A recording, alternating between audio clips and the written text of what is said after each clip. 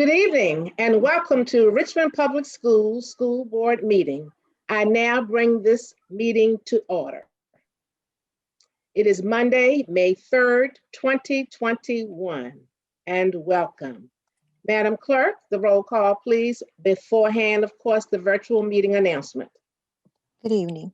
This meeting is being held as an electronic meeting pursuant to and in compliance with Richmond City Council Ordinance Number 2020-093, adopted April 9th, 2020, and extended by Ordinance Number 2020-183, adopted August 20th, 2020, and by Ordinance Number 2020-232, adopted December the 14th, 2020. And the school board's resolution approved on April 20th, 2020. Simultaneous translation is being provided tonight in Spanish via Zoom, and the meeting notice contained information on how individuals needing translation services could obtain the service. The meeting notice also stated that the meeting would be a virtual meeting and would be live streamed for the public on the school division's Facebook page, and the link was provided.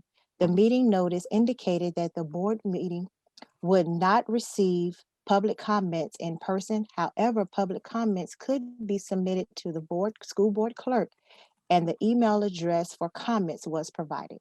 The agenda of the meeting was posted onto board docs, and at this time we will take roll call. Mrs. Dorr, Mrs. White, Present. Ms. Gibson, Here. Mr. Young, Present. Ms. Rizzi, Here. Dr. Harris Muhammad, Present. Mrs. Burke, Present? Mrs. Page, Here. and Mrs. Jones. Here. Madam Chair, you have a quorum, 8 board members present. Thank you so very much, Madam Clerk. As we move forward, first item 1.02, adoption of the agenda. Any questions, discussion, or motion to move forward? Mr. Young, anyone listed? Dr. Harris Muhammad. Dr. Harris Muhammad, the floor is yours. Thank you. Good evening, everyone. I move that we adopt the May 3rd, 2021 school board meeting agenda as presented.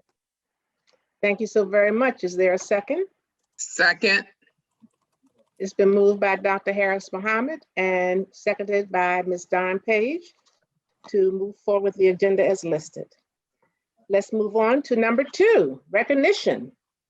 Recognition of the student. Madam Chair, I believe you need to vote. Yes. I Discussion did and that the vote. last meeting. I'm so glad to get a total good whatever. Thank you. Thank you so very much for reminding me. All right, we're ready to vote if there aren't any questions or discussion. Madam Clerk. Mrs. Dorr is absent. Mrs. White, Yes. Ms. Gibson, Yes. Mr. Young, Aye. Ms. Rizzi, Yes. Dr. Harris Muhammad, Yes. Mrs. Burke, Yes. Mrs. Page, Yes. Ms. Jones. Yes. Motion passes. Thank you so very much. And Mrs. Dewar cannot get on. Madam Clerk, can you resend that link so she can join us? Yes. Now moving on to one of my best parts of the agenda, an opportunity to recognize our student representative for tonight, Superintendent Cameras. Thank you, Madam Chair. It gives me great pleasure to introduce you to Jasmine Johnson, our student representative for this evening. Jasmine is a sophomore at John Marshall High School. She currently serves on my Student Advisory Council as well as on the John Marshall High School Student Council. Jasmine created the advocacy design, No More Nonsense, which was used to support our 2021 legislative and advocacy efforts. In addition, Jasmine participated in a panel discussion for this year's Black History Month program and served as co-host for the 2021 RPS History Fair Showcase. Her advocacy interests include food justice, public health, and the effects of social, family, and mental health issues on the academic performance of students. It gives me great pleasure to welcome you all to Jasmine Johnson. Welcome, Ms. Johnson. Do you have any comments for us this evening? Unmute yourself. Good evening, board members and Superintendent Cameras. I would like to thank you for allowing me to serve as a student representative for tonight's board meeting. To show my appreciation, I would like to talk to you about 3 topics. These are high school classes, their scheduling, and suggestions for the in-person plan for next year. As one of the many students stuck at home, I cannot begin to describe my enthusiasm for next year. There have been several trials and tribulations associated with virtual learning, but there's one thing that has stuck with me, which I would like to address: the 4x4 schedule.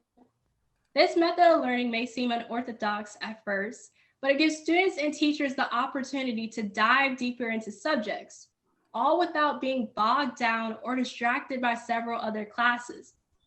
Alongside the 4x4 schedule, I urge you to strongly consider implementing a change to AP courses. As it stands now, it is incredibly difficult to dive into subject matter and to engage in deep, meaningful studies of the subject matter that is required for passing exams. I believe that making a switch to year-long 2-credit AP courses would be in the best interest of students. Squeezing AP courses into one semester creates a level of pressure that does not set students up for academic success. For example, an AP class in the fall will end around February, and students immediately begin new coursework with barely enough time to study for that class before beginning a new one. 2 semesters can provide a student with more time to process the information learned, increasing the likelihood of passing AP exams. Orange County High School in Orange, Virginia benefited from adopting both a 4x4 schedule and year-long AP courses. With this schedule, the percentage of A grade students earned increased 21% to 32%, and 11% gain. Additionally, during the first year of the 4x4 schedule, students earned 3s or higher for 85% of advanced placement exams. Everyone wants to make learning and academic success easier and attainable for students. This schedule can help the school system to work smarter instead of harder. In addition, I had the opportunity to review the reopening plan for this fall. I'm relieved to know that the division will be installing new HVAC systems. I would like the board to consider 2 additional technologies to aid in the mitigation of COVID-19. Many students use water fountains instead of bringing water bottles. I propose the implementation of touchless water fountains in all schools. Instead of pressing buttons for the water to come out, students can hold water bottles up to the sensors. Eating and food is another thing students prioritize in school. How about instead of kids punch in their lunch numbers, the school could use swipe key cards instead.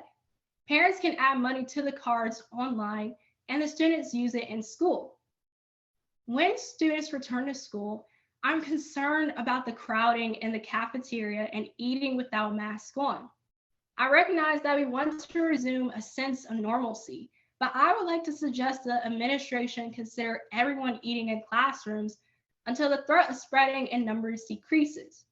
Throughout my remarks, I have covered several topics, but it all leads back to these questions. Is having more classes on a student's transcript more important than learning? Are traditional learning methods actually helping students? What can we do to make in-person school as safe as possible?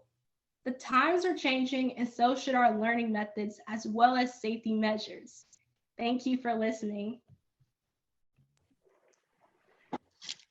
Thank you, Ms. Jasmine Johnson. And it's so great to see you. Look forward to meeting you in person. I remember seeing you with the advertisement on No Nonsense. So, and you gave us quite a lot of food for thought this evening, and we wish you well. I have one question for you. You're a sophomore. You're a rising senior, correct?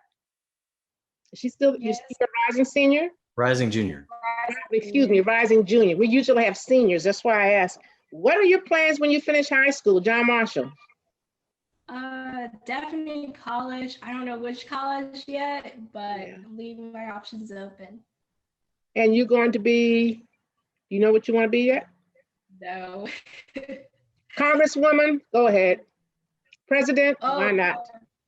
There you go. yeah. Thank you for sharing your wisdom with us, and we do sincerely appreciate that. Mr. Cameras? I also want to thank Jasmine for sharing your comments this evening. When you do graduate from college, please make sure to give me a call because I would very much like to hire you. That was an incredibly thoughtful and well-researched set of comments, and I think has given us some good things to think about. So thank you, Jasmine, and look forward to seeing lots more great things from you over the next couple of years. Thank you. Jasmine, we know you may have to leave early, and we understand because of school tomorrow, but stay on as long as you can. And again, we welcome and we thank you for your input and being here with us this evening. Thank you again. And we do this, we're applauding you. All right, next item on the agenda, 2.02, receive proclamation recognizing Teacher Appreciation Week. Mr. Cameras. Thank you, Madam Chair. This is one of my favorite times of the year when we get to celebrate our teachers with some extra special pomp and circumstance. And so we're going to begin with this proclamation for National Appreciation Day and Week, May 4th and May 3rd through 7th. Whereas National Appreciation Day and National Appreciation Week is observed annually to honor the nation's outstanding teachers and the critical role they serve in the lives of every child. And whereas RPS teachers recognize the dreams and potential of every RPS student, nurturing and developing future generations of Richmond leaders. And whereas RPS teachers teach with love each day, engaging students with exciting and rigorous lessons while developing the whole child through community circles and social emotional learning activities. And whereas RPS teachers build authentic and meaningful relationships with students and families, meeting them where they are by visiting students at their homes and providing additional instructional support outside of school hours to ensure that students have what they need to be successful both in and out of school. And whereas RPS teachers are resilient, resourceful, and creative, reinventing the way that they create and deliver lessons in order to successfully adapt to virtual learning, despite the pressure and stressors of COVID-19. And whereas RPS teachers are the pulse of the school division, whether they are teaching virtually or in person, they show up each and every day with a full heart and ready to love every child in their classroom. Now, therefore, be it proclaimed that the school board of the city of Richmond recognizes May 4th, 2021 as National Teacher Appreciation Day and May 3rd through 9th, 2021 as National Teacher Appreciation Week, and encourages all schools and community members to join in this observance and share appreciation for all teachers. And let me just say, if you have not sent in your video shout outs for the teacher in your life, please do so to outreach@rvaschools.net. We will be featuring a video every single day during the month of May. If you haven't seen the first one today in my RPS Direct, we have a wonderful preschooler from Summer Hill sharing what she loves about her teacher. I encourage you to check it out. And thank you to all of our teachers, especially this year, for the extraordinary work you have done to teach and love our children amidst the pandemic. Superintendent Cameras, would you repeat, please, that site that you want us to send our community to send the taping? Outreach@rvaschools.net. Excellent. We'll probably repeat that because we can never say thank you enough. Thank you so very much to all of our educators that continue to believe in our students, and this is a time to lift them up because they've been lifting up our community and our students every day. So we thank you so very much, teachers, for all the love and support that you have given our students during this pandemic and beyond. So thank you, thank you, thank you. The next item on the agenda is 2.02 proclamation, 2.03 proclamation recognizing School Nurse Day. Thank you, Madam Chair. School Nurse Day, May 12th, 2021. Whereas School Nurse Day is an opportunity to celebrate RPS nurses and acknowledge their role in furthering the health, safety, and well-being of our students. And whereas the school nurse profession, including RPS school nurses, works to support students by providing healthcare through assessment, intervention, and follow-up within the school setting. And whereas RPS school nurses are fundamental to advancing the well-being of every student through their collaborative work with school communities, families, and other healthcare providers to improve health outcomes for our students. And whereas RPS school nurses address the home and community factors that impact students' health and understand the link between health and learning in order to make a positive difference for children every day.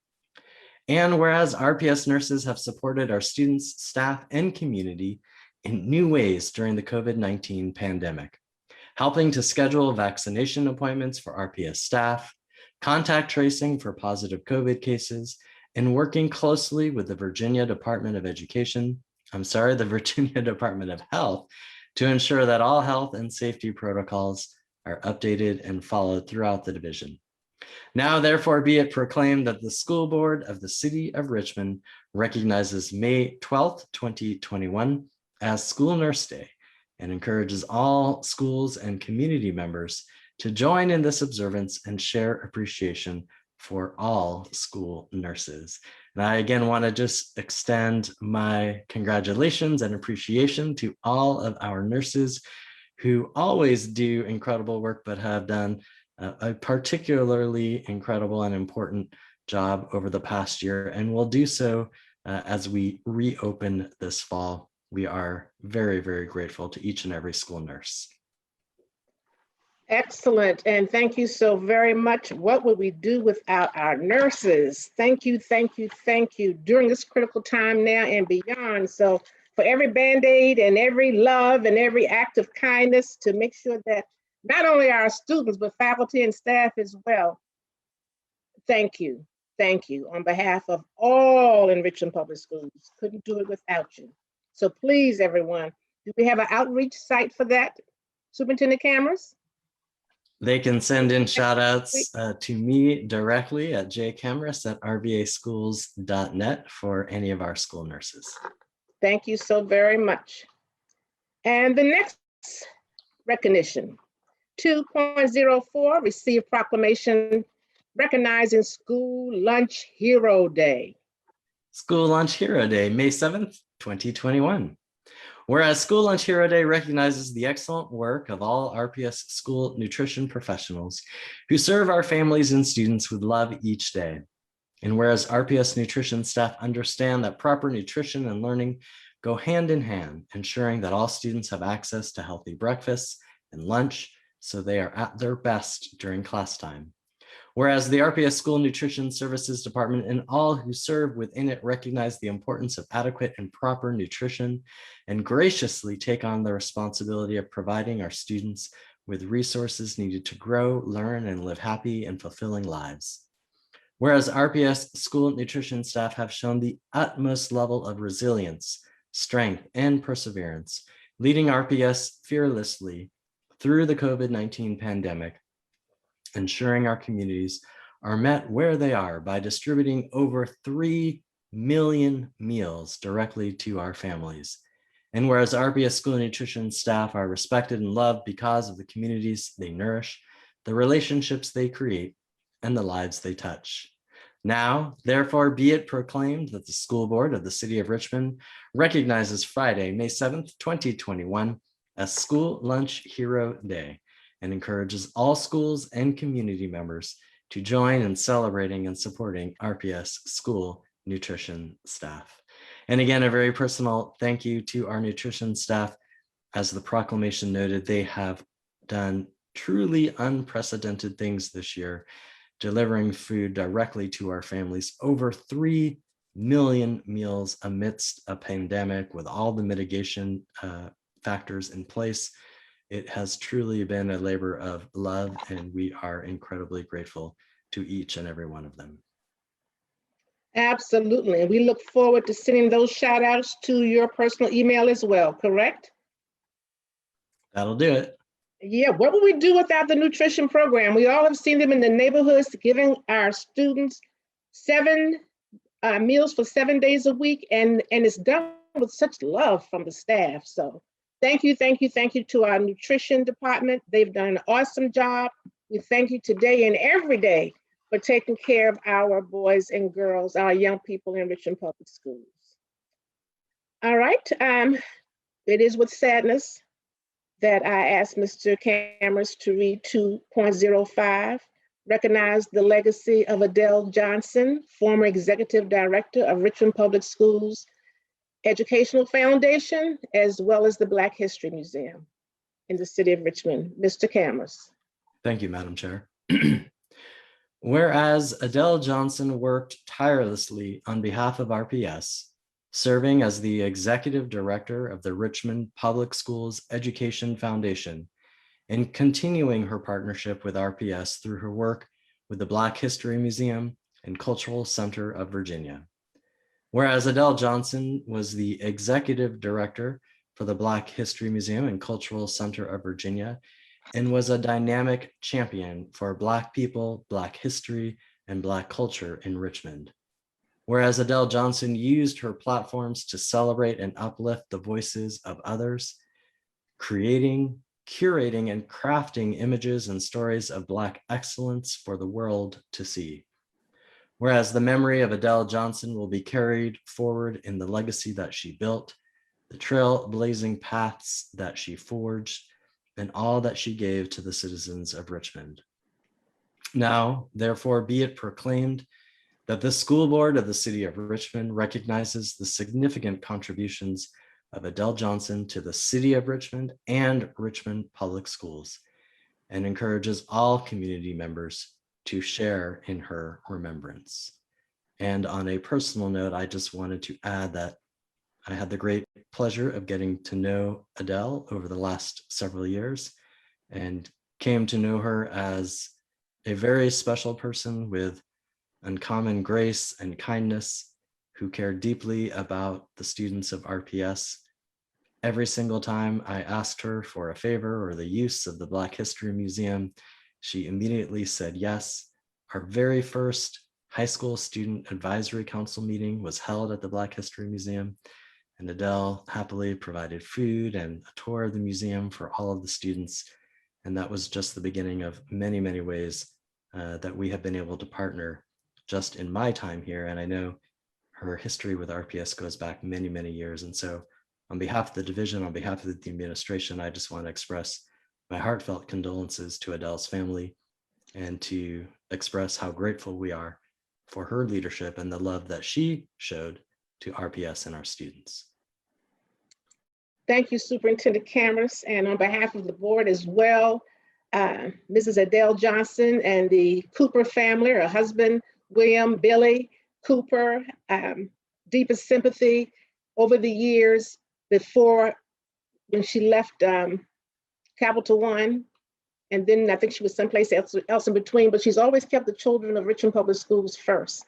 And every year at the museum, after she left Richmond Public Schools with the foundation, we talked often. She was always planning. Students received free books, tours of the museum. She made it happen for any student with their teachers and their family members. I mentioned that year because of the pandemic.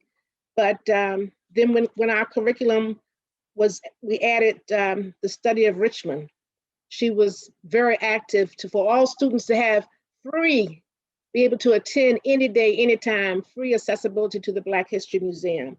So thank you so much for that recognition of Mrs. Adele Johnson. Adele, I should say Adele, and she would correct me, Cheryl, it's Adele. So on behalf of Mrs.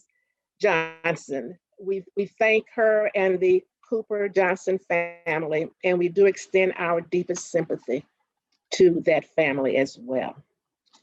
All right, no further business on that end. Are there any additional comments, Mr. Young? Yes, ma'am, Madam Chair. Ms. Page and then Ms. White. All right, Ms. Page, the floor is yours. Thank you. Thank you, Madam Chair. On a personal level,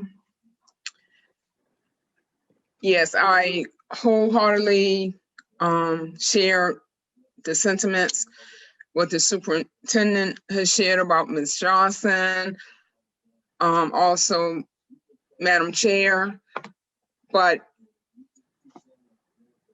I first had the pleasure of working with Adele when serving the first time on the board in leadership, and her demeanor, her class, Yeah. her style, and under her leadership with the Richmond Public Schools Education Foundation,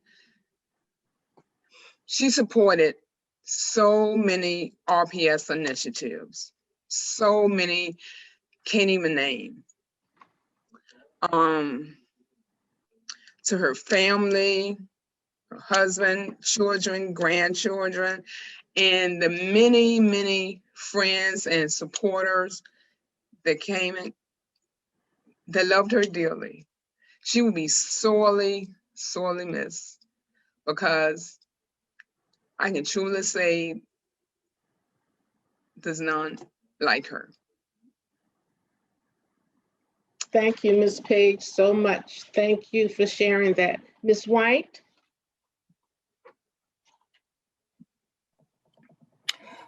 Thank you, Madam Chair, but I had emotion.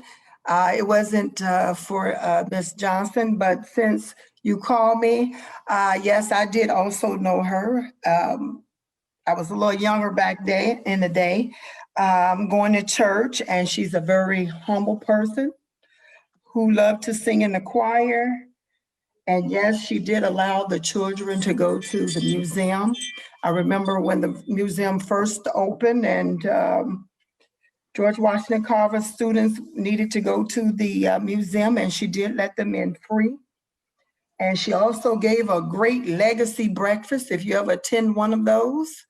So I hope that she would be one of the legacies in the next brunch this year.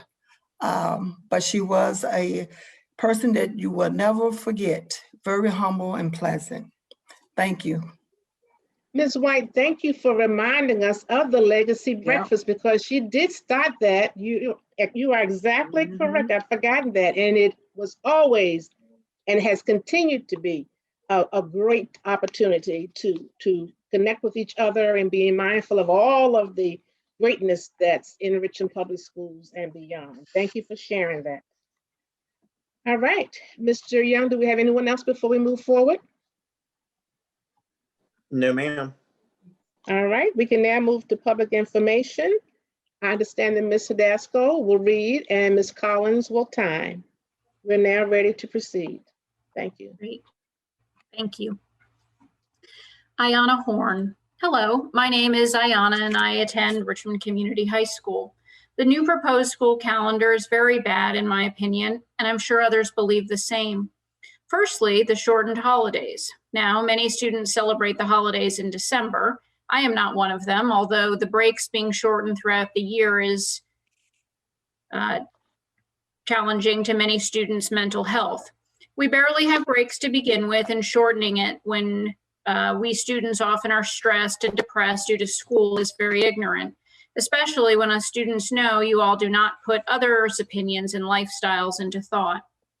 Secondly, the extended school year is very bad. It holds most of the same points I've already made, i.e. short breaks and a long school year do not mix. Many students don't show up to the last days of school to begin with. For example, me being a senior next year will not change this. You have made summer break shorter for students to enjoy themselves before going back to a depressing and draining building to stress about grades and tests that don't reflect their knowledge to the best of their ability. I'm just going to end my email here as I've come to the realization you old people don't care about us students and our situations. You just want to get the job done and get paid. You don't care about students and the impending suicide rates, the big amounts of pressure school puts on kids, and how some go home just to be put down because they're not doing good in school to begin with. I'm almost a senior and have seen no good changes to RPS to begin with. It is what it is all I can say. Have a day. Sterling Damasio. Hello, my name is Sterling Damasio, and I am a junior at Richmond Community High School. In regards to the proposed schedule change to this school year, I would like to state that as a student and someone who is involved in the PTSA and the student body officers, this change is both unnecessary and, to be blunt, a waste of time and funds. By the end of the normal school year, we already have testing is already finished for both regular and AP classes, and most of the time is spent doing non-academic activities or completing busy work or learning things not needed for the test, so they have already been completed. This extra week would just be an extra week of doing, quite honestly, nothing, and would be a waste of both the students' and faculty's time. Aria Johnson. Please, I feel that this calendar is taking away one of the most important breaks during Christmas, and that school should not end later, as we students barely enjoy school. Making us stay longer will have more pros than cons. Please just keep the schedule the same. Glenn Berry. Good afternoon. The schedules may be modified for students. However, it should also be modified for staff.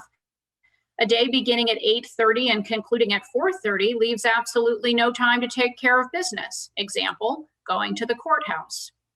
Our Wednesdays are dominated with meetings. Teachers are humans with families and homes to manage.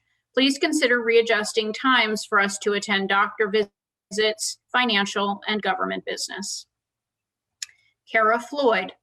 Can virtual schooling be offered to each building by the teachers they already know? For example, Armstrong teachers teach the Armstrong kids virtually, not having to apply for a separate full-time position with Virtual Virginia. I would love to teach with Virtual Virginia, but not full-time and not leaving my current building. Thank you. Elizabeth Jorgensen Best. My name is Elizabeth Jorgensen Best, and I teach all subjects at an elementary school teacher. I am writing to express my concerns regarding the possible adoption of the proposed science curriculum and the current implementation of Eureka Math and L curriculum. I understand the goal of these curriculums is to improve instruction and student learning. However, the implementation of the current curriculum has been unclear, chaotic, and stressful for teachers and students, and I wonder how the proposed science curriculum will be any different. Every week, I must argue my way to, quote, get approval to do what is best for my students, especially my students with special education services. Our curriculum offers little ability to differentiate when students have major gaps in their understanding, and following with fidelity is resulting in students getting left behind. I ask that the school board and RPS administration address teacher concerns with the existing curricula if we are to adopt yet another for the next school year. These concerns relate greatly to alignment and extra work for teachers, because it's not saving us time when we have to change half of it to meet the Virginia standards. Our teachers should be able to have creativity in their instruction, and science is a great area to allow us to develop our own curriculum and demonstrate that creativity with rigor. Most importantly, teachers need a written policy that allows all teachers to adjust and meet the needs of our students, which is easily acceptable and can be quickly referenced. I find it baffling that we were told that we could do this at first. It quickly became just following it from within school building. In doing this, we can eliminate time wasted on discussion and focus on what students need and how we can adjust what resources we have to help them learn. Stephen Strauss. In 2006, San Francisco Unified School District paid a team of education researchers at Stanford University $20,000 to publish a curriculum they piloted in San Francisco public school classrooms. The researchers stipulated that the curriculum should be free and accessible to anyone. This digital curriculum project developed into Stanford History's education group and now has over 10 million downloads. San Francisco footed the bill toward a freely accessible curriculum. RPS is proposing to adopt a science curriculum developed by a private company that is restricted. These for-profit groups are fleecing RPS and contradict the spirit of public education. Don't pay these companies for a product we can produce. There are free science curriculum alternatives like Stanford University's Next Generation Science Standard Curriculum and Assessment. If we're going to spend hundreds of thousands of dollars on curriculum development, we should invest that money in our community. RPS teachers and instructional coaches can develop curriculum with support from local universities like VCU and VSU. If we believe in public education, we should invest in our common good. Invest in RPS. Kendall Williams. My name is Kendall Williams, and I teach 5th grade in the South Side. I'm writing to express my concerns regarding the possible adoption of the proposed science curriculum, as well as the current implementation of Eureka Math and L curriculum. RPS's implementation of curricula has a track record of being insufficient, stressful, and restricting for teachers. There are several reasons. 1, the current curriculum does not align with SOLs, period. Number 2, scripted curriculum is meant to save time for teachers, but when you have to differentiate and scaffold it to the point that it hardly replicates the original lesson, it's time-consuming and creatively restricting. 3, it is possible for the curriculum to be too rigorous. If we have students barely moving on to the next grade, why should we push such a rigorous curriculum? This is especially true for English learners, as both L and Eureka assume a level of vocabulary and background knowledge that is not realistic for that population of students. The level of rigor is not motivating, it's discouraging. 4, you're losing teachers' trust. A group of teachers have already spent the last 2 years working on creating K-12 science curricula for the entire district. Suddenly, there is talk of adopting a science curriculum. What does this say about how much RPS trusts their own educators' ability to do the job that we were credentialed to do? Mind you, the money spent on this adoption would go to Savas Pearson, a huge British corporation, when our own community is in dire need of funds. This is what I ask of RPS. We ask that RPS make available in writing to all teachers and building administrators the expectations for curriculum implementation during evaluations and observations. We ask for a written policy on flexibility in instruction, pacing, and sequencing to allow teachers to modify the curricula to meet students' needs. This flexibility. Ann Forrester. My name is Ann Forrester, and I am an RPS teacher. I'm writing to express my concerns regarding the possible adoption of the proposed science curriculum and current implementation of Eureka Math and L curriculum. I will not read the rest of that paragraph, but move on to the next one, as that is duplicative content. Although the RPS administration has provided data and justifications as to how the adopted curricula will boost student achievement, this outcome is only possible if teachers believe in the curriculum and are supported in its implementation. From talking to my colleagues, it's clear many of them do not feel inspired or supported by the new curricula. Since it's Teacher Appreciation Week, I wanted to share a few ways I, as a teacher, would feel appreciated when decisions about the curriculum and instruction I deliver are being deliberated. 1, I feel appreciated when I am allowed to rely on my own expertise and experience as a human to teach books I love.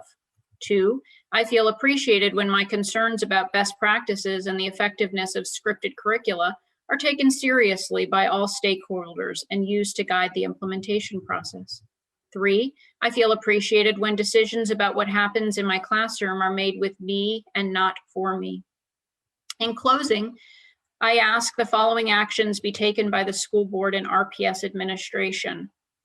The first 2 were in the previous one, and I'll do the last 2. The district should conduct its own survey on the effectiveness of the implementation of the current adopted curricula for both educators and families. Delay the adoption or at least implementation of any new science curricula until the 22-23 school year to allow for an in-person pilot of these curricula during the 21-22 school year with teacher feedback. Elizabeth Waite. My name is Elizabeth Waite, and I teach biology and special education at Armstrong High School. I am writing to express my concerns regarding the proposed new science curricula. I understand their goal is to improve instruction and student learning, and I am actually all in favor of a new curriculum for science because I think it is badly needed. However, the implementation of the new K-8 ELA and math curricula has been unclear, chaotic, and stressful for teachers and students, and I wonder how the proposed science curriculum will be any different. I ask the school board and RPS administration address the following teacher concerns and postpone adopting and implementing any new curricula until 2022. Because the entire selection review of these curricula was conducted this school year, neither of them have even been piloted in person. This is huge oversight when the focus of science should be on in-person, hands-on experiences and could lead to dozens of problems with implementation. Both the K-8 and 9-12 science curricula were chosen because they align to the next generation science standards, NGSS, considered the gold standard of science teaching. However, this is not the same thing as being aligned to the SOLs, which is what our students will actually be tested on. Not having materials that are properly aligned has been a common complaint and source of stress among teachers currently working on our new K-8 ELA and math curricula. Neither science curricula being brought forth for adoption was the first pick of the majority of teachers who participated in the selection and review process.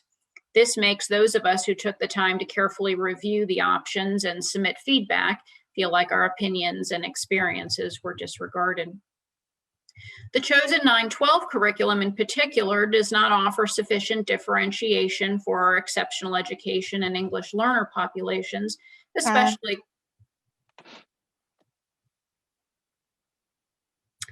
Brian Bills. School board members, as a Richmond resident and former public school teacher, I have been disappointed by all the hubbub around school construction in the past few weeks. I believe that it is important to minimize school construction costs, but I think that asking RPS to hire and create a new department to manage large capital projects is a risky move. Government projects often run over budget, and it takes an experienced team to manage projects effectively. I am skeptical that RPS will build enough schools every year to develop that experienced team. Most importantly, it seems to me like this should be the 10th or 20th in line among the school board's priorities right now. I am truly confused and concerned that the school board has decided to spend its time and attention on this topic instead of safely reopening schools, transitioning to a year-round schedule in the 22-23 school year, addressing learning loss from the pandemic, addressing trauma with students due to the community violence, or any of the other much more urgent and important topics. I'd like the board and Superintendent Cameras to spend your time on those topics, not on managing school construction. Perhaps a compromise could be reached in which the board lays out a clear timeline and expectations for the construction of George Wythe, and if the joint construction team fails to meet those timelines, RPS takes over the project midstream.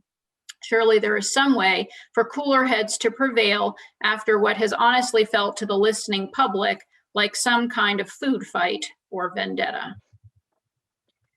Andrea M. Impson. Hello, school board members.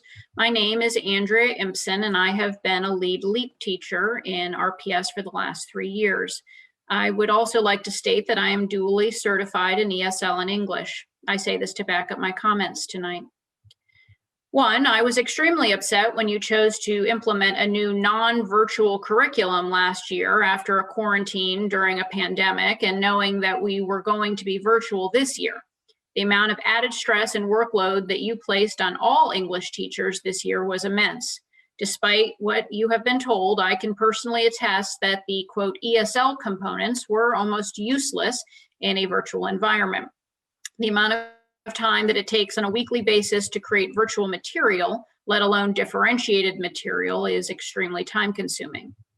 Two, having a bachelor's in literature, I know that there is a wealth of positive, diverse literature out there. However, for 8th grade, the first book that we were given to read was about a Mexican family where the dad leaves the mom and the daughters find a dead body. They spend the book talking to warlocks and spirits to get the dead man back to his family in Mexico.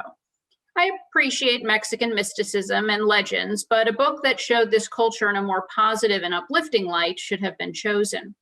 The second book that we read was a nonfiction book about how unhealthy the food industry is, how bad junk food is, how fresh fruits and veggies are the best option, and about food deserts.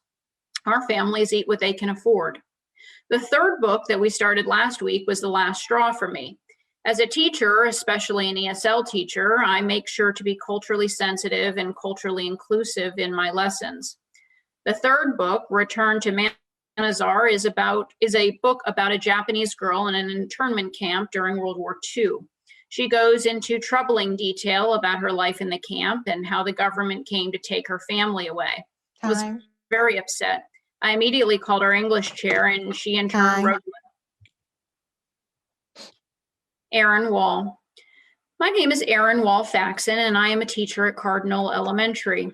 I am writing to express my concern regarding the adoption of the proposed science curriculum for next school year, given the state of the current implementation of the L and Eureka curriculums begun this year. The implementation of these curriculums has been chaotic and stressful for both teachers and students, and I am concerned that adding another new curriculum will only add to the chaos. I believe RPS should carefully consider the concerns teachers have with the current curricula before we adopt yet another.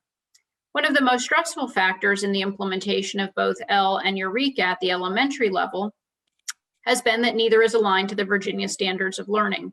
The district has insisted upon gaslighting teachers by saying that these curricula do align with the SOLs, even though we are the ones who are teaching it daily and seeing the massive gaps between the essential knowledge in the SOL framework and the daily lessons as we teach them. We are being consistently told not to believe our own experience in the classroom, but rather that we should just believe what the district tells us. Yet, we are then admonished by our administrators in planning meetings and classroom observations about alignment. The confusion and stress this has created for teachers is frustrating and exhausting. Our pacing guides, developed by coaches and teachers who do not even teach the grade level for which they are, quote, academic architects, tell us to teach the lessons directly from the curriculum and give us no flexibility to actually reach into the essential knowledge and teach in ways that best communicate that knowledge for our students' needs. RPS now proposes to adopt science curriculum that is also not aligned to the Virginia SOLs based on a pilot program that was done in a solely virtual environment. After nearly a full school year's experience in virtual learning, I can with 100% certainty say that no pilot done in a virtual setting can be considered valid. Particularly for our young learners, this setting.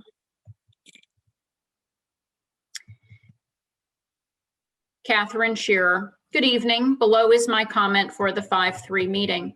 My name is Catherine Shearer, and I am a first-year fourth grade teacher at Swansboro Elementary. I am writing to you because I am extremely concerned about the proposed new science curricula, Amplify, for K-8. While I cannot speak for the other grades, it is very far from being aligned to the fourth grade Virginia 2018 Science Standards of Learning. By very far, I mean there are less than 10 aligned lessons out of the entire fourth grade catalog. When I brought this up during curriculum conversation and district PDs, I was told that the district, quote, hopes to have the curriculum aligned by September and teachers may have to supplement the curricula with other resources, end quote.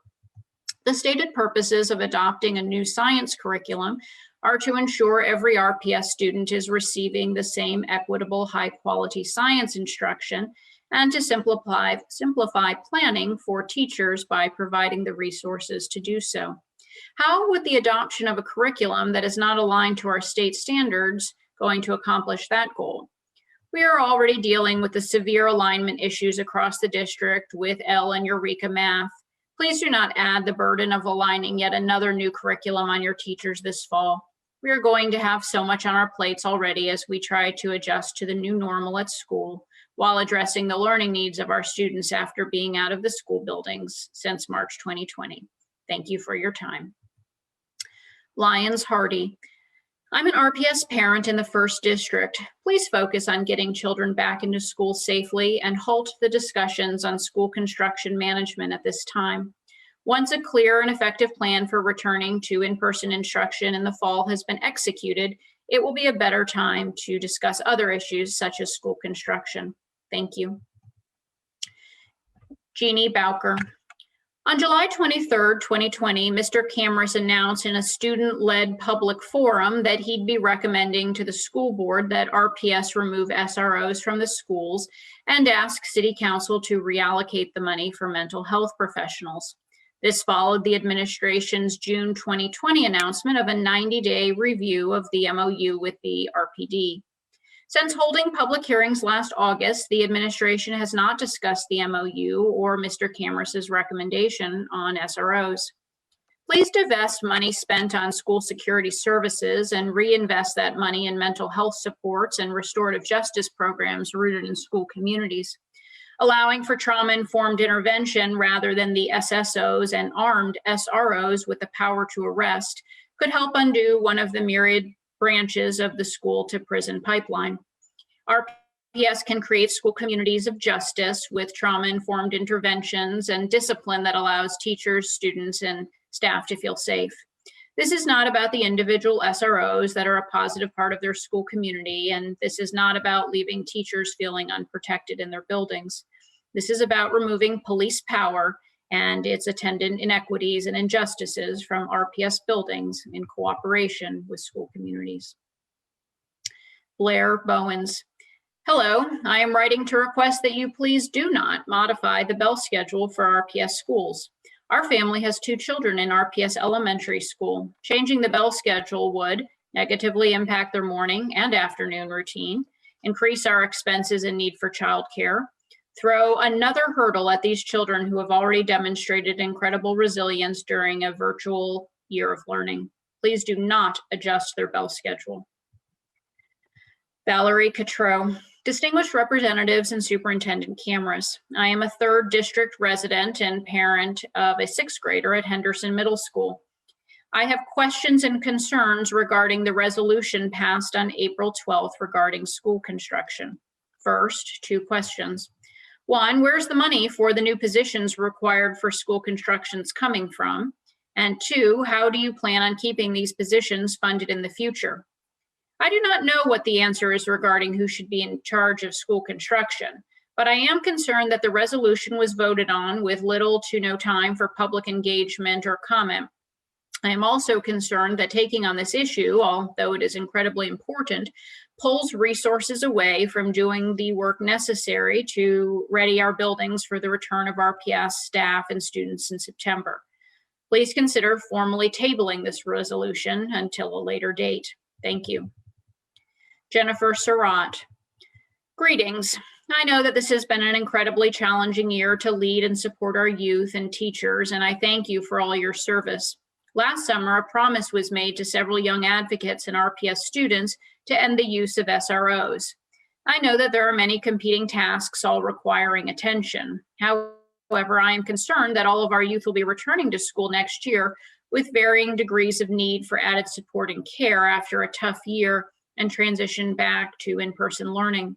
This is the most appropriate time to double down on trauma-informed methods that focus on social and emotional well-being versus punitive methods. I'm adding my voice to the students of RPS to ask that we end the funding and use of police in schools. Thank you. Kimberly Wolf. Dear RPS School Board and Mr. Cameras, as a parent of an RPS student and a resident of the 3rd District, I write to ask that you postpone discussion of reworking the ownership of school construction. I feel that this new issue needs careful consideration and should not distract from the work that needs to be done to prepare our students for a safe return to school in the fall and to mitigate the loss of learning and academic achievement that our students have suffered over the course of this unprecedented year. To take on the proposed construction change would distract and misdirect resources of staff and administration during a time when focusing on our students is of the utmost importance. Julie Joyner. Dear board members, I am a 3rd District resident and parent of 2 students in RPS. I am writing to request that the board pause taking over construction and instead develop a prioritization schedule for projects. I admire and respect the administration's ability to take on so many difficult projects, including summer school, school reopening safety plans, COVID mitigation strategies, school funding initiatives, repair of existing infrastructure initiatives, removal or change to SROs, to name a few. However, taking on too many challenging tasks may result in devastating consequences that RPS cannot afford. Prioritizing projects will help everyone focus on what needs to be accomplished in the short term, mid-range, and long term, and result in more successful outcomes. Before adding additional projects, please consider the consequences of changing priorities. How does this impact our ability to educate children? In addition, I humbly request that the board develop a plan for implementing school construction prior to assuming control of the process. Is there a way to enhance the role of the school board in the construction process as it currently exists and to take control of future projects? Please put your anger and frustration aside and work collaboratively to develop a solid plan and put student education and well-being first. Valerie Warshaw. Good evening, school board members and Mr. Camrus. I am an RPS parent to 2 elementary schoolers in the 3rd district. I'm writing tonight in regards to the proposed change to the school bell schedule for next school year. In the past, with the existing schedule for elementary students starting later and getting out later, has allowed our family to not need to seek out and pay for after-school care, since we were in the fortunate position of being able to slightly adjust our work schedules to be able to put both the kids on the bus in the morning and get them off the bus in the afternoon. Moving the bell schedule earlier for elementary schoolers will mean that we will need to find after-school care for our children next year. My concerns are making this decision for next school year puts parents with young children in a bind, possibly searching for after-school care late in the game for their kids when they otherwise wouldn't have needed it. Some families depend on their high schoolers to get their young kids off the bus in the afternoon. This new schedule wouldn't allow for that. Would there be enough spots at the on-site YMCA after school care for the influx of need? In previous years, they have completely filled up at our school. Would this financially burden some families who weren't otherwise expecting to pay for childcare? If the board desires to change the bell schedule for elementary and high schoolers, please consider not implementing this change until school year 22-23. Thank you for your time. Kristen Reed. Dear members of the board, on Monday, June 1st, 2020, Richmond Police Department launched a tear gas assault on passive, unarmed protesters standing with their hands raised at the site now known as Marcus David Peters Circle on Monument Avenue. The assault occurred more than 20 minutes in advance of established curfew and in clear violation not only of RPD policy, but international human rights law. A week later, on June 9th, Harry Hughes provided an update to the board on RPS's MOU with the Richmond Police Department. That presentation committed to holding 2 public hearings in July and August of the same year on the subject of maintaining a committed police presence in our school.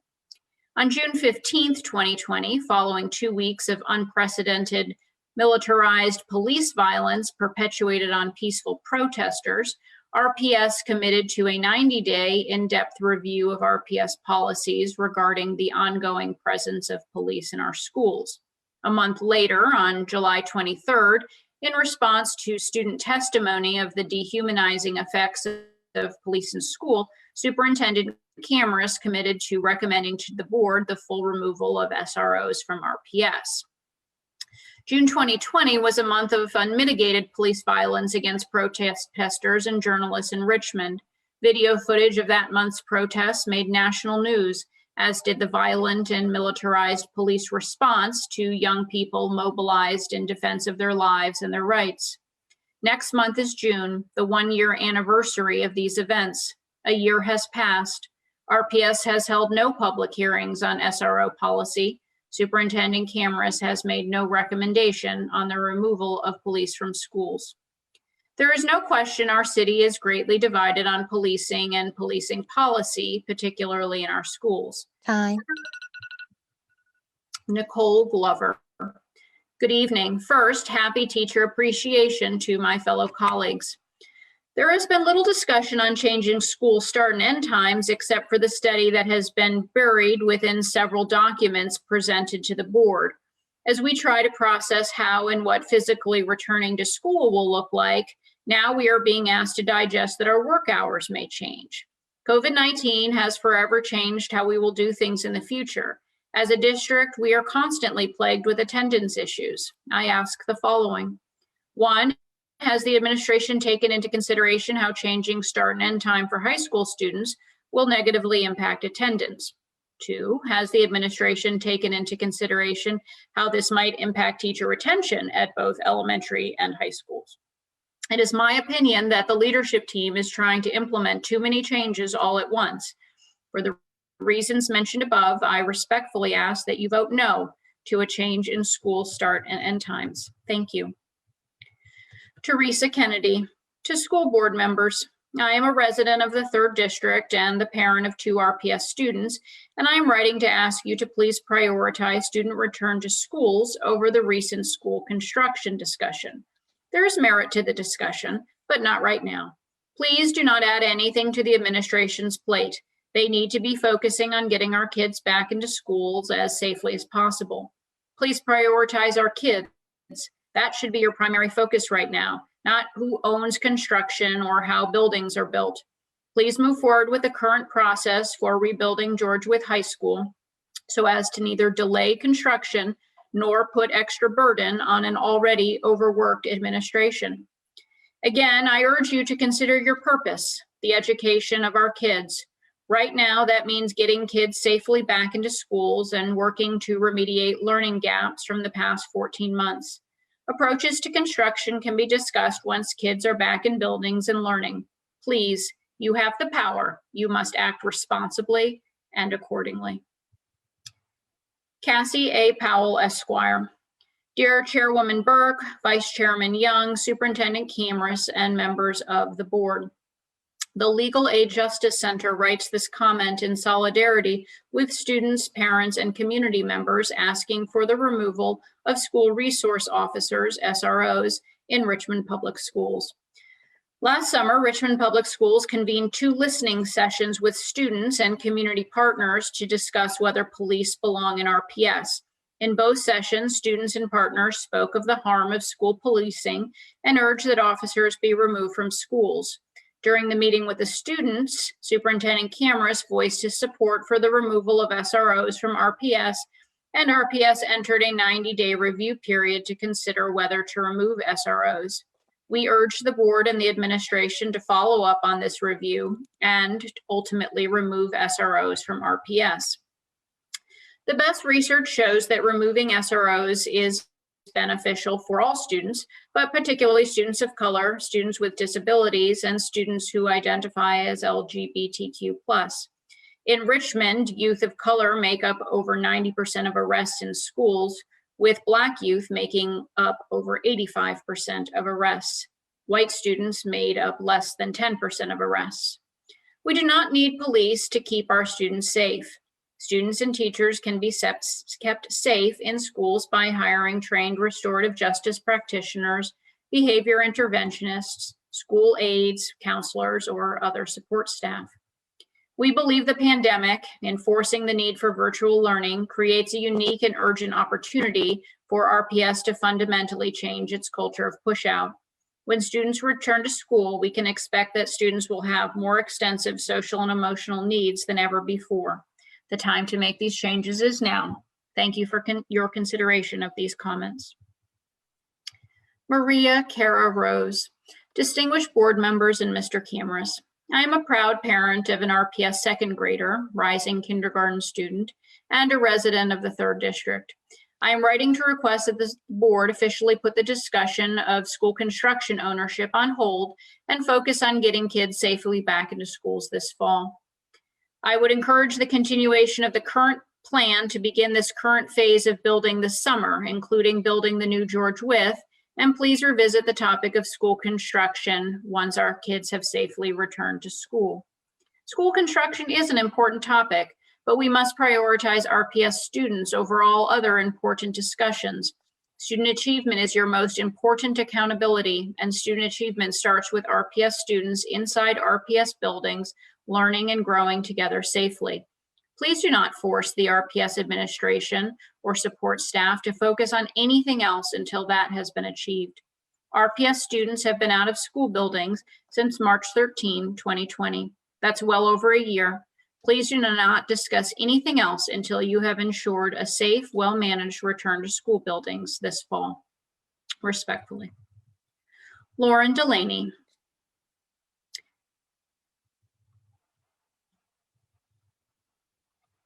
I'm sorry, that is the same comment as the previous individual. Samantha Best. Dear school board members and Dr. Camrus, I am an RPS parent of a 4th grader and a freshman in high school through RPS and a resident of the 3rd district. I have to say how disappointed and frustrated I am with the distractions that have been added in recent weeks. We should be focused on our largest priority of getting students back in school safely. We are all tired and exhausted after a challenging year plus. RPS students have been out of the building since March 13, 2020. We must prioritize getting kids, teachers, staff, and administrators back into schools as safely as possible this fall. We must not let anything distract the school board from that goal. It is imperative that this board prioritize student achievement, and student achievement begins with students in seats. The rest of the comment is one that we've read. Jane Winthrop. Good morning. I am an RPS teacher and resident of the 2nd district. I am writing to express my concerns about the adoption of the proposed science curriculum. This year, I have been part of the rollout of the L curriculum in my 7th grade ELA classes. The implementation has been burdensome and confusing. All of the materials had to be adopted to an online format, which involves sifting through hundreds of pages in 2 or 3 different books. While some units are relevant and engaging for our students, many miss the mark entirely. I am left wondering if our whole class would be better off with a curriculum designed with the input of actual teachers and students. I do not know how the proposed science curriculum will be any different. I ask that the school board and RPS administration address teacher concerns with the existing curricula if we are to adopt yet another for next school year. And then the recommendations are those that have been shared previously. Molly Brannon.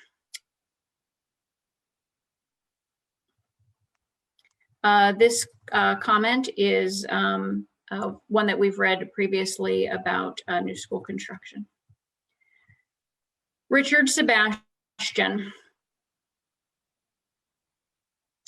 Distinguished board members and Mr. Camrus, I am an RPS parent and a resident of the 3rd district. I was caught off guard by the speed and lack of transparency around the decision of the RPS board to take ownership of school construction.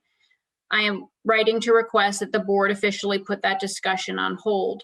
The focus of RPS and the RPS board should be on getting kids safely back into schools this fall. To be clear, I am not necessarily against shifting ownership to RPS, but would like more time to understand the issue and hear what plans RPS has to successfully take on this daunting responsibility. In the meantime, please continue with the current building plan and revisit the topic of school construction once our kids have returned safely to school. RPS students have been in virtual schooling for over a year. While school instruction is an important topic, it is an ill-timed distraction, forcing the RPS administration to take the focus off the immediate needs of our students. Thank you.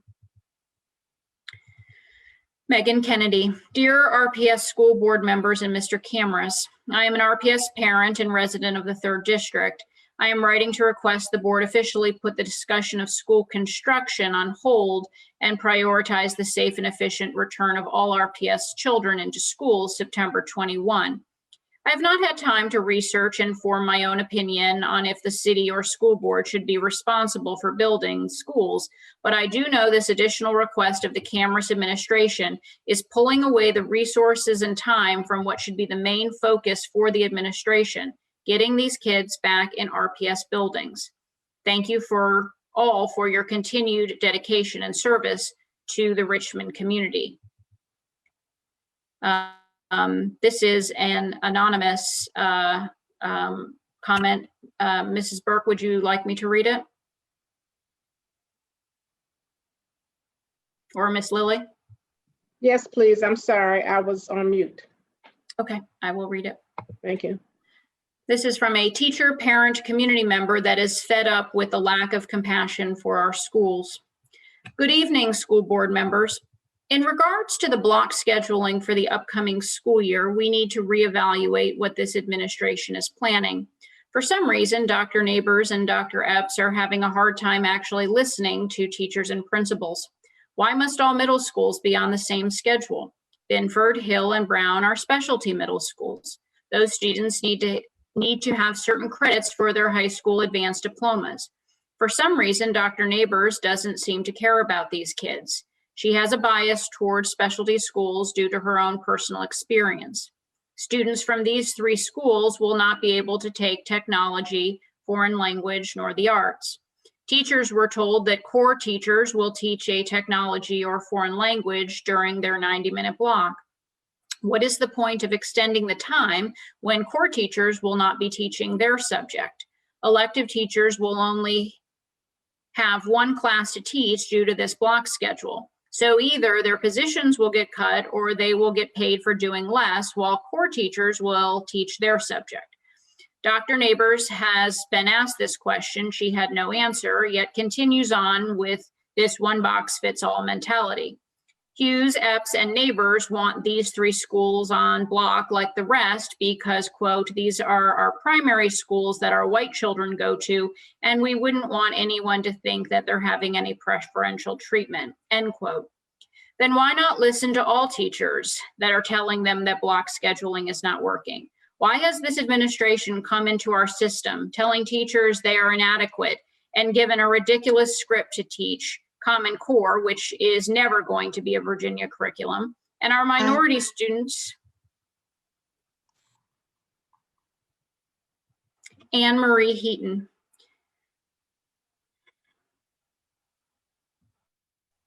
The first part of this comment has been read previously and is about school construction. I will read the bottom part. Also, if you should end up voting on the proposed 2021-22 student start end times by the administration, I would like to offer my support in adopting those start and end times for K-12 graders. I think this will be particularly benefit the high school age children. Thank you so much for your time. Ayanya, I apologize if I mispronounced that, Langen.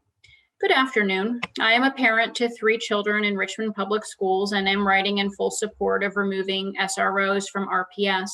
Not only is it enormously inappropriate to have such a heavy police presence in our schools, but data is clear that it only contributes to the criminalization of our students. As a future school counselor, I believe it is of the utmost importance to create safe school culture through positive safety and discipline measures and view our students from a strengths-based perspective. I hope to see further action in following through on the promise made to the students panel last year to remove SROs from schools to show our youth that we stand behind them and their voices matter as the main stakeholders in a school setting, as well as complying with Virginia House Bill 1653 to increase the number of school counselors. I believe that providing mental health support after this pandemic year will be the most efficient and holistic way to support our students. Megan McPherson. Good evening. My name is Megan McPherson, and I am an RPS ESL LEAP teacher. I am writing to express my concerns regarding the possible adoption of the proposed science curriculum and the current implementation of Eureka Math and L curriculum. I understand the goal of these curriculums is to improve instruction and student learning. However, the implementation of the current curriculum has been unclear, chaotic, and stressful for teachers and students, and I wonder how the proposed science curriculum will be any different. I ask that the school board and RPS administration address teacher concerns with the existing curricula if we were to adopt yet another for next school year. As a LEAP teacher, I have worked collaboratively with various content teachers this year. This has been a difficult year for everyone and made even more difficult by the newly adopted ELA curriculum.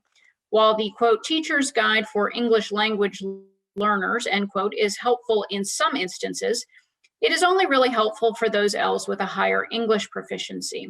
The curriculum actually makes a lot of assumptions about background knowledge and vocabulary skills for all our students, English learners and non-English learners, making it difficult to keep up with the pacing expected while providing the scaffolds each student needs. I have watched my colleagues and students work tirelessly to try and do the best they can with what has been demanded of them during an already traumatic year. And yet we still want to adopt another curriculum. These may be labeled, quote, high quality curricula, but there's nothing high quality about not meeting students where they are, not providing flexibility in instruction, pacing and sequencing, and pressuring schools to keep up. We ask that RPS, and these are the same recommendations that were shared previously about the curriculum. Francis Scott. Good afternoon, all. My name is Francis Scott, and I'm a resident of Richmond in the 8th District. It is imperative that our students and staff are back in school safely. You can't live, work, nor learn in a structure that is deteriorating. Our children deserve the best of education, which means a new George Wythe High School that needs to be implemented now. I would like to thank the superintendent for the decision he made in closing the schools because of the pandemic. The other school districts made the mistakes in opening too fast and then closing because of the virus. Tara Fitzpatrick.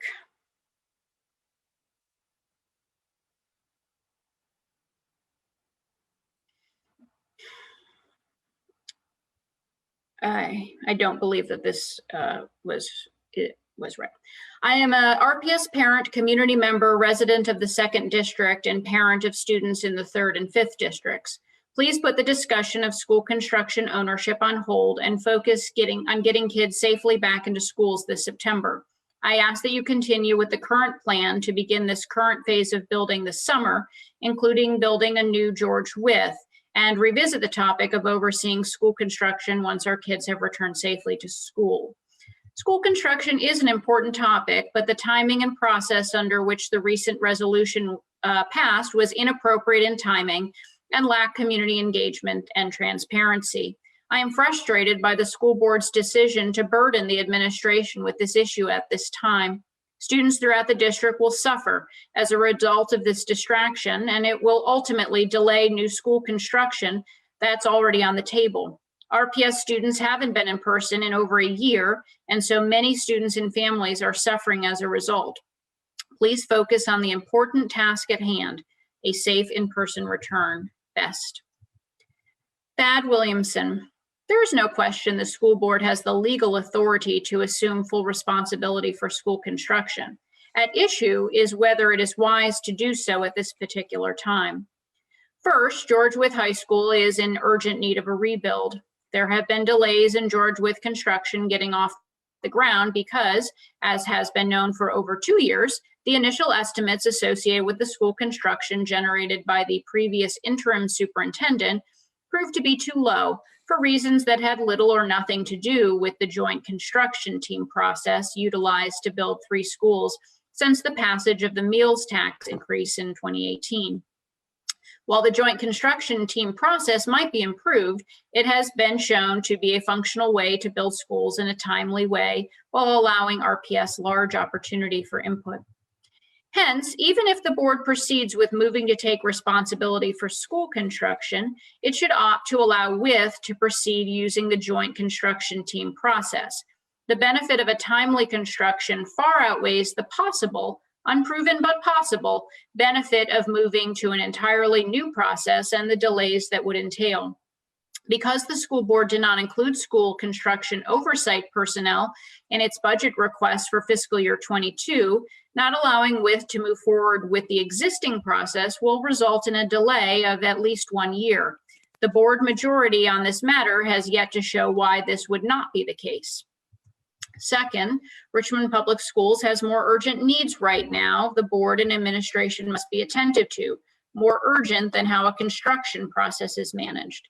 Many of our children have experienced an educational calamity in the last year. We must focus attention on the needs of children coming out of the pandemic, how to make up for the lost learning, and how to restore the rich social supports and connections that are the foundation of mental and emotional health and capacity to learn.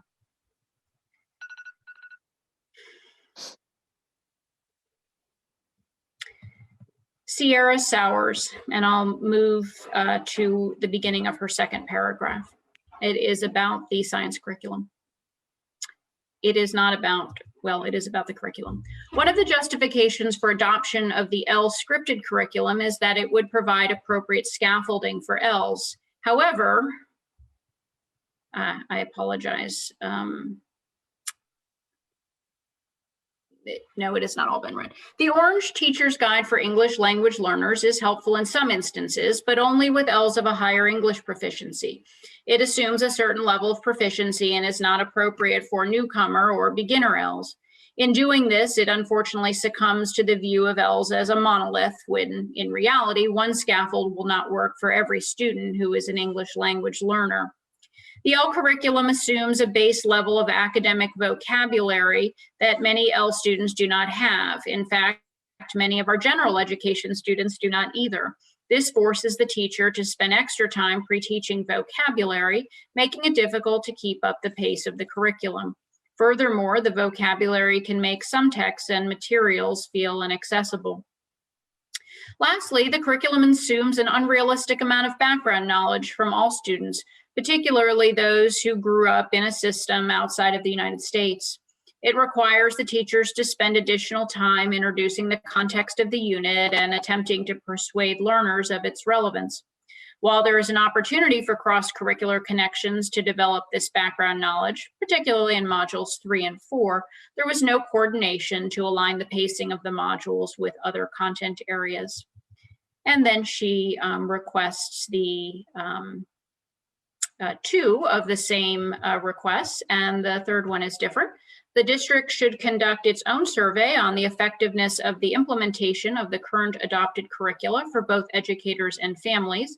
A small unofficial survey suggests educator dissatisfaction with the L Education and Eureka Math curriculum's alignment to the SOLs and frustration toward the lack of resources provided. Respectfully.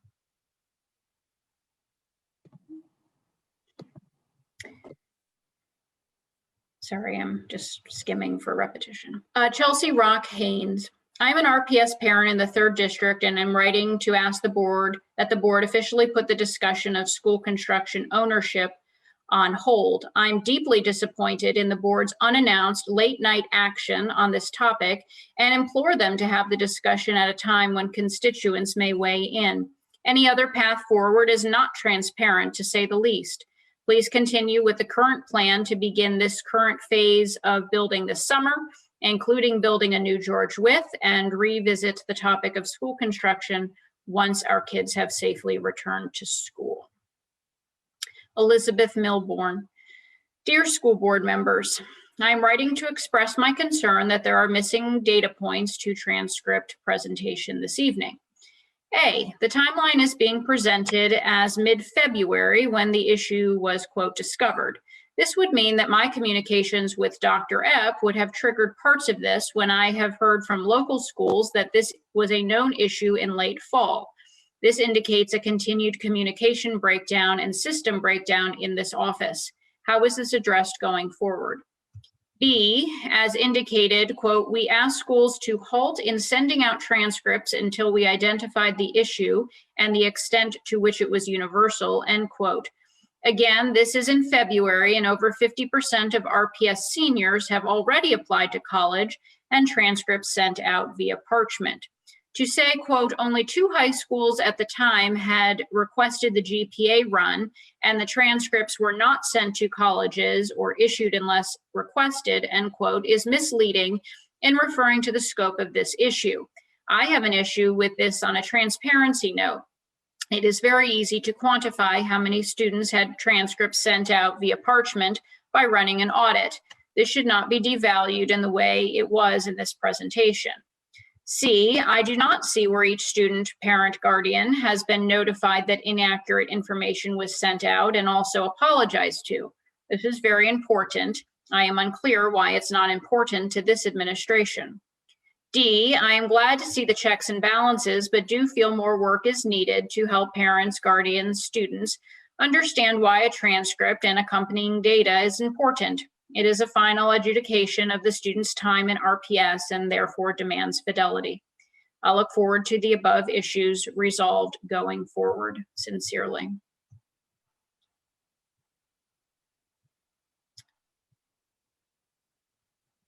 The subsequent comment from Raquel Van Den Ness is the similar idea or same idea as Ms. Milburn.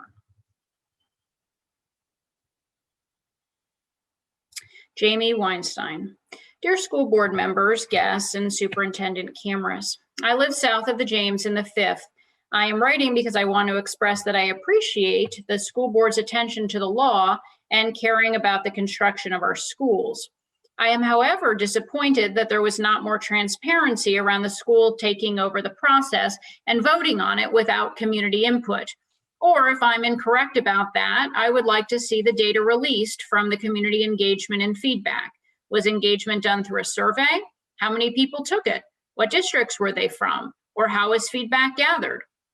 I support empathetic and holistically designed community-based schools.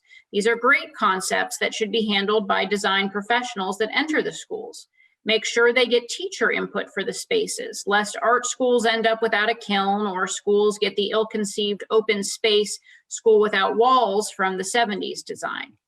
I am urging the school board to allow the city to issue the RFP outlining empathetic design and allowing a bidding process to proceed and take place. The school board could assimilate a presentation on the ideas that they'd like to see take place on the construction and design and release it to the public for feedback while focusing on the MOU and academic outcome of Richmond Public Schools. I'm still curious about COVID safety in the buildings before students re-enter in the fall. Kind regards and thanks to you all for your hard work. And that concludes the public commentary for this evening. Thank you very much, Ms. Hidasco. Thank you, Ms. Collins, for keeping time. And thank you for all of our contributors that did voice their concerns and thoughts tonight. Oh. We appreciate that very much. Yes. I'm sorry, Mrs. Burke. It appears that there may have been an error in the comments that Kimberly put in. So I will, with your permission, read Raquel Van Den Ness's comment, which was inadvertently, it looks like, duplicated as Elizabeth Milburn's comment. All right. Thank you. Please proceed. Okay, I'm just going to read it from the text box. I write in support of my colleagues and their concerns regarding the proposed new science curriculum. I understand the goal is to improve instruction and learning, but we are still navigating the implementation of the new K-8 ELA and math curricula. We should focus our attention and energy on making sure we can properly implement those when we return in person before we can add yet another one. Furthermore, we should take extra steps to ensure that we adapt the curricula to fit the needs of our diverse learners, including supplementing the materials to make them culturally responsive. This past year has been very difficult for teachers and students. Please give us all a chance to adapt to our new normal. Thank you so much. I saw that in the chat as well and wasn't sure, but now I understand. Thank you for that. And again, thank you to everyone that did write in. All right, as we move forward, the next item on our agenda for tonight is number 4, Dreams for RPS, an update. The training on. Madam Chair, I apologize. I did see a request from Ms. White. Okay, Ms. White. Yes, thank you, Madam Chair. I have 2 motions that I would like to make. The first motion that I would like to make is one that tonight we did some great proclamations recognizing different individuals. And I would like to make the motion. I move that the month of May is recognized as Foster Care Awareness Month. It is celebrated national to raise awareness about foster care and to encourage community involvement, foster families, volunteers, and mentors. There are more than 5,400 children currently in Virginia foster care system. This month will encourage RPS to recognize the important role of foster parents in caring for children who have experienced abuse and neglect, supporting families, reunification, and build strong communities. All right, you've heard the motion. Is there a second? Second. All right, we are ready to move forward. Mrs. White made the motion to recognize May as Foster Care Month. And I believe it was, is it Ms. Rizzi or Dr. Harris Muhammad? Which one, Mr. Young? Miss Rizzi. Ms. Rizzi made the second. Are you ready for the vote? Any discussion? Madam Clerk, please proceed. Mrs. Dorr, is she there? Mrs. Dorr? Okay. Mrs. White, Yes. Mrs. Gibson, Yes. Mr. Young, Aye. Ms. Rizzi, Yes. Dr. Harris Muhammad, Yes. Mrs. Burke, Yes. Mrs. Page, Mrs. Page, Yes. Ms. Jones. Yes. Motion passes. Been moved and properly second that we will add May to our list regarding our recognition. Mrs. White, you had another motion? Yes, due to the community violence that everyone knows about, I would like to move that RPS will host Stop the Violence in Our School and Community during the week of June 1st through the 5th. During this week, RPS will dedicate time to discuss the following items: gun violence, sexual violence, drug violence, and domestic violence. Having virtual activities for the remaining of the 2021 academic calendar year, and continue with virtual and in-person for 2021 and 2022 academic year. The following domains will help decrease gun violence, sexual violence, drug violence, domestic violence, and will help increase students and community knowledge. You've heard the motion from Mrs. White. June the what, Ms. White? June the 1st through the 5th, the first week of June. All right, is there a second? Second. It's been moved by Mrs. White and second by Mrs. Rizzi, the first week in June to recognize, come up with a plan to recognize Violence Month. And I have a question as well, but I'll go to who's listed first. Mr. Young, who's listed to speak? Yes, Dr. Harris Muhammad and Superintendent. All right, thank you. Dr. Harris Muhammad? Yes, ma'am. Thank you. Good evening, everyone. Again, I have a couple of questions. I think this is a great idea for our division to adopt. Couple of things that they're not concerns. I get some questions. Mr. Cameras, if you can, I saw you somewhere, then you jumped. Okay. Mr. Cameras, if you can you talk to us a little bit about if we task you with this to do the first week of June, are the middle schools and high schools ending SOL testing? Where are they with?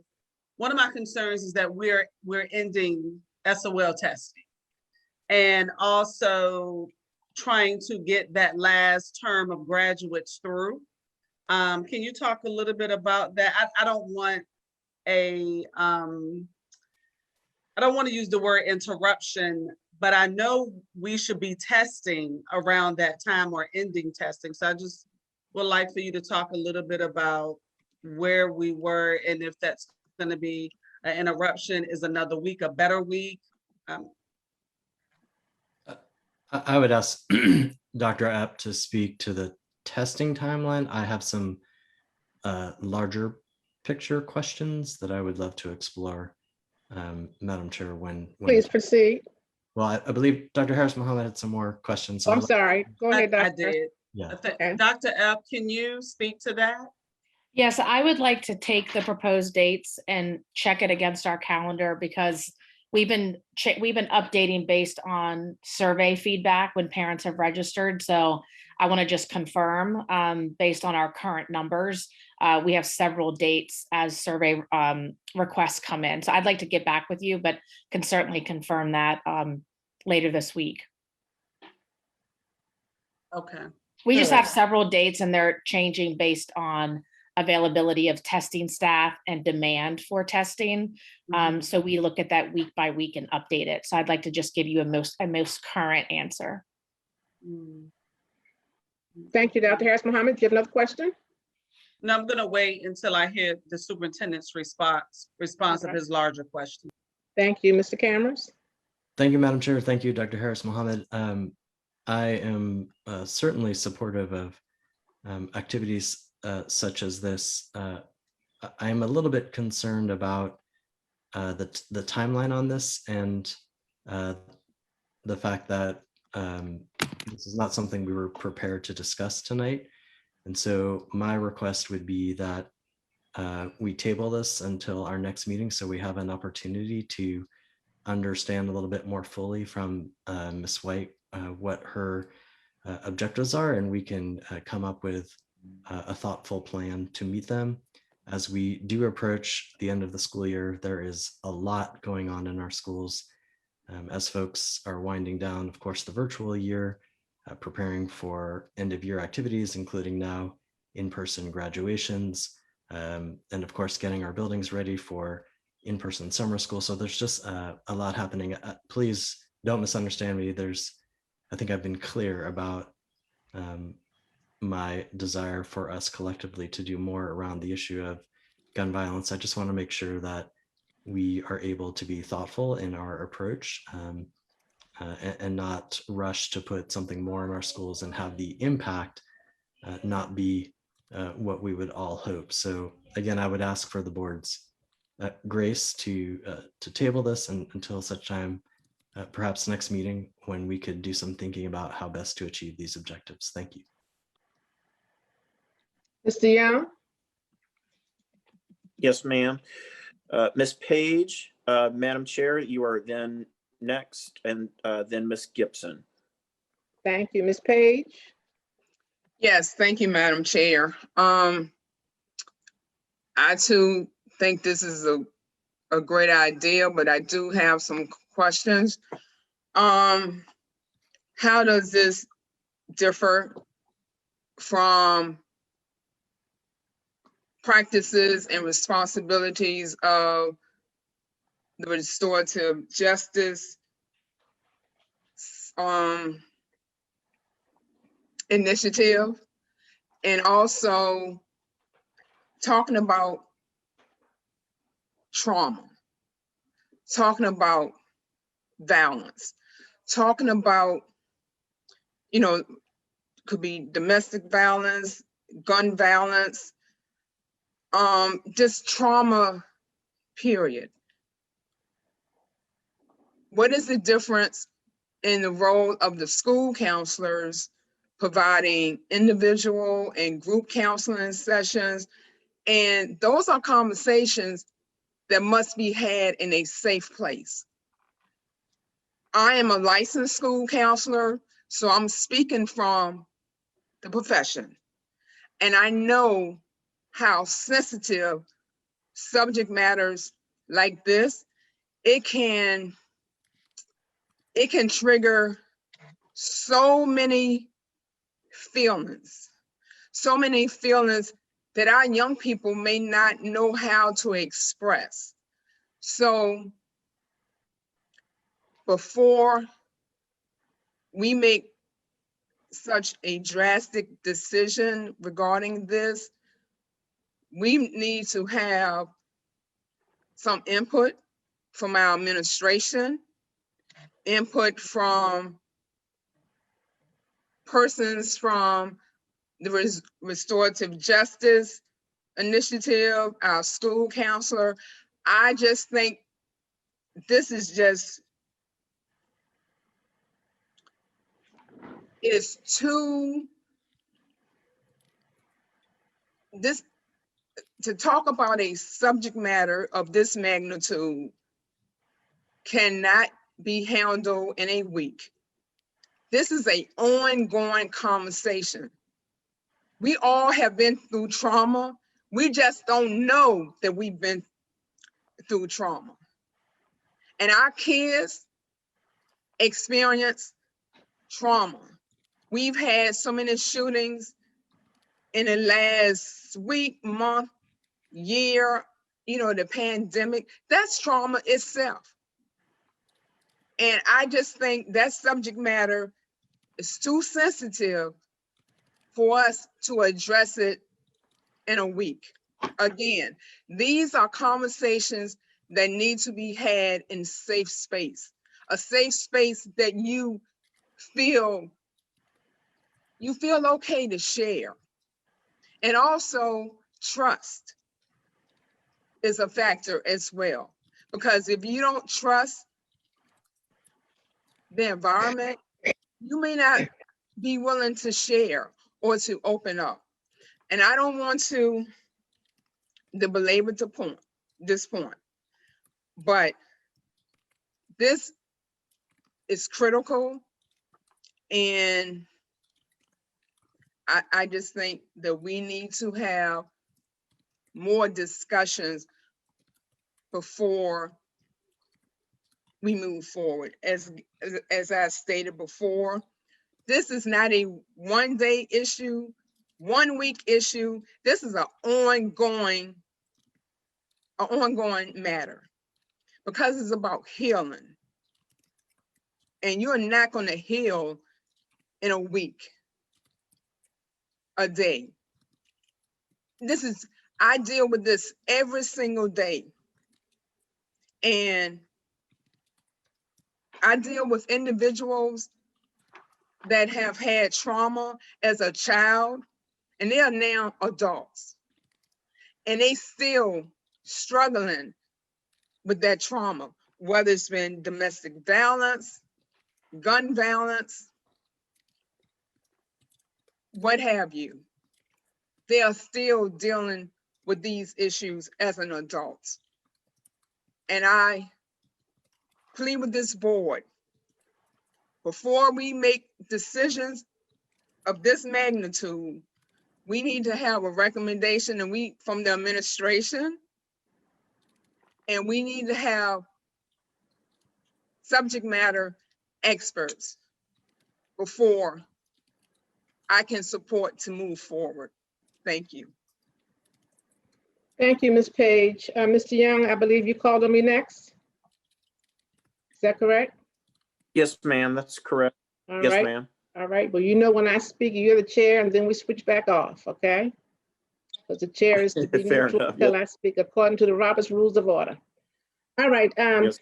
Number one, I think an opportunity, as already stated by my colleague, Mrs.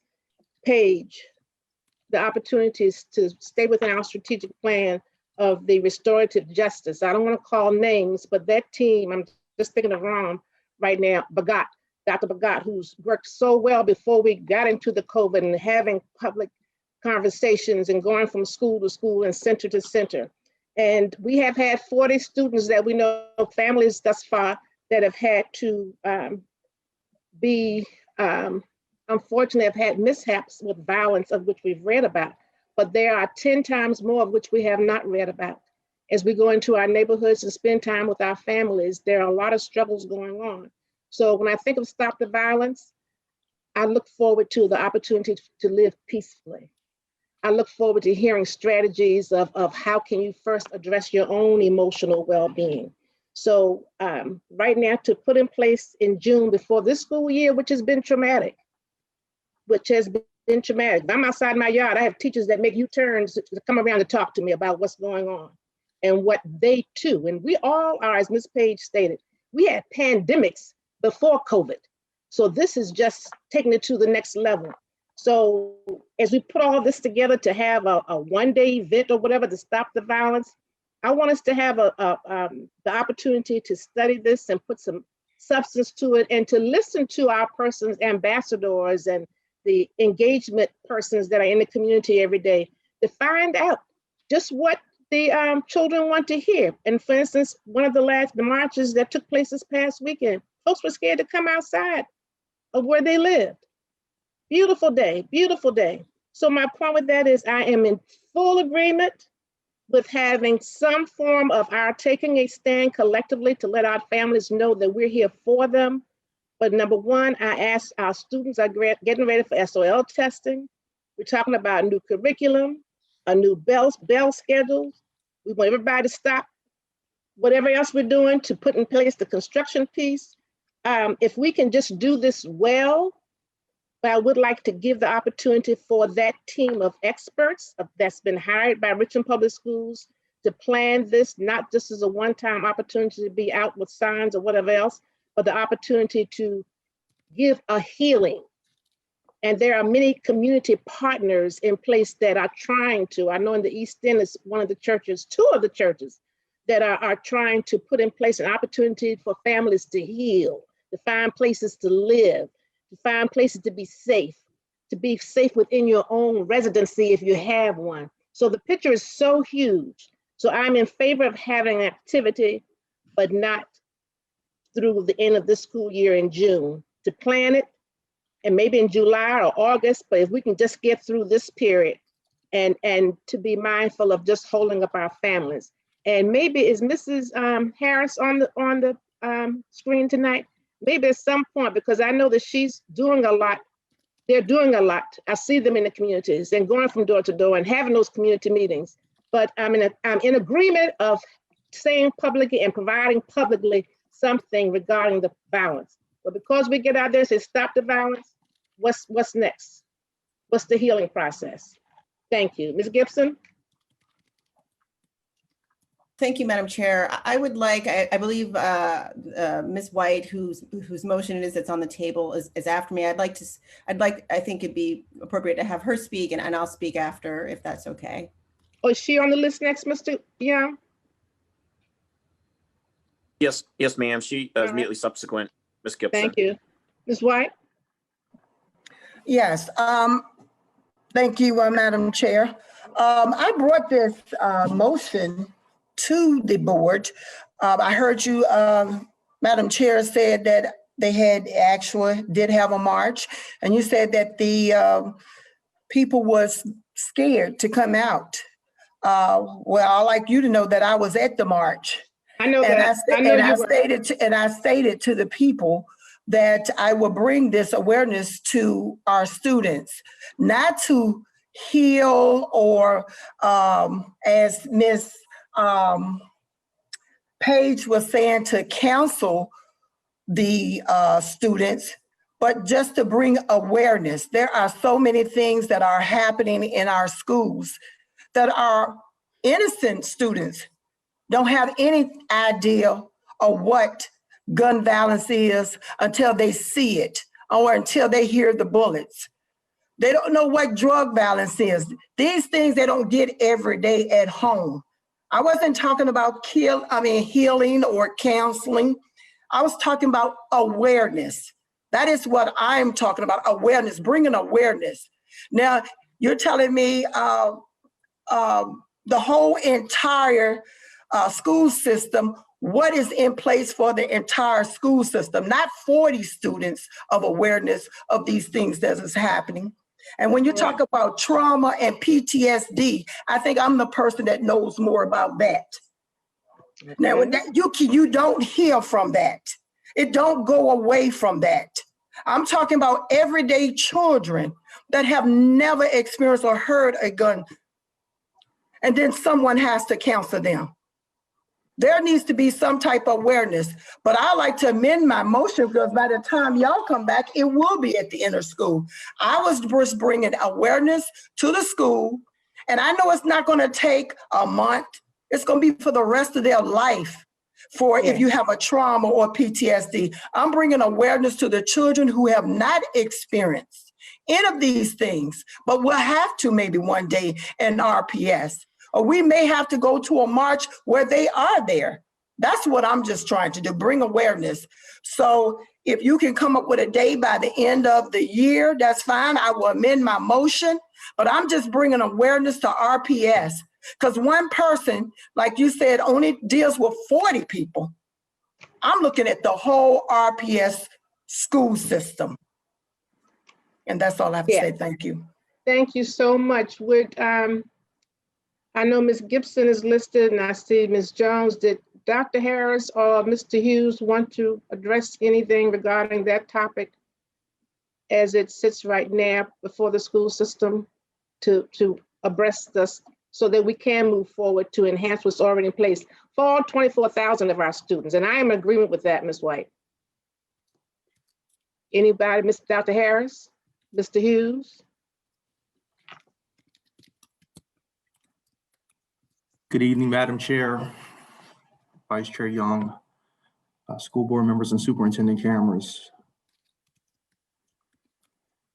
Yeah, when I say this administration, our school system, everyone, we are all deeply impacted by the violence that's occurring in our community. It hits all of us extremely hard, and doing everything we can to bring awareness, to figure out how we work together to create safe and loving school cultures, both inside of our school, but as well as outside of our school, making those real deep connections with our family and community members that Dr. Harris's team and my team work so hard to do. Clearly, this is of utmost importance. And I think this does bring us another valuable opportunity to all come together to figure out what steps we can take, again, to ensure that our students feel safe both in and outside of school. Yes, I would just like to add that we have some amazing organizations in our community led by members of our community, and would love to have the time to be able to really partner with those organizations to make sure we could do something that was meaningful and that had lasting impact. So I totally agree this is of grave importance, but also think it's important to have the time and to make sure that the people who this is most impacting are at the heart of this planning, and would love the time to be able to partner with some of these organizations. Thank you, Dr. Harris. So we have an amended, was it, Ms. Gibson was scheduled to speak, and then we'll go back to Ms. White's amended motion. Thank you, Madam Chair. And I support the motion on the table with whatever the amended language is. I want to remind all of us that we've had plenty of time. We marched. Many of you, stood at my side as we marched 2 years ago.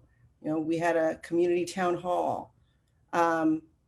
So I applaud my colleague, Ms. White, for proposing a response that I believe is critical to ensure that our students and community members know that this is not, it's not all right. We cannot continue with business as usual. Yes, we were doing some restorative justice. We have to do more.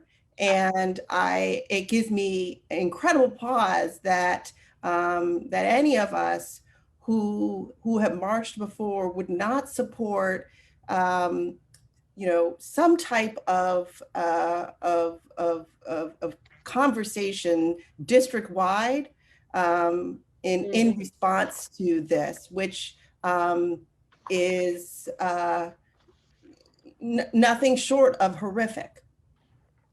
And so, so give us more time? No. Let's talk about it at our next meeting? No. Let's do something today, something that will reach all of our students. And this is not business as usual. And we've had plenty of time, and now is the time to do what we can to, as Ms. White has said, you know, I mean, to educate, to bring awareness. You know, I think it's important to know that, you know, while that our students know that while this might happen, I mean, what I believe the awareness is critical is that this may happen, but it is not okay. Not in our community and not in any community. It is not okay. Thank you, Ms. Gibson. Mr. Young, is anyone else? Yes, Madam Chair. Following order, Ms. Jones, Okay. and then subsequent Ms. Dr. Harris Muhammad, then Ms. Rizzi, and then Ms. Dorr, and perhaps I'll just stop there. There are more persons, but I will address. All right. Thank you. Ms. Jones? Yes. I hit the wrong button. Thank you, Madam Chair. Ms. White, thank you for your motion. I think that what you put forth definitely acknowledges, you know, not just your concern, but everyone's concerns in and about the community. However, I do think it's not so much about do we have time or is, you know, the next meeting the right time. I want us to be responsible. And I want us to be responsible that in a way that we're not reacting and then we put ourselves out there in a way that we don't have a plan. So there's a few things that I had to think about and I had to go back and I'm like, when it comes to our role in setting policy, are we setting policy or administering schools? Because there's a lot going on and there's so many things going on that if we are in tune with what's happening across the district, then we would be able to collaborate more. And we wouldn't just keep throwing things out here. Like, so to just say, I want to create awareness and then just drop it, are we really saying that that's what we're going to do?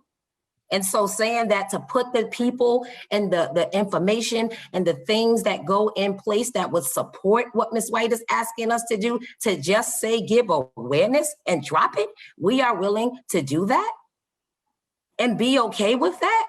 So I agree that we do take time to, you know, we ask for something and then it's like, well, let's move it to the next agenda or let's move it to the next meeting. I hear you, Ms. Gibson, you're right on that. I'm going to support you on that because you are. But we also need to be mindful of what we're putting out here and then the sense of urgency that comes behind it with no plan. So, okay, we say, let's do this, and then we do it.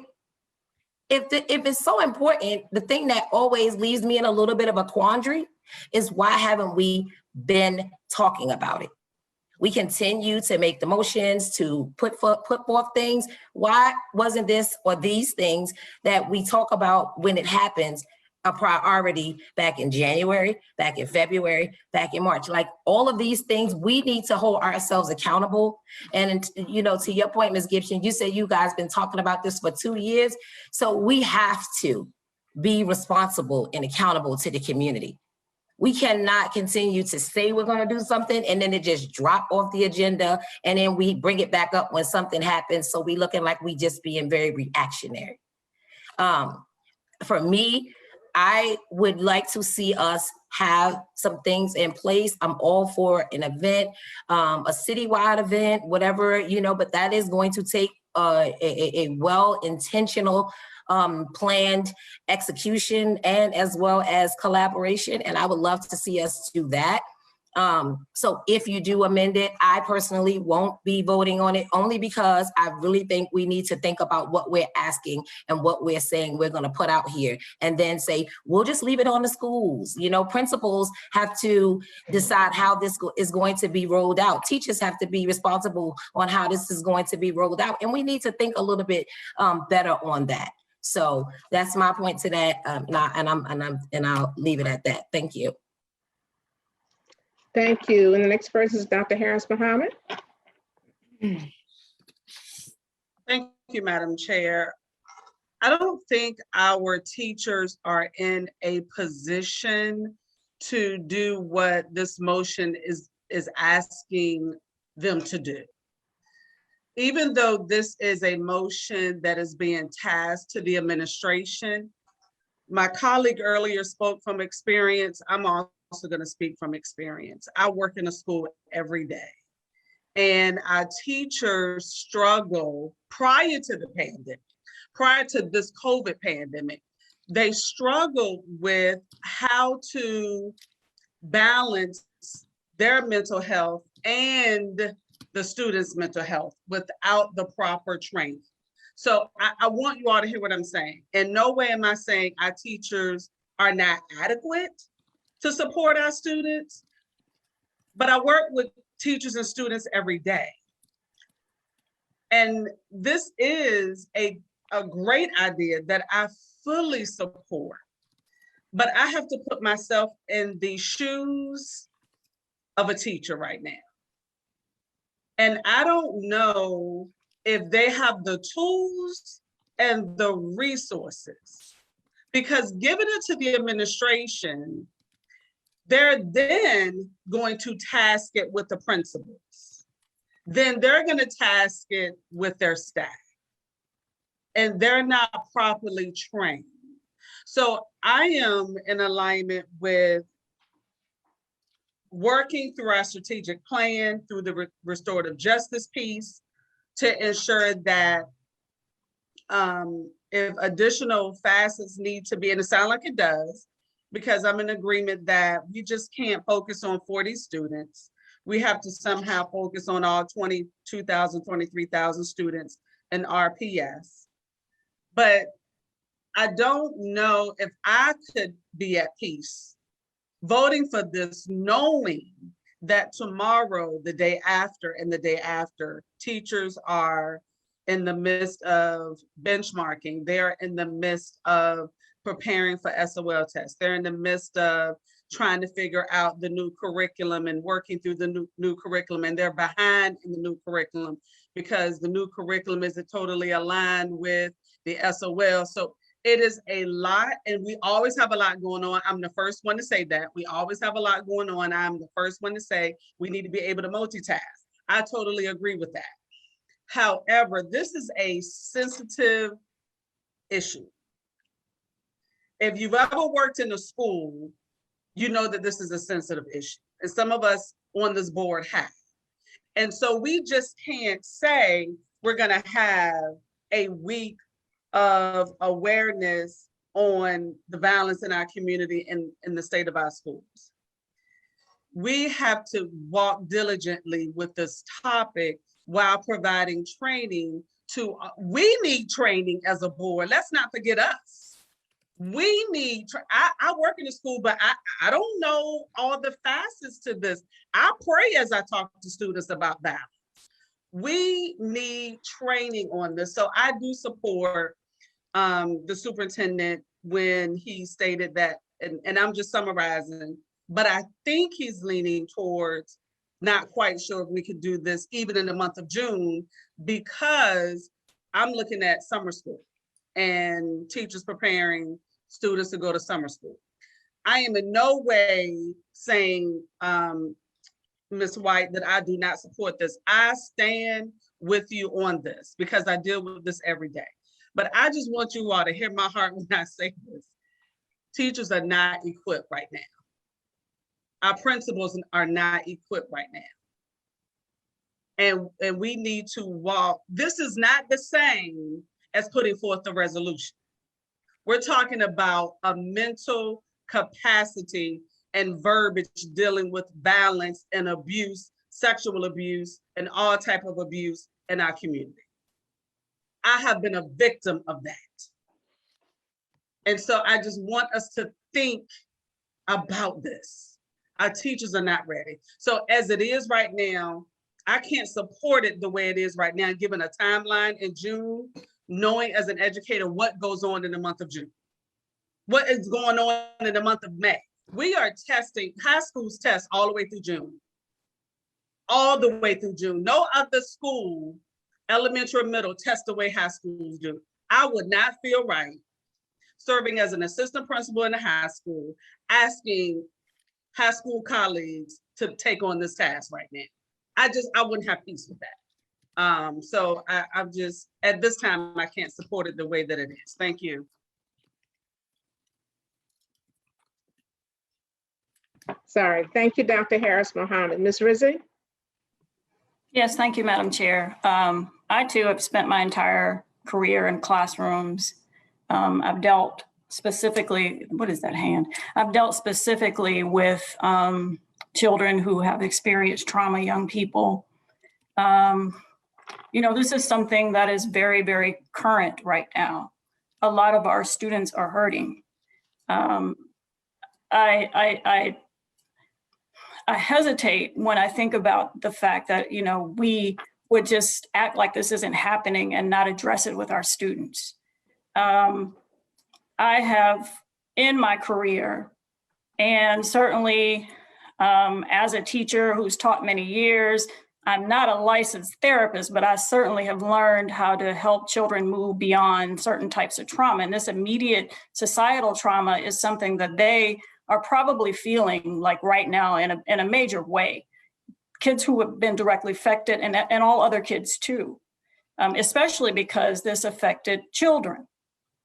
And so I just simply wouldn't feel good if we didn't come up with something to do to like at least allow our students to vent a little bit about this, right? And certainly I do not disagree with the fact that professionals need to be involved. But I think to ignore it would be a vast mistake. I have dealt with kids who have immediate trauma, and I know that if that trauma is not addressed at all, they're not going to be paying attention in class. They are not going to do well on tests, and they are not going to feel like we care about them at all beyond those things if we don't at least take a second and address the trauma. And, you know, like I said, fully, I'm on board with engaging our experts where this is concerned, but I think district-wide, something needs to happen to help our kids. You know, I have teachers who've been writing me and saying, you know, I don't know how kids are going to act when they get back because of this, right? They're going to be distracted.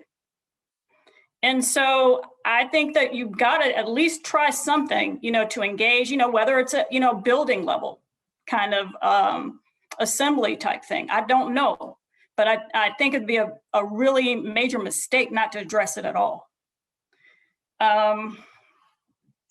And, you know, my question specifically maybe to Mr. Cameras is, I mean, at this point, are we telling our teachers not to talk about it in class? You know, my classes have always been safe spaces. I've made judgments about what to address in my classes and what not to. I have not heard from any, and most of my students actually are adults now, that I've done any damage to children, you know, based on my decisions to discuss things or not discuss them, especially major events like a shooting that involves children. So Cameras, maybe, Mr. Cameras, maybe our teachers may need some guidance on how to proceed with this too, because I'm sure some of them are going to want to address it.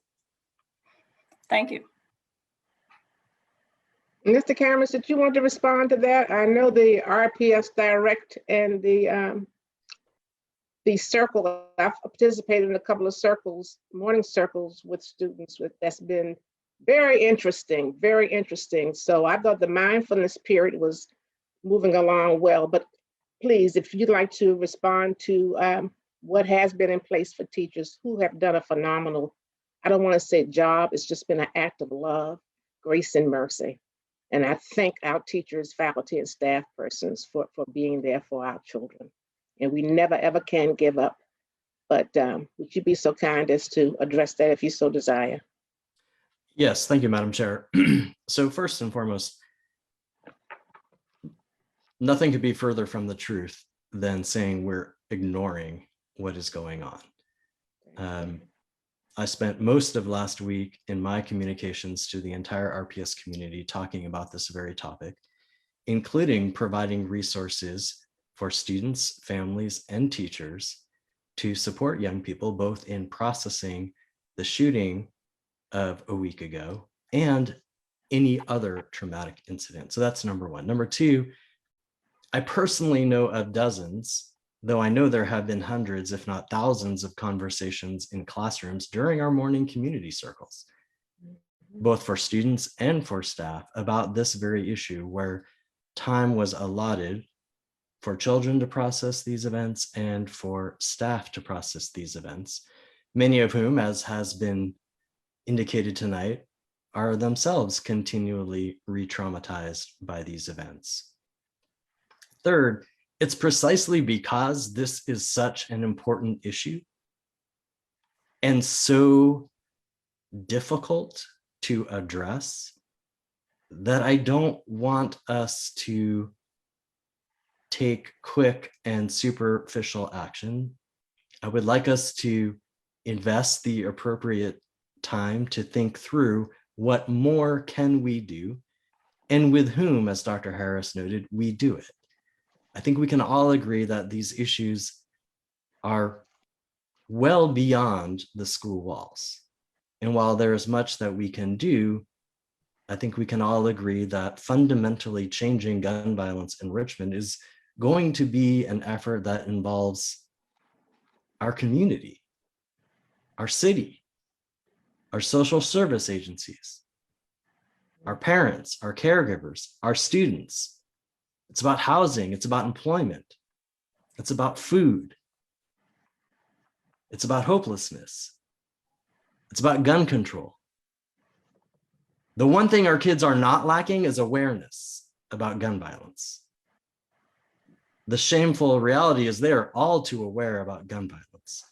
What we all need to do, and this is not just for RPS, but all of the adults of Richmond, is put our heads together and put our hearts together and figure out a different and more courageous and more transformative way of tackling this issue. Because the reality is most of the kids who are dying, and sadly, most of the kids who are shooting, are our kids. Yes. And there is deep and extensive work to be done. So please do not misunderstand me. I just don't want us to throw something together that frankly is not particularly impactful, that is going to put more work on teachers' plates, as Dr. Harris Mohammed noted, at the very last minute, at the end of a school year, when I thought our primary objective was to do everything possible to reopen successfully, including having robust mental health supports in place as we re-enter next year, which is what I want all of our social and emotional experts focused on right now, so that we can be even more transformative in this work.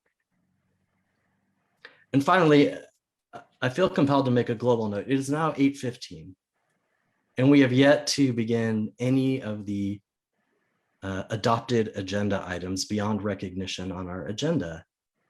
And we are continually in this place where the public needs to wait well into the evening. And now, since we have yet to begin even one of the planned agenda items, it's likely going to be well into the late hours of tonight, if not early tomorrow morning, when we get to some of the other matters, which I know there are very strong feelings and opinions about. And so beyond all the substantive reasons, I have asked for grace so that we can approach this more comprehensively. I would also ask the board to work with the administration to try to focus our discussions so that we can do the people's business, but do it efficiently and in a manner that allows them to participate without having to stay up until the late hours of the night. Thank you. Thank you, Mr. Cameras. Mr. Young, was there anyone else? Yes, ma'am. There are other persons, but perhaps I should share that I understand that Ms. White would like to propose. I don't want to speak for her, so I'll instead just suggest that perhaps, Madam Chair, you would like to acknowledge Ms. White next. All right, Ms. White, the floor is yours. Thank you, Madam Chair. As you probably could see in the chat, that I would like to withdraw my motion until RPS administration and the community can come up with a plan for Stop the Violence. Thank you, Ms. White. Therefore, we thank you so much for that grace. And we will move on with our agenda as listed. And Mr. Cameron, we will follow up with you and to put on Mr. Young as well to put on our agenda as we move forward. And I do hope that we get our persons within the city that offer services to be in support of this as well. So Ms. White, thank you so very much for being mindful of input across the board. And I'm sure together we will get it done. Thank you so much. All right, Dreams for RPS, our strategic plan number 4.01, training on the Dreams for RPS data dashboard. Good evening. That is me. Good evening, Madam Chair, Vice Chair, school board members. I'm going to share my screen. You should have all received an email from Mr. Camrus last week outlining the platform. I'm just going to highlight a few features and take a couple of questions. So let me go ahead and share here. Okay. So first, actually, I'll just go from the very beginning. You will Google Schoolzilla. It'll bring right up the homepage. I'm already logged in. If you need support logging in, feel free to reach out to me directly. You enter your email address, and then what you'll essentially do is we sent you a code you enter, but basically you reset your password and create a new password the first time you log in. And from there, you can then save your password. Once you log in, you will see the district profile. Again, just as a reminder, the way this is organized is around our 10 Dreams for RPS goals. So there are 10 goals, and each goal has one or several measures that we report out on annually. And some of those measures have what we call KPIs, or key performance indicators, which may be different measures, but are data points that tell us whether we think we're on track or off track. So I'll show you a few examples. So at a high level, this is our platform for monitoring the goals around Dreams for RPS.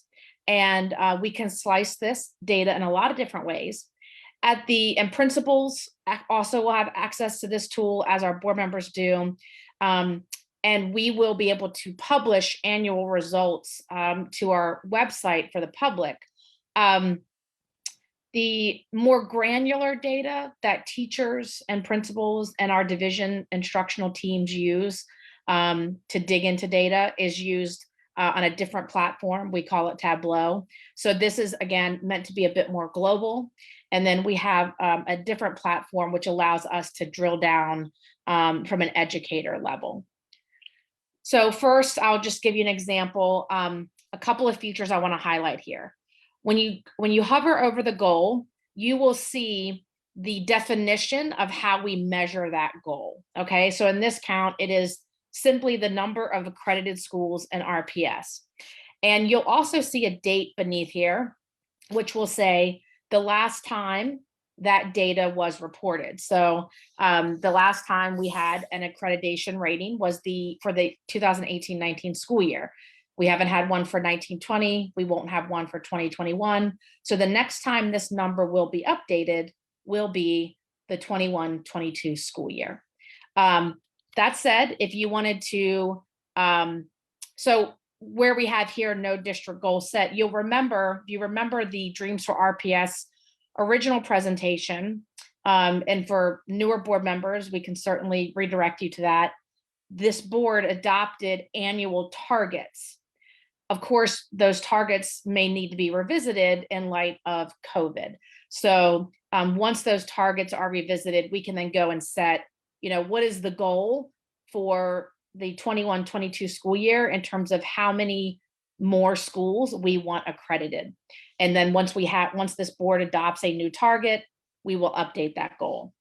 A couple of things you can see, you'll be able, when you click down here, and this will be more relevant in some other examples, there's a couple of things down here on the bottom.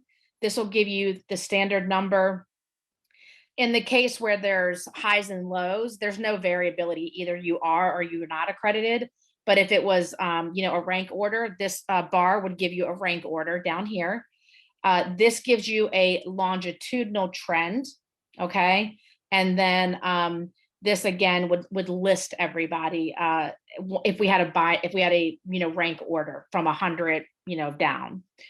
Let me give you a better example. So going to goal number 2, graduation. For graduation, we actually have 3 goals for our graduation. So this is the broad goal: increase the graduation rate and successful post-secondary outcomes. We measure that, this board measures that in 3 different ways, annual goals.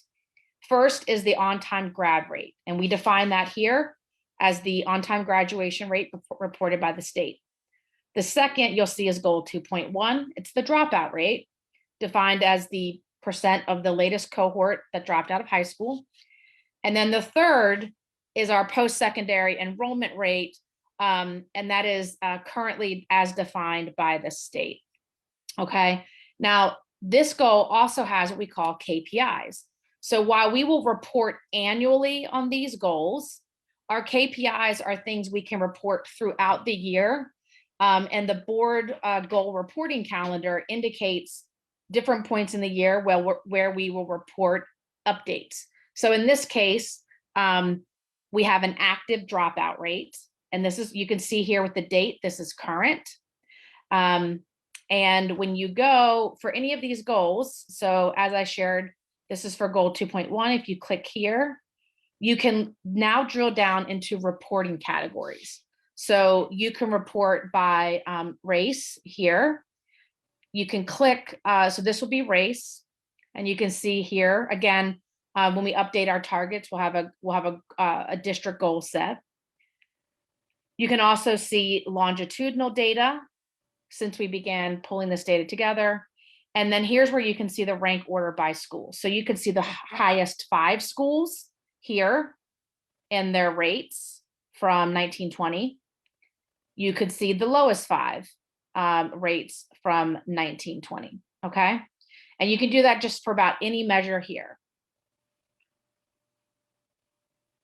I won't go through every single goal, but I'll just kind of quickly highlight, I'll just kind of quickly scroll through. Goal 3, we have, a goal. We have 2 goals for every content area, 2 measures, okay? So we have the percent of PALs that are on track that will make sure that they're reading on grade level by 3rd grade. We have our reading SOL pass rates. We have writing SOL pass rates, math SOL pass rates. Again, these were from the 18-19 school year. As you remember, we don't have that data for 1920, we won't have that for, we don't know yet how the data will come out for 2021 since every student will not be testing. We also have a goal here around our PSAT college and career ready measure, which Mr. Young, I know you're a fan of this measure. So again, you get the basic idea. At a glance, you can scroll through this homepage for all 10 goals, okay?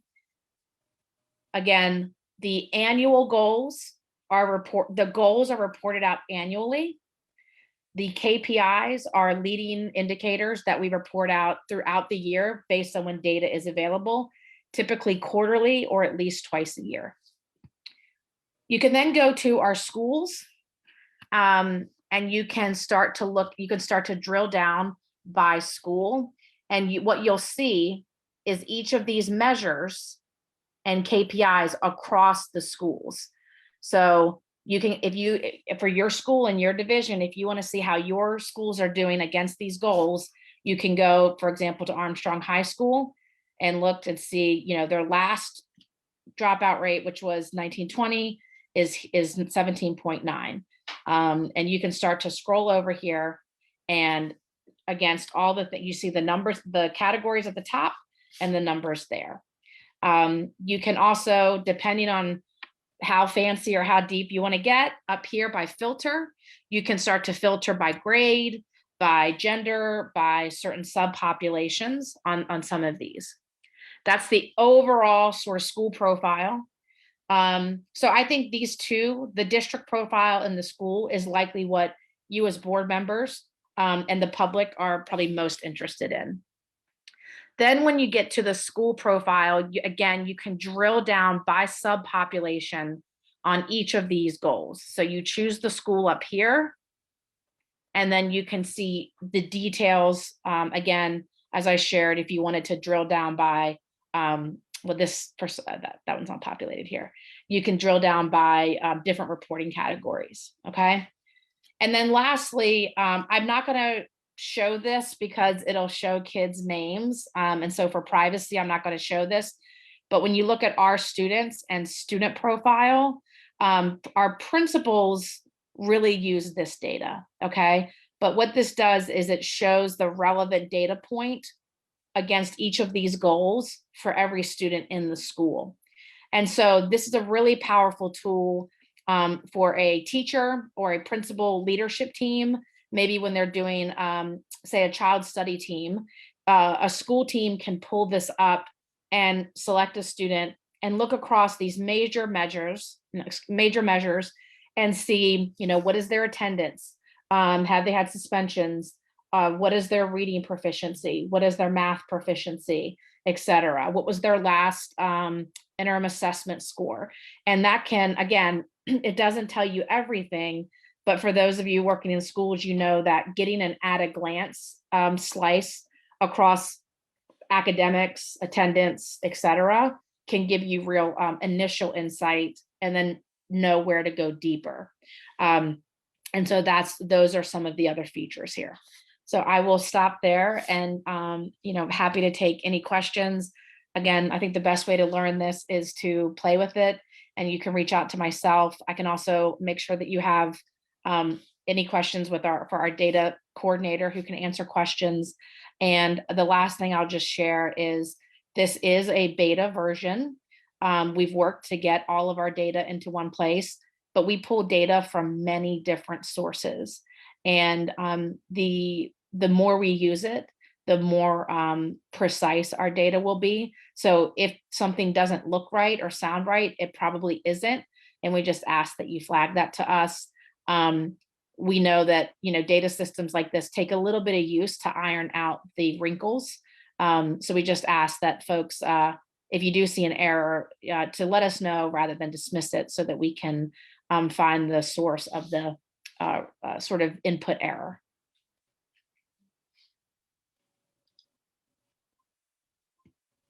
Thank you so much, Dr. App. This has been a long time coming, and Mr. Young, I don't know whether I'm first on the list to speak, or is there someone before me? No, you are. You're first on the list. Thank you. Thank you so much. Dr. App, thank you. I know now why I couldn't locate it.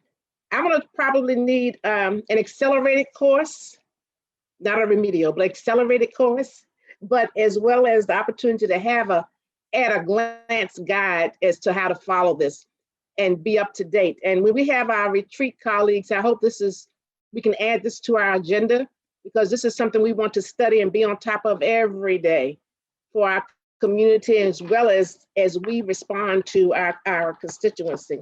But thank you so very much. And I know it's a lot of work because you had to start from scratch, base one. Yes. So thank you so much. And my kudos to the administration for putting that in place. And there are a lot of organizations that are ready to study this and receive this. But as I stated, at a glance would help me as well. But I will try beforehand. All right, but thank you again. Mr. Young, whom do we have listed? Yes, ma'am. Dr. Harris Muhammad, then Ms. Page. All right, Dr. Harris Muhammad, the floor is yours. Thank you, Madam Chair. Dr. F, thank you for the presentation. Can any of this data that we will be having in Schoolzilla, can any of that be pulled from Aspen? And can you explain to the people what Aspen is exactly used for? Yes, ma'am. So yes, Aspen is one of the sources that we pull data into this system from. For example, attendance. Our attendance data is reported in Aspen. And so we pull active attendance or chronic absenteeism from Aspen. Aspen is our student information system. And so that houses all of our student names, identification, their demographics. So if they have an IEP, or if they're an English language learner, it houses their race. And so that's what we call the identifying information. So for example, when SOL results come back, we get a file from the state that gets put into Aspen in a student's electronic record. And then we pull that into this platform. But it matches up the student's name in Aspen with their information on the testing file. Those all go together. And then Aspen puts it back into a platform like this. Whereas I'm trying to think of something that we don't pull from Aspen. Well, the number of schools accredited comes directly from the state file on the accreditation status. That doesn't really come from Aspen. Thank you. Thank you so very much. And the next person on our list, I believe, is Mrs. Page. Is that correct? Thank you, Madam Chair. Dr. Epp, thank you, thank you, thank you, thank you to the team. I just want to say kudos, because we started from scratch. We didn't have anything. And I want to thank this administration, and something that Ms. Burke said, yes, there are a lot of organizations out in the community that are waiting for this information. But as the governing body, the school board, we are now able to make informed decisions based on, using data. And again, I just want to thank you. This is like music to my ears. Thank you. Our pleasure. Thank you. Thank you so very much. Mr. Young, is anyone else listed? Yes, ma'am. Ms. White and then Ms. Rizzi. All right, Ms. White, the floor is yours. Thank you, Madam Chair. My question is, I have a Part A and a Part B. You didn't have any targets there. When would they be revisited and when would they be put in? No. And my second, you want to go ahead and No, go ahead, ma'am. Go ahead, Ms. White. I'm just gonna put Part B. And my Part B, so the targets that you put in would be just like the performance indicators that we'll be looking at. Is that correct? Yes, so the annual, correct. The targets are the annual goals over 5 years. So when the board adopted this plan, we took our baseline, for example, it was 18 schools fully accredited, and then mapped out over 5 years, how many more we would get each year until we get to 44, all 44 schools accredited. So we did not put the old targets in here because we've had 2 years. We essentially haven't had 2 years of data from the state. So this board will need to revisit targets. And I would defer to Mr. Cameras or Ms. Burke as to the board when you all would like to revisit targets. We could certainly bring recommendations based on, I think we're waiting to get some more baseline information coming out of COVID to reset those targets. But they're basically the annual goal that tells us we made enough progress.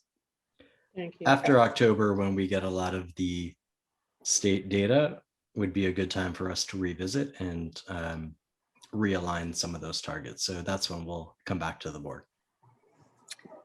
And Dr. Epp, also on that one you said accreditation, I saw where it had the red, I guess the little bullet point, and you had 2017, 2018, and I think that it just had 3 from that. Does that automatically comes up to let you know that it was 3 schools that were accredited from 2017 to 2018? Correct, right. Correct, because 17-18 was our baseline year. So that tells us since 17-18, we've increased the number by 3. If we had gone down, it would be red. and would have a downward arrow. Thank you. Yes, ma'am. Thank you, Mr. Young. Anyone else?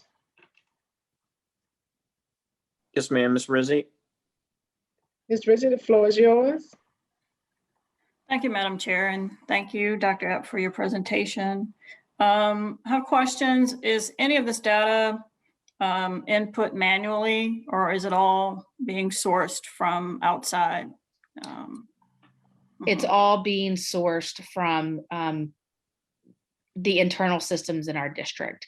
So most of it comes from Aspen, but some of it also comes from different reports that we submit to the VDOE that then get validated and kind of kicked back to us. So for example, the graduation rate, ultimately we submit that data and the state checks it and then it basically comes back. So we pull the state data file in.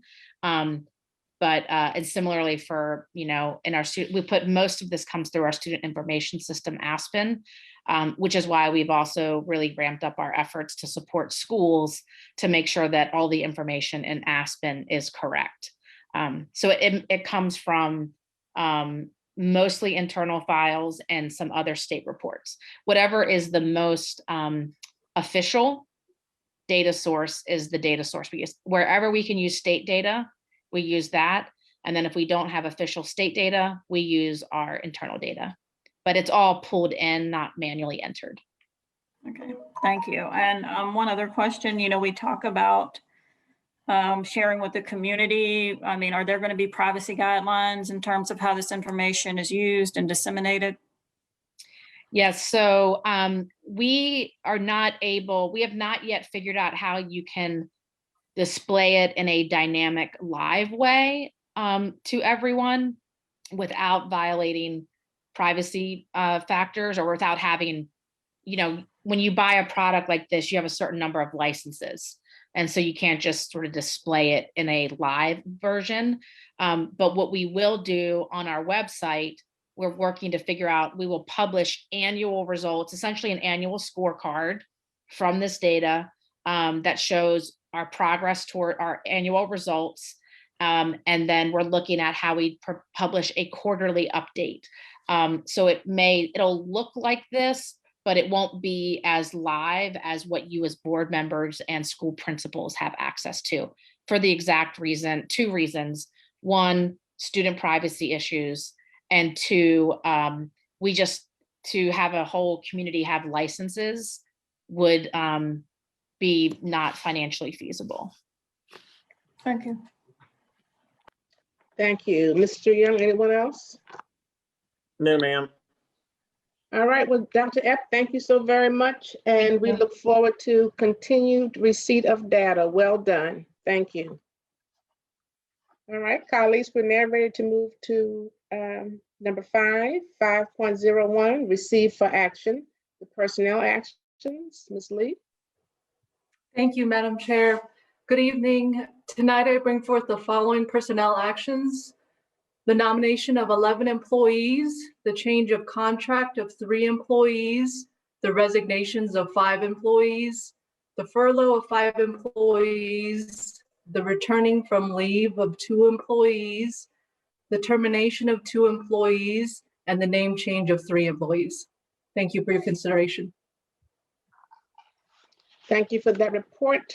May I get a motion, or is there any discussion to be had? Questions at this time? Madam Chair, I did have a question, but I see Ms. White also has a question, so I defer to her first. All right, Ms. White.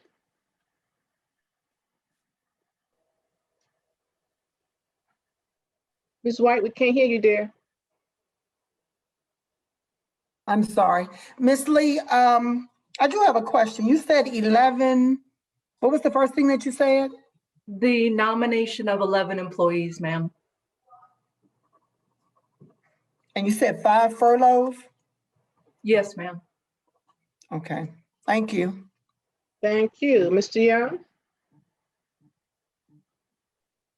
Madam Chair, I have a question that, a brief question, but I think it's most relevant to closed. I'm sorry. So we are going to have closed now. Yes, ma'am. It'll be brief, I promise. Okay. I have a question, Madam Chair. I'm sorry to be out of order, but it was placed in the chat. He gave me your name, yes. Go Okay, I'm ahead. sorry. I have a question, and I can also make the motion. I have two questions, Ms. Lee. And Madam Attorney, please help me. I want to make sure I am following parliamentary procedures, but letter D number 1, did that individual ever show up for work?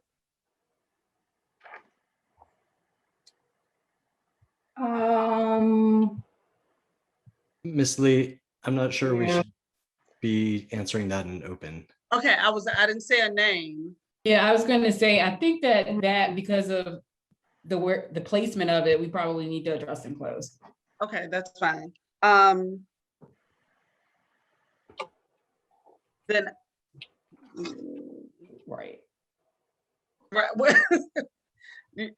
You look like you know what's in my head. So there's no motion then because I. Right. Correct. Okay, thank you. There's no motion. Yes, ma'am. Mr. Young, Thank you. anyone else? Yes, ma'am. Ms. Gibson also had a question. Ms. Gibson? Thank you, Madam Chair. I have a question about the document overall. In the past, the personnel actions, when it came to nominations, noted where the position replaced an existing position or if it was a new FTE.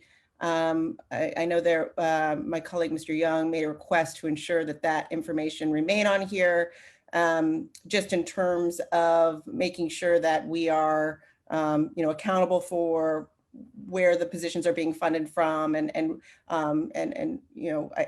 terms of aligning with the budget. I do think it's important that that information get added back into the personnel items. Yes, ma'am. My apologies.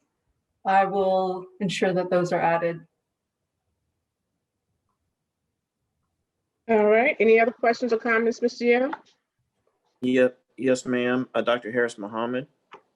Dr. Harris Muhammad? Yes, ma'am. Thank you again, colleagues. Ms. Lee, do we have a percentage of how many exit interviews we have completed of our employees who have resigned? I saw you and then you jumped. I'm not sure where. Okay, I see you now. I currently do not have a percentage available, but we'll work to find our current percentage. And are we completing exit interviews, Ms. Lee? Excuse me, I tried very hard not to interrupt people while they're talking, but are we completing exit interviews on a regular basis? Yes, ma'am. Thank you. Mr. Young, anyone else? No, ma'am. So we'll resume 5.01 in close. 5.02, receive for action the Individuals with Disabilities Act, IDEA grant. Yes, ma'am, that is me again. I bring to the board for approval the IDEA Special Education Annual Plan. We did not receive feedback on the first read. I also have our director, Renisha Parks, here to answer any questions that the board may have.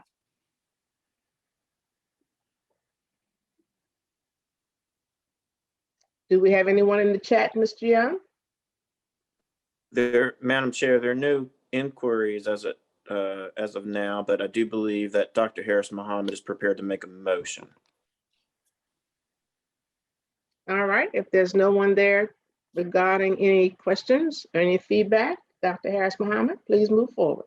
Yes, ma'am. Thank you, Madam Chair. This grant does appear to be in order. I did review it in depth, and I am prepared to make a motion to accept the Individuals with Disabilities Act, Disabilities Act grant. Is there a second? Second. So Dr. Harris Muhammad has motioned, Mrs. Page seconded, that we will receive the IDEA grant. Questions? Discussion? So we're ready to vote. Madam Clerk? Mrs. Dorr, Yes. Mrs. White, Yes. Ms. Gibson,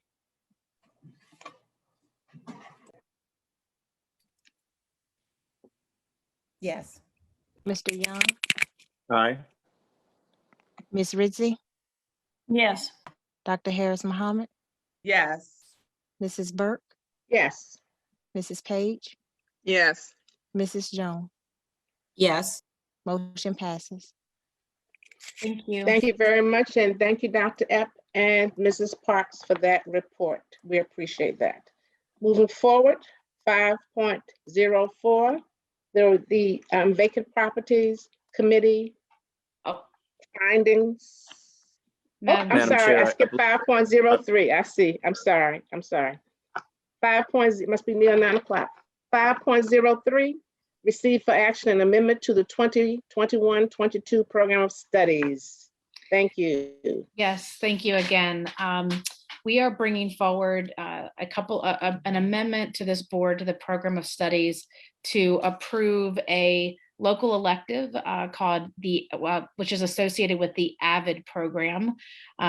2 high schools and 1 middle school have asked that they implement the AVID program beginning in the 21-22 school year as part of their Title I school-wide plan. As a reminder, our school-wide plans are based on individual needs at the school and how schools choose to allocate their dollars. And we as a division fully support their adding of this program. We are treating this as a pilot, and if they are successful, would encourage additional schools to add the AVID program. AVID is a program to support students with learning study habits, academic tutoring and support, mentoring, and the like. This program has also been approved by our partners with the VDOE to implement as well. Thank you, Dr. Epp. Mr. Young, any questions, comments? Yes, ma'am. Dr. Harris Muhammad, I understand, is prepared to make a motion, but Ms. White has a question that perhaps we should address first. Thank you, Mr. Young. Ms. White? Thank you, Madam Chair. Dr. Epps, you said 2 high schools and 1 middle school. What are the names of those schools? Bouchaw Middle School, Armstrong High School, and John Marshall High School.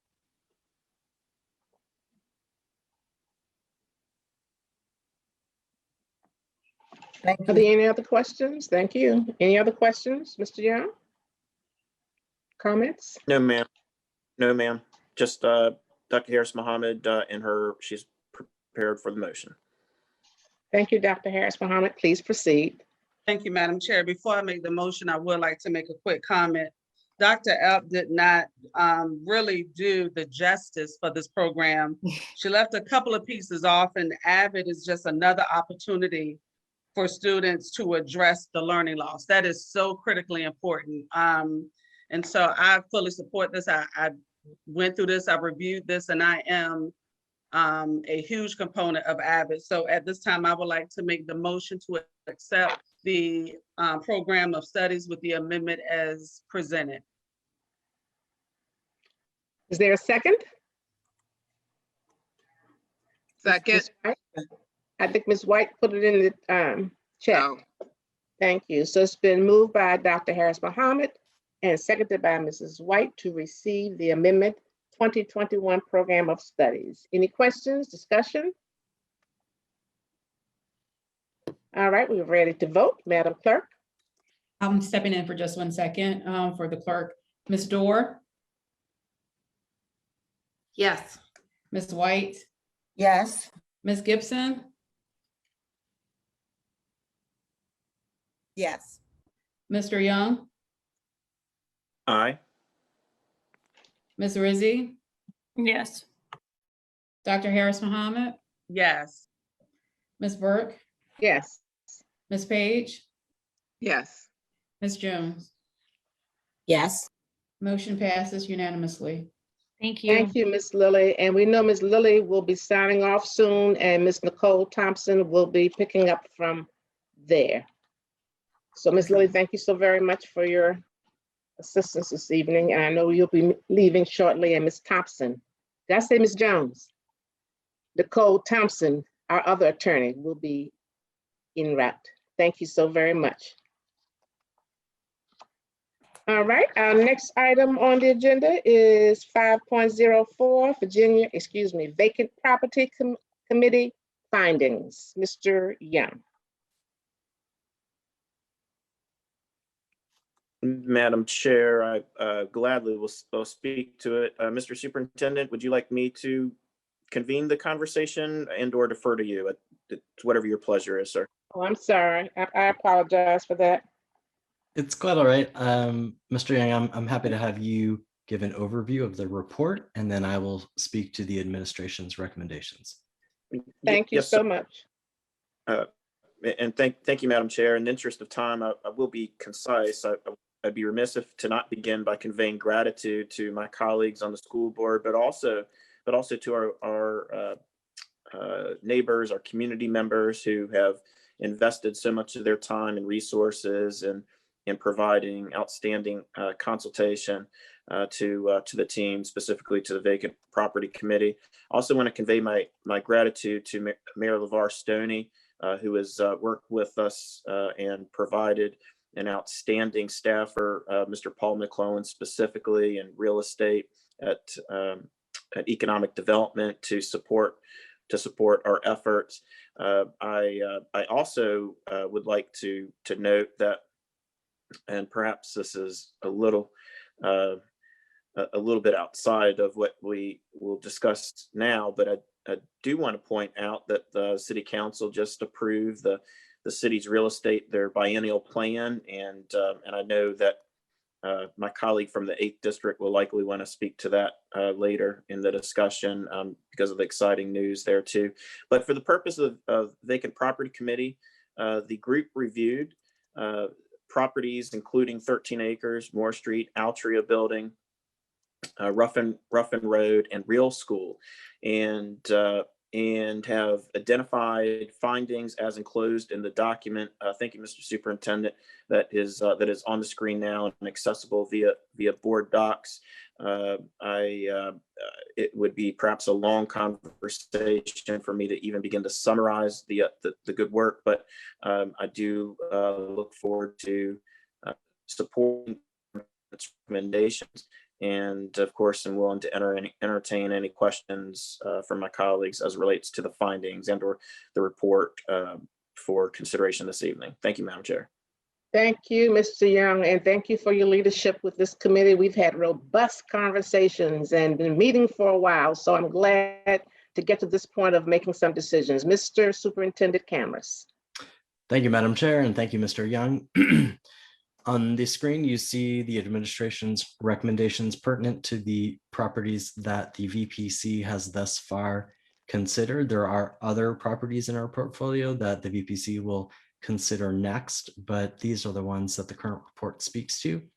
For the Moore Street School, which is attached to Carver Elementary, the public and the board may remember that last year, perhaps it was even longer than that, as memory serves me, the board voted to surplus and quit claim this property.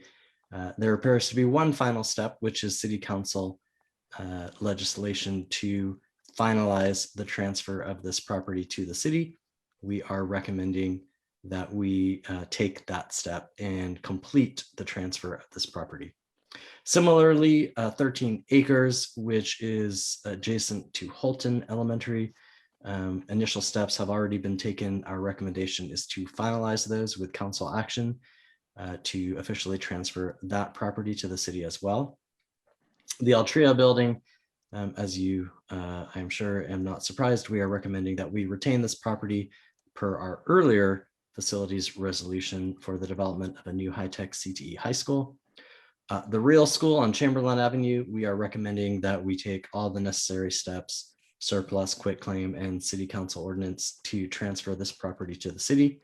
And Ruffin Road, we are recommending that we retain that site for the construction of a new elementary school on the south side, given the increasing student population in that part of the city. Thank you, Madam Chair. Thank you. As we look at the reports that findings that's been given and the report from the administration, we're now ready to have a discussion. Mr. Young, who's listed? Madam Chair, we do have, Ms. Page is prepared to make the motion, but there are a couple persons that have questions that perhaps we should address first, if that's your will, Madam Chair. Well, we can still make the motion and then we'll have opportunity to have a discussion, debate per se. So either way. Yes, ma'am. Then in that case, Ms. Page. Proceed, Ms. Thank you, Page. Madam Chair. And Mr. Young, great work, but getting on with the motion, my apologies. I move that we receive the recommendation for action from the administration regarding the VPC report. Is there a second?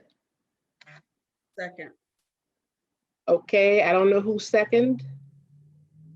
Dr. Harris Muhammad. I put it Dr. in the Harris chat. Muhammad. My Okay, all apologies. right. Thank you. Madam Chair. Thank you so Yes, much. ma'am. So it's been moved by Mrs. Page and seconded by Dr. Harris Muhammad to receive the VPC findings and recommended report from the administration. Now we're ready for a discussion. Who's listed, Mr. Young? Yes, ma'am. Ms. White, then Ms. Gibson. All right, Ms. White, the floor is yours. Thank you, Madam President.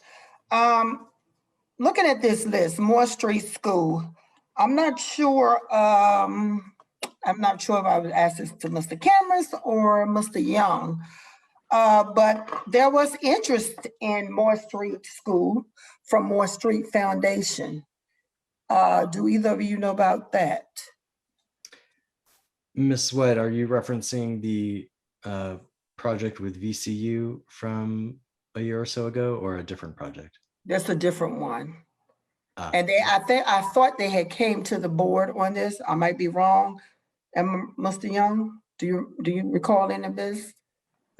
Madam Chair, may I? Please do. Yes, ma'am. I was contacted by a representative of the foundation conveying an interest in the Moore Street property, and we had rather exhaustive conversation relevant to what was conveyed to me, the foundation's interest, specifically that individual and yours truly. It was not a formal conversation at the VPC, but I am aware of what you were referring to. I really don't have any additional information to provide as it relates to where the foundation is at in that process. Of course, I did alert them that the board has already adopted a position to quit claim the property and turn it over to the city. Yes, ma'am. And as well as you said to the city, the second district city council, she was also aware of the Moore Street Foundation proposal also. So I was in the impression that it was coming off your list. If I may, Madam Chair. Please. Assuming tonight's motion is approved and we take the necessary steps outlined in the recommendations, the Moore Street property will be fully within the purview of the city. Of course, we would work with the city to ensure that its use was appropriate given its proximity to Carver. And those are conversations we've had with the city. But that property, similarly 13 acres, and the Chamberlain property would then be fully within the city's control. And we should forward all proposals for the use of those properties to the city's development office. Again, the city has agreed to, of course, work with the school system to ensure particularly those properties that are in close proximity to our schools, such as 13 acres and the Moore Street School, are used for appropriate purposes, but ultimately proposals should be reviewed by the city and no longer by RPS. Thank you. Any other questions or comments? Ms. Gibson. Thank you, Madam Chair. So I appreciate the report. I would like to see a bit more detail as it pertains to the timing of with the 13-acre school. I believe that there had been, a substantial amount of kind of back and forth in terms of whether it had been formally handed over to the city or not. I'm not prepared to approve the proposals on the table so far for a couple of reasons. So I think as it pertains to 13 acres and the Moore Street building, I know that we can hand it over to the city and then we have no control, but then they're saying, oh, but they're going to work with us.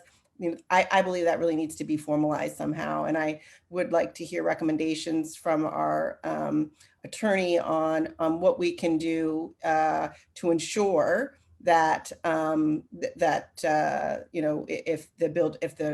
there's something to formalize that the school system will have some type of say in terms of the compensation that the school system will receive for the use of the structure.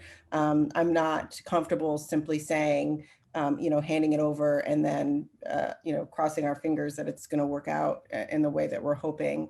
So I'd like to see a recommendation from our attorney on that. And then as it pertains to the real school, I believe there is a tenant there. It references, I think it's important to know more specifics about what the status is with the current tenant. I believe it's an adult education program. So I'm not sure, can we vote without any sort of public comment on terminating that lease? So those are the primary concerns. I think that it's good that we are engaging the discussion, but I think I feel that it is a bit premature to make a vote, and I do think it is incumbent upon us to make sure that we have formally protected our board's interest and that of our students. Thank you. Madam Chair, if I may, and then turn it over to Ms. Lilly. Please. I do want to clarify, both on Moore Street and 13 acres, the school board has already voted to surplus and quit claim those properties. So for all intents and purposes, those properties are no longer RPSs. There's one final formality in which City Council needs to formally accept the properties, but frankly, those properties have long since not been on RPS's books. I also want to note, and I defer to Ms. Lilly on this, though, I'm not aware of any provision which formally binds the city to any action, nor am I aware of any that would permit that to do so. I do think this is an example, though, of where collaboration with the city is something that can be fostered, and I think we can continue to develop. Last point I want to note is there is a standing ordinance that the sale of any property which was on RPS's books and is now transferred to the city, the proceeds from those sales go to RPS for construction purposes. So that currently exists, and Ms. Lilly, I know, is a little bit more familiar with the details of that and can share more on that. Lilly? You're on silent mute. Sorry about that. Thank you for the opportunity to follow up, Mr. Cameras. Basically, to the extent that I was trying to do some quick research on 13 acres, 13 acres, the real school property, as well as Moore Street, have all been surplused to the city. Board took actions far past, in the past, to surplus those buildings. The Moore Street School did have a quitclaim deed that the board agreed to. I was checking on 13 acres just to double check that piece of property, but nonetheless, the superintendent is correct in the sense of the board has already issued it or made its intent clear that they want to surplus those properties. There was an added step regarding the quitclaim deeds. For 2 out of the 3 properties, we still may need to do the quitclaim deed. To the extent that, yes, there is an ordinance on the books from the city council that addresses that any proceeds that are received from the city for the sale of any properties that are surplus to it by the schools would come back to the school. So that is already in the books. This, of course, we can make any other agreements that the city would, that the school board would like to have made to ensure that, but I don't know that that's necessary. I also think that the work of the VPC committee that already has on it Mr. McCullen from the city, who has already talked through a process by which, you know, there is some some input from the schools as to what happens ultimately once these properties are released to the city, that there is an opportunity of, and you can correct me if I'm wrong, Mr. Young, an opportunity from the schools, opportunity by the schools to give some input into what ultimately happens to those properties. And then to follow up with moving forward as I think Ms. White mentioned another project, any proposals to the city for land, or if they want the properties, if you know of any foundations, any groups that are interested in those properties, then they would have to work with the city. So I don't know if you need any other agreement. To answer Ms. Gibson's question specifically, the ordinance is already in place.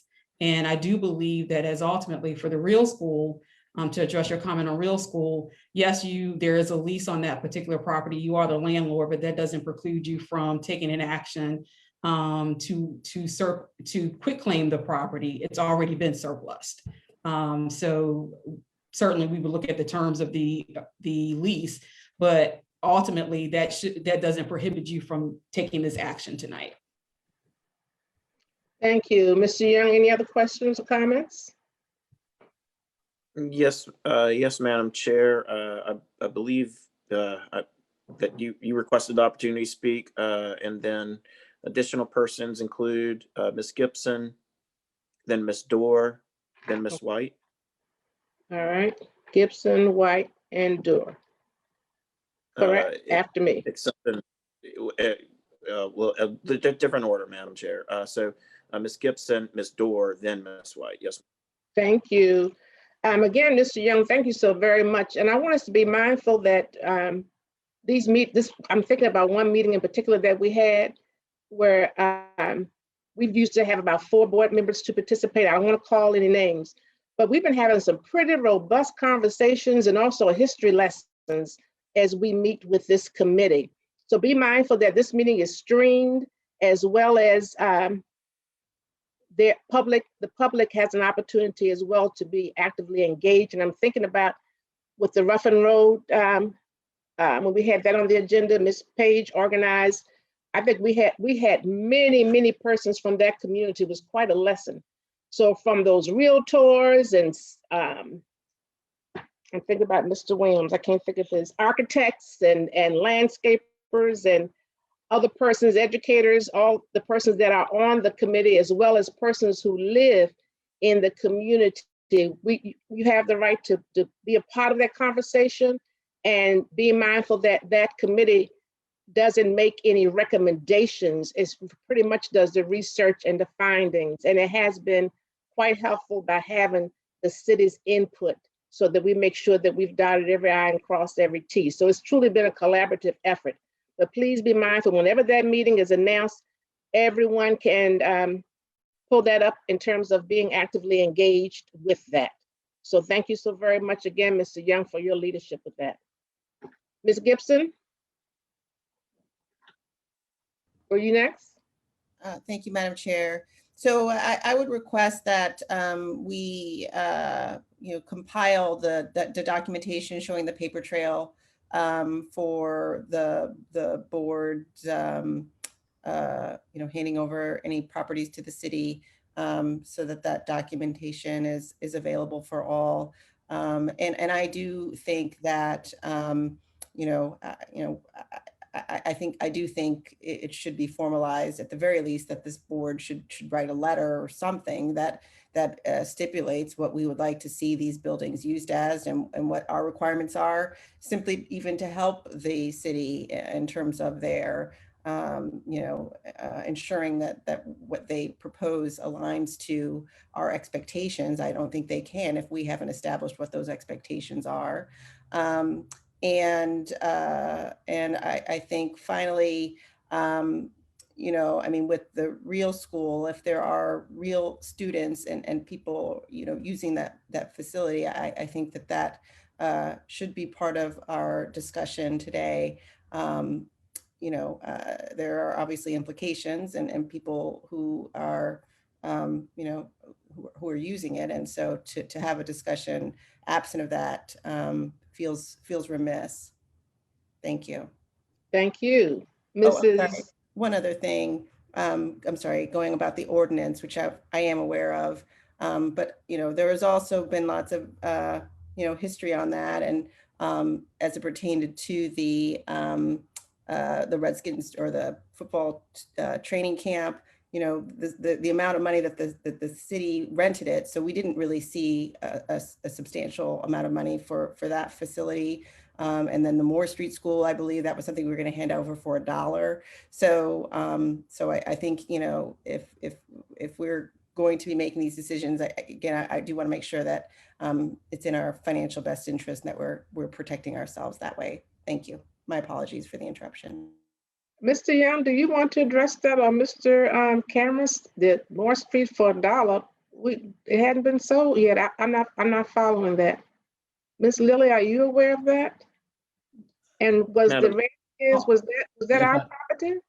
If I may, I don't know about the Washington team. I wasn't I here. didn't think that was our property. Okay, go ahead. But on the Moore Street, there was a proposal on the table from VCU that would have, yes, transferred the property for a nominal sum.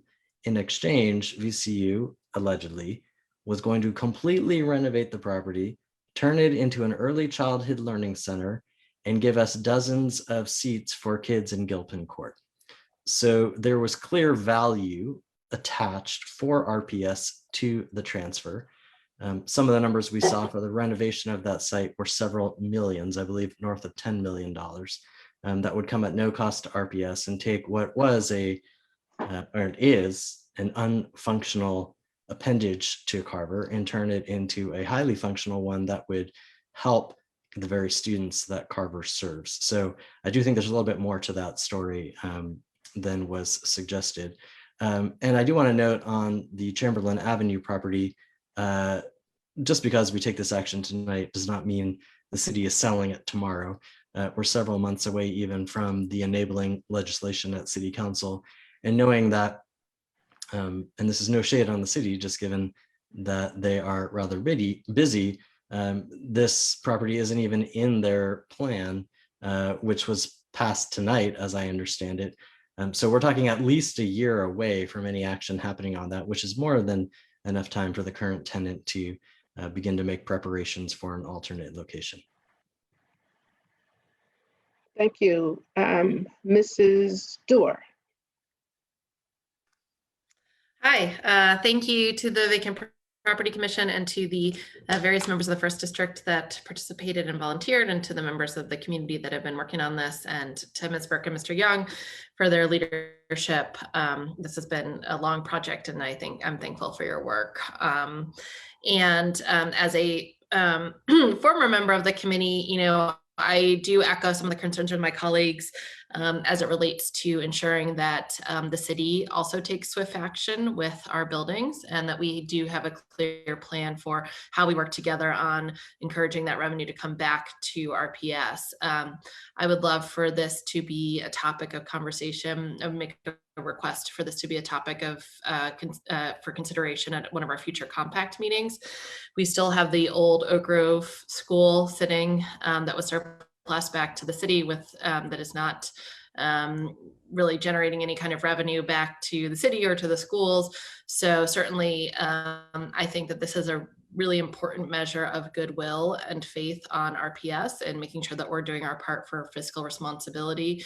And likewise, I hope that we can encourage our colleagues on the city to do the same and make sure that we work together on a clear plan move that forward. And to that end, I wanted to ask Ms. Burke and Mr. Young, there was some conversation about including the city as part of these conversations, and was hoping maybe you could update the board on what your current thinking is around that.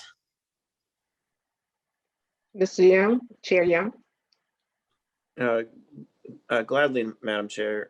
Ms. Dora, thank you for your kind words, and I do want to note, as it relates to Oak Grove, that that property, as I understand, will be listed soon and is at the top of I think 77 properties that the city intends to move forward with. So again, at the risk of belaboring the point, do want to convey my gratitude to the mayor for prioritizing that property. And in regards to the collaboration, yes, Paul McClellan is our representative. Mayor Stoney's office recommended Mr. McClellan, and to some of the preceding inquiries, he is working with us relevant to, for example, preferred uses at both Moore Street and 13 Acres, because, as has been noted, they immediately adjoin our properties. But to Miss Gibson's point, I think, if I may, I think her recommendation is terrific, that we augment what we are doing to include documentation of what those preferred uses are. And candidly, Paul McClellan has recommended that we essentially do the same. So I believe we're all saying the same thing. Yes, ma'am. Thank you. Well said, Mr. Young. Ms. White, you're next. Thank you, Madam Chair. I'm glad that you did say that, Mr. Young, because my question was, how are we going to collect the money and we still get to tell them what, really what to do with the school? And I was going to ask, was there a policy? But my other question was, the money that the school will receive, will it be based on the assessed value of the property or what the seller pays for it? Mrs. Lilly, would that be you? I can respond to that by saying that the ordinance, as I recall, and I don't know the precise language of it as I speak now, but it is the proceeds from the sale. So if in fact the city were to sell the property, and we can insert whatever property that we're talking about here, let's just say real school, because I will acknowledge and want you to always remember that Moore Street and 13 Acres are very unique because they're so intricately placed on your school site. So those have to have a little bit more work done to them to separate them from you and give to the city. So using the real school as an example, if the city were to sell the real school, the ordinance basically says that the proceeds from that sale, and that means after everything, all of the expenses that the city would have had to put out to sell that property, right? Those proceeds would come from it. And I would assume that the city would assess a value to it. I don't know whether it's based on the actual real estate value or what the market would bear. So whatever price the city set for that particular property in the negotiation of that sale, I don't know if they would take it all the way down to the assessed value. And, for other reasons, the real school may be an example of the market going well above. And I only speculate when I say that. But, the city and the seller, the city as the seller and the potential buyer will negotiate whatever the going rate would be for the sale price of whatever property we're talking about. And that's if the city chooses to sell. And that's one of the options the city has. The city may not sell. And that's where, either way, you're talking about the schools being working with Mr. McClellan through the VPC to address preferred usage, et cetera. Thank you, Ms. Lilly. Mr. Young, any other questions, comments? Yes, ma'am. I believe next up, I apologize. I believe next up is Miss Page. All right, Ms. Page, the floor is yours. Madam Chair, I'm good. Anyone else, Mr. Young? No, ma'am. All right, let's revisit the motion that's on the floor. Ms. Page, would you repeat your motion? I think you put it in Yes, the chat. Madam. Yes, I did put it in the chat. Okay. I move that we receive the recommendation for action from the administration regarding the BPC report. And it was Madam Chair, Yeah. may I, just for clarifying purposes, offer to Ms. Page, would you mind changing the word receive to approve? I'm sorry. Got it. Thank you, Mr. Cameras. Would you be so kind, Ms. Page? Yes. I move that we approve the recommendation for action from the administration regarding the BPC report, and I will put it in the chat. And it was seconded by, Dr. was it Harris second? Muhammad. Dr. Harris Muhammad, I thought so about, didn't write it down. All right, any other questions, debate? If not, we're ready to vote. Madam Clerk. Mrs. Dorr, Yes. Mrs. White, No. Miss Gibson, No. Mr. Young, Aye. Miss Rizzi, Yes. Dr. Harris Muhammad, Yes. Mrs. Burke, Yes. Mrs. Page, Yes. and Miss Jones. Yes. Motion passes. Thank you so very much. Next item on our agenda, 5.05, receive for action board travel and district activity requests. Madam Clerk. Yes, good evening. I have one request from Miss Nicole Jones, District 9th School Board Representative. She would like to do a district activity for Teachers Appreciation Week to J.L. Francis Elementary School in the amount of $250. I have several. They're coming from Cheryl L. Burke, 7th District School Board Representative. All of them, I'm going to read all of the schools, but all of them are the same amount. Marsh Elementary, Fairfield Court Elementary, Woodville Elementary, Franklin Military Academy, Bellevue Elementary, and Armstrong High School, and Chimborazo Elementary, all in the amount of $525 each. And she's doing that to show recognition and celebration of students, faculty, and staff. And that's all I have, Madam Clerk. Madam Chair. It's okay. It's all right. Believe me, it's okay. Okay. Thank you, Madam Clerk. All right, you've heard the requests. Are there any questions, discussion? If not, may we get a motion to approve?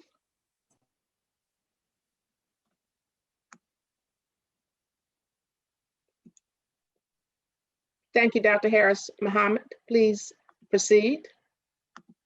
Yes, ma'am. Thank you, Madam Chair. I move that we accept the district activity request as presented.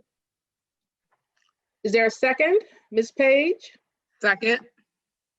All right, it's been moved by Dr. Harris Muhammad and seconded by Mrs. Page to accept the request for activity funding from Mrs. Jones and Cheryl Burke.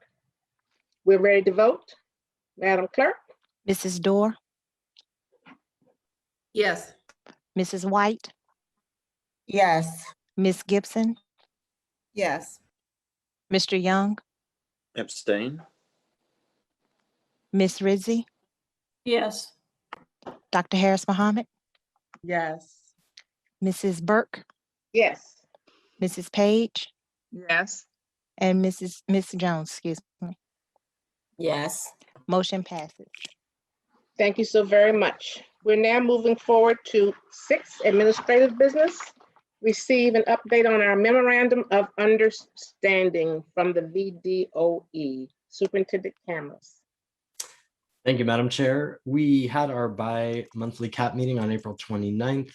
Just a couple of highlights. One, the VDOE is so pleased with some of our finance protocols that they are using them as exemplars in other parts of the state. And two, we have a separate corrective action plan called the Results-Driven Accountability CAP related to exceptional education. The word we got from the state is that we are nearing the end of that corrective action plan, which is very exciting news. We're hoping that at our next CAP meeting, which is on July 15th, we will be exiting that corrective action plan. And Jonathan Lewis, our liaison with the VDOE, is retiring. And so we wish him well, and the state will be appointing a new liaison. Thank you, Mr. Cameras, for that report.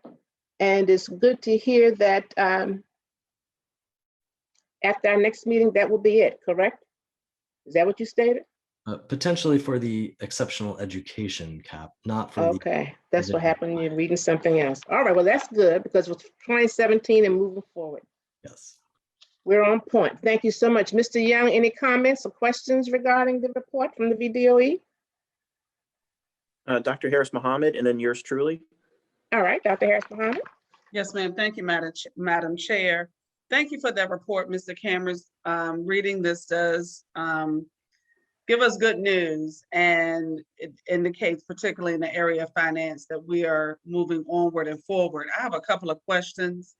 I have been asking past several months about possible audit on our transcripts, senior transcripts, and the audit of our HR practices and the audit of our attendance practices. Can you talk to me a little bit about where we are with that? That's been shared with the state, and I don't know that they have indicated that that's something that they're prepared to do at this time. Okay. A few years back, when you came to, when you took on the leadership role as superintendent for this division, the division conducted a transcript audit. Is there any difference from, well, first of all, who conducted that audit? I wasn't on the board at that time. It was a joint effort between the VDOE and RPS. Okay. Is that something we could possibly do again as a joint effort? Take one, not eat the whole elephant at one time. That's a big elephant. But particularly, all three areas are a sense of urgency. However, the transcripts really is a sense of urgency. Is that something that we could have a joint effort in again? And the reason I'm asking for the public is because when we hear this 5-letter word audit, we typically think of something negative is going to come out of it. That's not necessarily the case with audits. There's also positive consequences that come out of audits. There's also some growth that comes out of audits. So I'm not asking to demonstrate or to show that we haven't improved in any area. It's actually the opposite. So is there a possibility of a joint effort again for the transcript audit? Well, first, let me just say I welcome any and all audits the state wants to perform.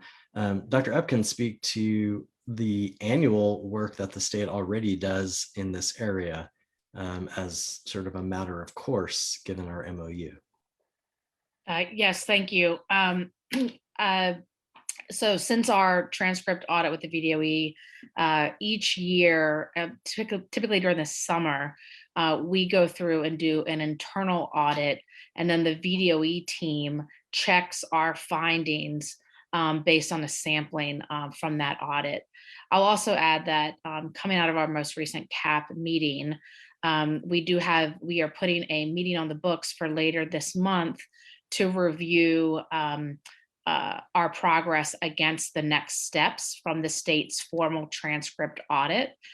So the state issued a pretty comprehensive report with numerous next steps.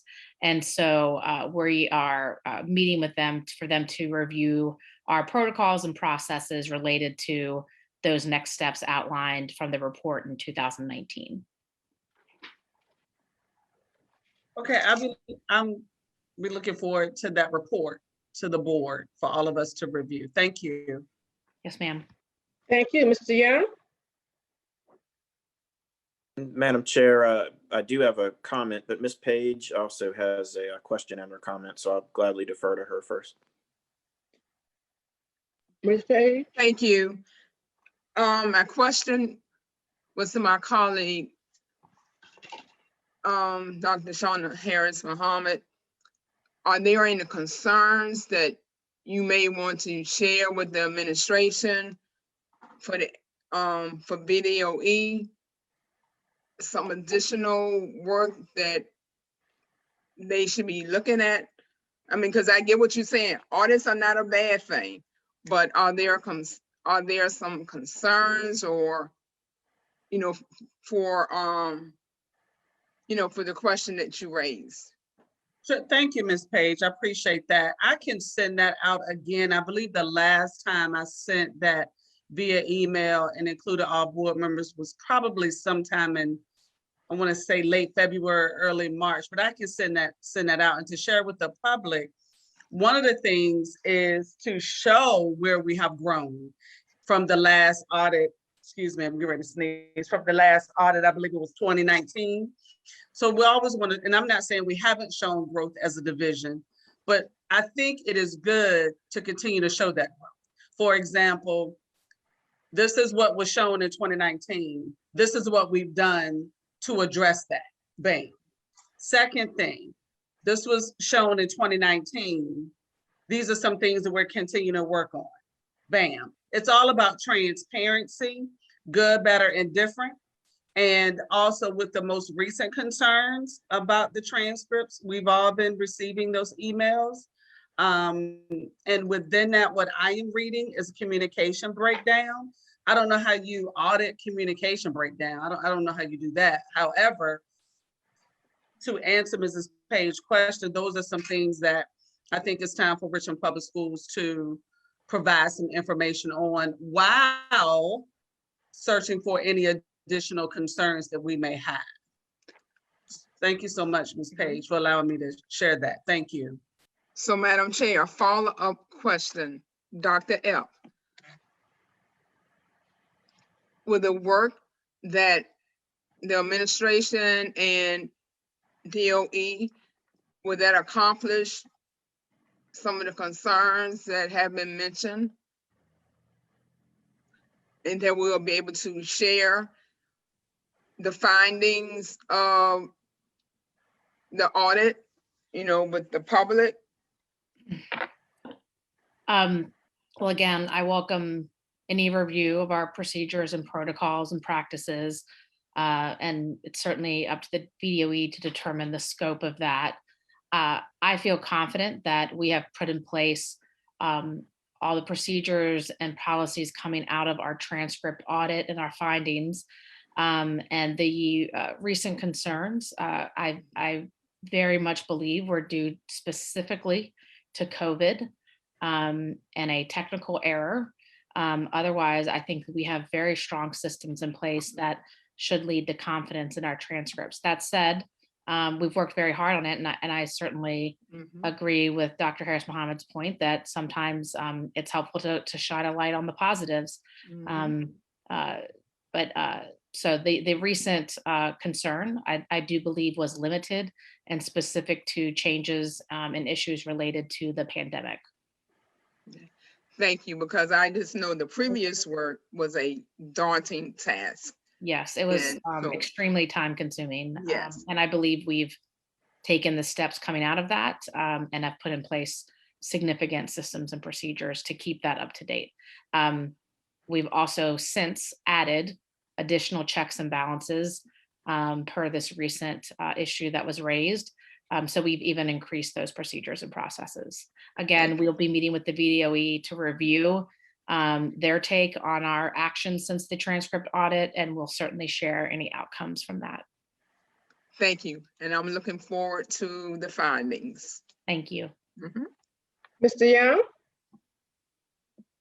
Thank you, Madam Chair. Like the superintendent, I just wanted to take a moment to acknowledge Jonathan Lewis, who is retiring. I had the privilege of working with him in his then interim executive director capacity at Appomattox, and found him to be extraordinary as a professional, but also as a person. And I suspect I probably will speak for everyone at RPS when I say that I'll be sorry to see him go to retire. Though granted, he's worked for a long time, so he certainly deserves it. But sorry to see him go in his current capacity as our liaison. Thank you, Madam Chair. Thank you. Without further discussion, we can move to 6.02.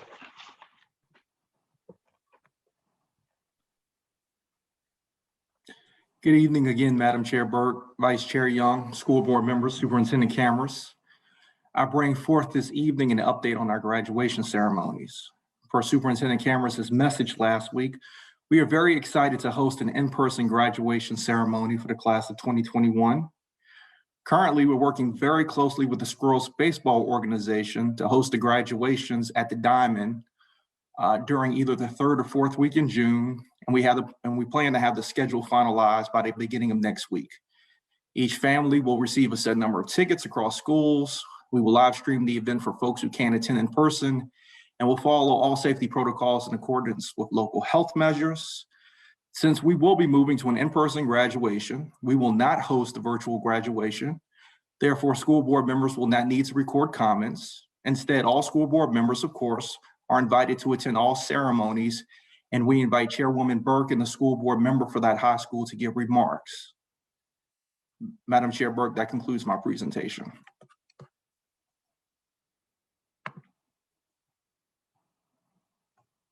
Thank you. Thank you so much, Mr. Hughes. And great news to hear we're going to have a graduation.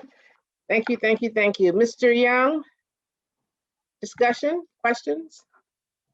Madam Chair, not as of yet.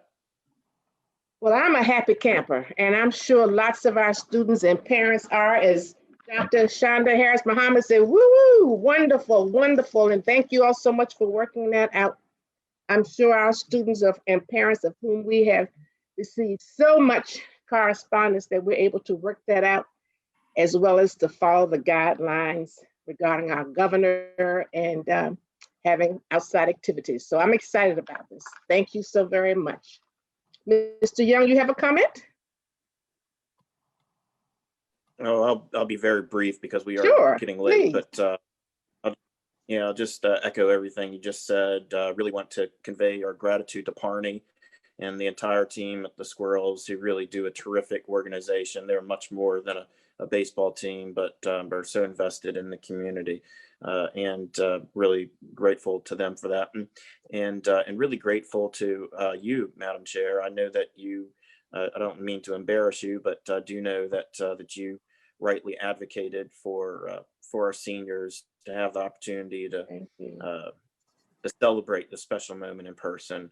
So I cannot, well, I tell you what, I just can't, I know I cannot wait. I cannot wait. I think that this signals the turn of a page perfectly as it relates to this awful pandemic.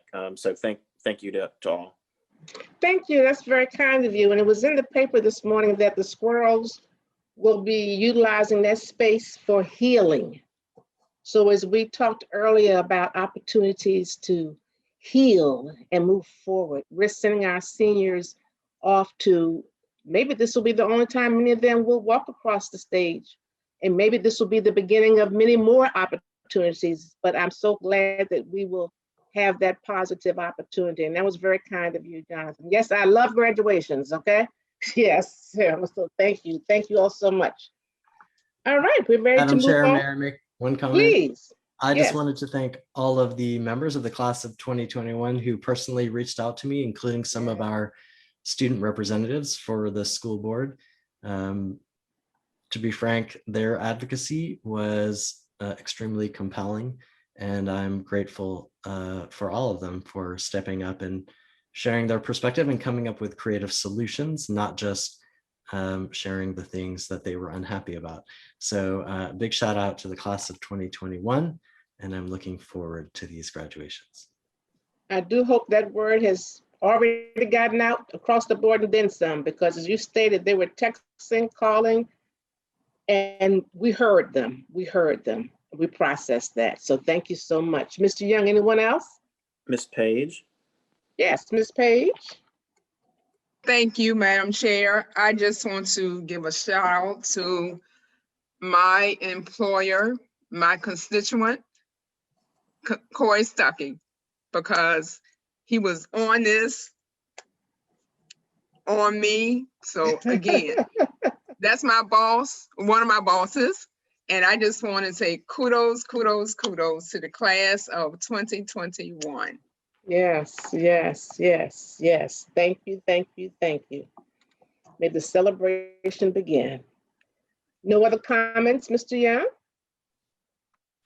No, ma'am. Oh, this is a reminder, colleagues. Please get with Ms. Collins before next week to pick up your robes. The robes are in City Hall on the 17th floor. So please, I suggest that you pick them up, make arrangements with her when she's there to pick up your robes from City Hall, from Ms. Collins before next Friday. Thank you.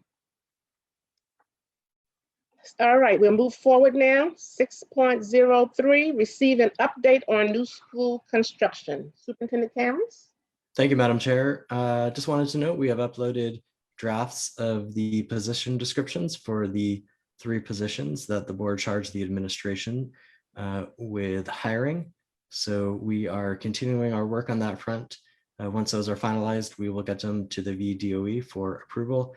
I also had a conversation with a kind of Virginia school construction guru earlier today, referred to us by the Virginia Department of Education, who made recommendations about additional positions in finance as well to oversee construction, as well as site coordinators. So there are additional positions that we'll be bringing to the board shortly based on those recommendations and further research that we are doing. Thank you. Mr. Young, do we have questions? I do not see any questions. I did see Ms. Rizzi, I believe, has requested opportunity to speak. Ms. Rizzi, the floor is yours.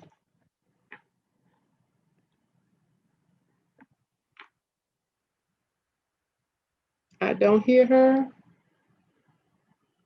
Sorry, something happened with my laptop just now. I'm not sure what it was. So as far as, you know, and in addition to hiring the positions that we discussed, you know, I want to make sure that we stay on track with prioritizing George Wythe and also with facilitating community engagement. So I have a motion. I move for the board to establish and take applications for a community advisory board for the design of George Wythe to include 4 building staff members. So 4 people who are actually staff members in the school, 2 students and 2 community members. You've heard the motion. Is there a second? Ms. Gibson? A second. It's been moved by Ms. Rizzi and seconded by Mrs. Gibson to appoint, you said 4 staff persons. Would you repeat that, please? 4 staff persons have an advisory board. 4 building staff members, 2 students, and 2 community members. And I'll type it into the chat. All right, then. Any questions, discussion? Yes, Madam Chair. I believe, Madam Chair, you are first up and then Ms. Page. Ms. Page, go right ahead. Thank you, Madam Chair. I guess my question is, how does that differ from community engagement, the school input, providing input with this process that we have previously done? Because we've had student participation, the administrations, teachers, the community at large, because I have received several requests about being a part of the community engagement process with the planning of George Wythe. So I guess, again, my question is, how does this differ from what we have previously done? is my question. Well, I'm trying to get something on record. And so, you know, a specific board design is preferable to, at least set what we want in terms of what this advisory board would be made up of. I think the community members that are included on this board could be people who represent larger segments of our community and bring to us the recommendations from their communities. And so this is just, as far as I see it, a more formalized way to create this advisory group. Madam Chair, follow-up question. Please. So Superintendent Cameras, don't we have a formalized process that we've had in the past? I mean, because there's been a lot of community involvement, participation, to the point, staff. I mean, it was a well thought out plan. And Ms. Rizzi, of course, I'm all about improving the process, but I'm just trying to understand. So Superintendent Cameras, do we have a formalized process already in place? Well, with the construction of the last 3 new schools, yes, we did have a formal advisory committee, which included the individuals that Board Member Rizzi indicated. I have no objection whatsoever to Ms. Rizzi's motion. It's something we would do as a matter of course anyway, so I welcome that. My only clarifying question is, I believe Board Member Rizzi said that the board was going to create that, so I just want clarification. I'm good either way, but want to understand, is the board setting that up, or is the board tasking the administration to set that up? The motion, as I stated it, said that we would establish and take applications for it. I have a preference that the board, have involvement with this, but I'm also fine either way. In terms of I could amend the motion to task the administration, but I think as written, I think I'd be more comfortable with having the board involved with at least reviewing the applications and engaging our communities in terms of encouraging participation in applications. Again, I'm agnostic, but I just want to make sure that I'm doing what is asked of me by the board. So is the board issuing the applications and reviewing the applications and establishing committee, or is the board asking the administration to do that work?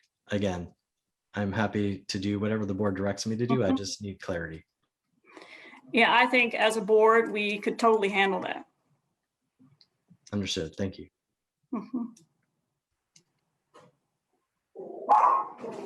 And I do have a question for you, Mr.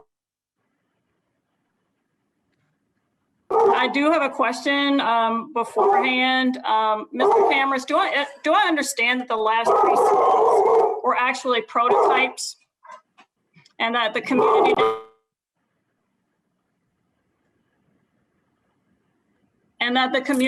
didn't necessarily have much input in terms of how the schools were actually designed? Am I wrong in that assessment? So there were 2 claims in the question. I think one is correct and one is incorrect. The first claim was that the schools were prototypes. That is true. They were based on prototypes. The second claim was that the community had no input. That is incorrect. There were extensive community advisory groups for all 3 schools. They met extensively. Those meetings were public meetings. They went through multiple rounds of feedback on everything from the format of the school, to the paint colors, to everything else. So I do have one follow-up then. Were design decisions altered as a result of the community input? The design was created by the community. No decisions were made outside of those community groups. Okay, so why do we call them? I need clarification. I think members of my community also want clarification. Why are they called prototypes? Well, they're prototypes in that they are designs that had been previously built. Right. The board approved those prototype designs, and the community worked to modify those prototypes in any way they felt necessary. So for example, if there was one gym, but they felt there needed to be two, it was added. If there was a wing that was too long and there was a concern, they shortened it. If there was not a bathroom where it needed to be, they changed that. If there was a particular finishing that was done in a prior prototype and they wanted it different, they made that change, and so on and so forth. So the prototype was the starting place, and then the community group, along with RPS and the board, made recommendations about changes along the way.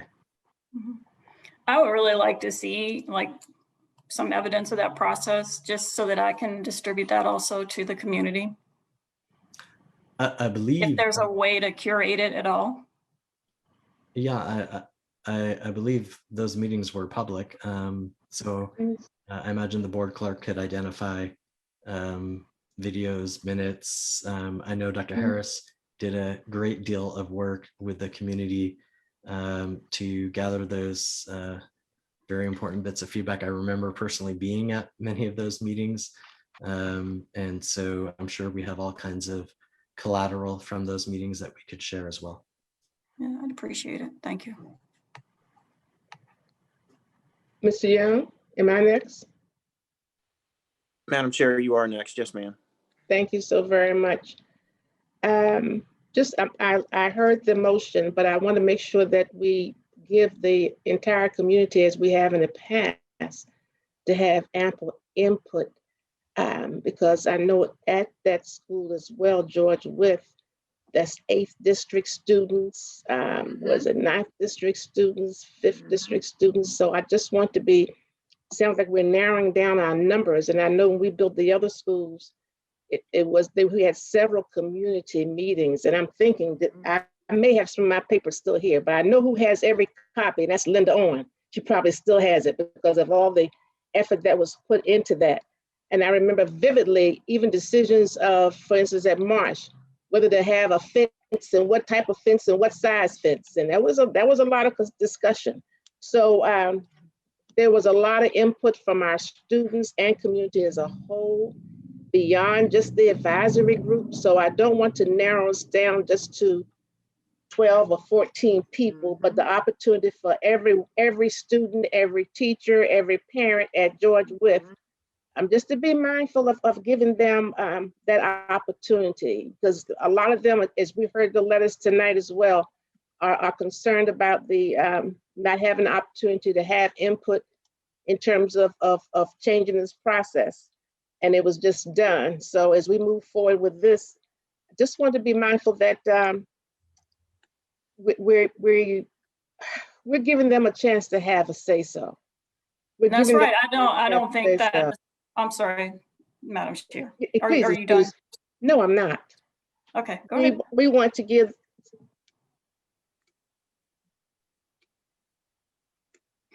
We want to give them all the opportunity to have an input. And then also being mindful as we continue the JCT meetings, the joint construction team meetings, that every Thursday at 1 o'clock, Ms. Page would attend, Ms. Owen didn't miss a one. I attended 1 o'clock every Thursday, which is a public meeting.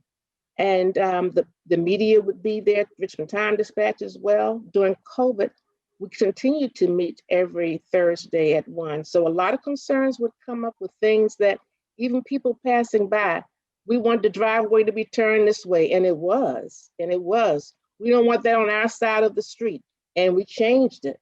So I just want to make sure that as we move forward with any of our schools, and right now with Wythe as in particular, because I'm getting a lot of phone calls and concerns just to have things put off, maybe put off because of now we haven't even hired everybody we need to hire.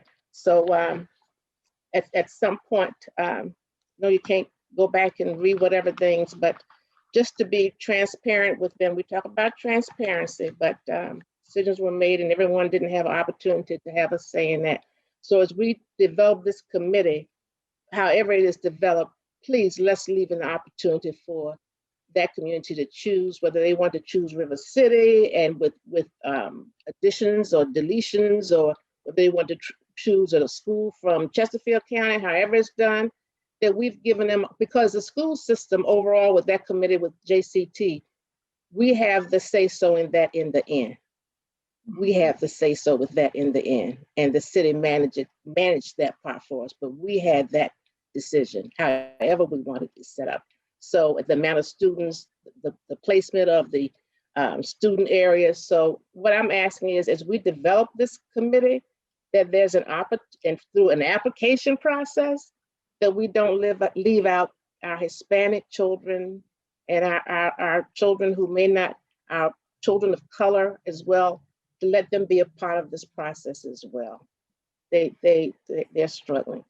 Thank you. Mr. Young, who's next? I have a follow-up comment, if I may. Sure.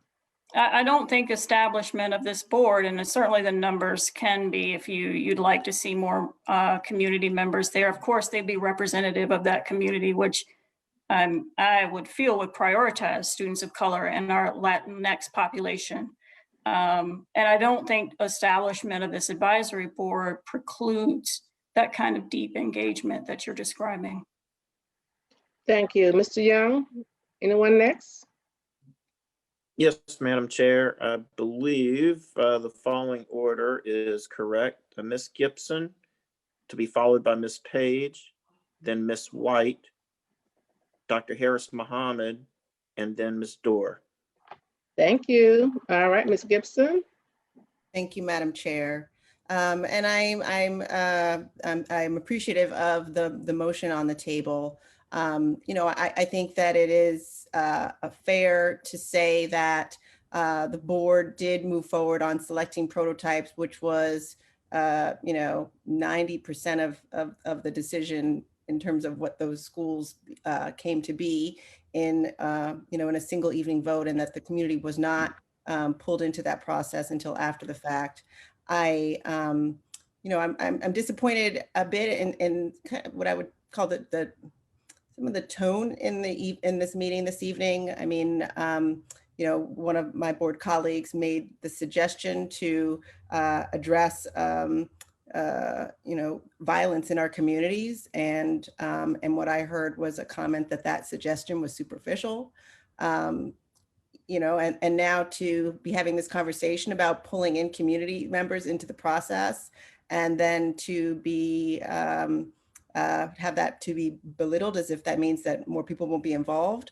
This board and the administration has made many advisory groups, and so and I think that it makes me uneasy to think that we're to suggest that that there's an issue with that. It doesn't. I'm kind of at a loss.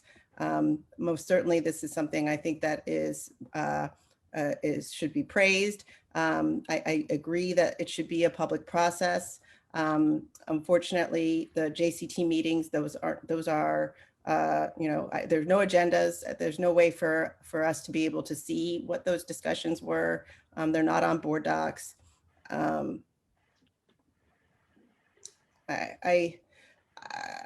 think that it's fair to say that there is frustration about the decision as we're moving forward, and I would like to see my board colleagues let's move forward and see how we can include the community as we're discussing. And do better, because every process can be improved. Thank you. Thank you, Ms. Gibson. Ms. Page. Yes, thank you, Madam Chair. So comment. So I guess my question is, so George Wythe is the zone school for the 8th district, as well as the 9th district. So we feed into George with Huguenot and Armstrong. So yes, the school is in the 5th district, but we have many students from the 8th district that attend George with, and I think the entire community needs to be engaged in this process. And also with the advisory committee that we are talking about, what is the scope? How long would that advisory committee meet? Because again, is always room for improvement, but what's the scope? How long will they meet? And application process, are we creating barriers for community participation with application process? So those are some questions that's been floating through my head, because we do not want this process to have any barriers at all. I completely agree, Ms. Page. Thank you, Ms. White. Thank you, Madam President. I just wanted to make a comment. I'm not going to be long. Mr. Cameron, what I'm looking for is the people that we choose. I heard that they be multitasking at high level, high skilled level. We know that procurement, to make a contribution to building, they must be high level. We know that they need to be level 3. And I heard you said something about finance also. And my concerns was that I know that ACOM wrote most of the scope of the work of the last buildings. But I am interested in, I know that the attorneys will complete the task. Are our attorneys at that level to do that? Ms. Thompson? I'll let Ms. Thompson speak to the expertise of the lawyers in her firm. I will note that the individual that the VDOE put me in contact with today noted that he would recommend full-time legal support as it pertains to the contracts and construction, particularly if you're going to be doing something like a high school. So I defer to Ms. Thompson and Ms. Lilly as to what that might mean in terms of our legal contract. Thank you, Mr. Cameras. Ms. White, I believe I understand your question.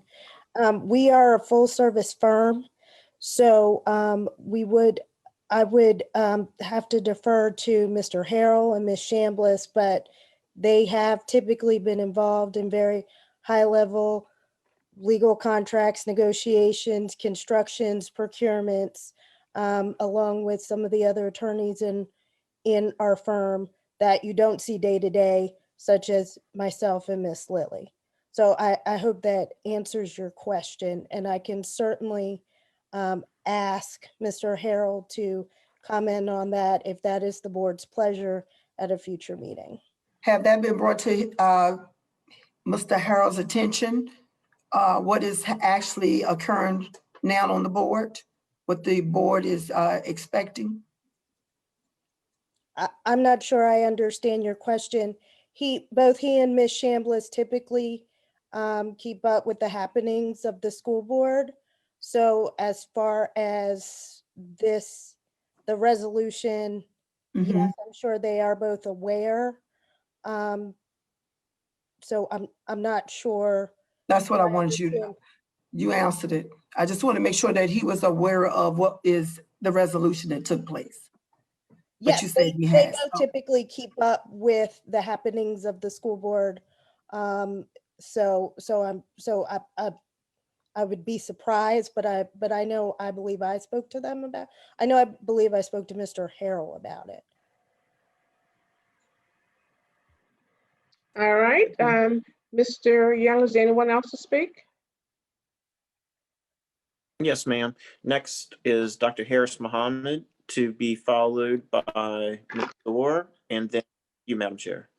Thank you, Dr. Harris Mohammed. Thank you, Madam Chair. I do not have a comment at this time. Thank you. Okay, Ms. Dorr. Hi, I have just a suggestion for Ms. Rizzi, but I did want to address some of my observations on how we're working together as a board. I think we've definitely got work to do. I feel like we're all just hearing what we want to hear and not exactly listening to each other. I want to say when I heard the administration wanted more time to think critically about Ms. White's important motion, I didn't read any more into it than at face value. When I heard that the administration wanted clarity around who should sit at the committee, I heard that they wanted clarity, and I think that's fair to ask.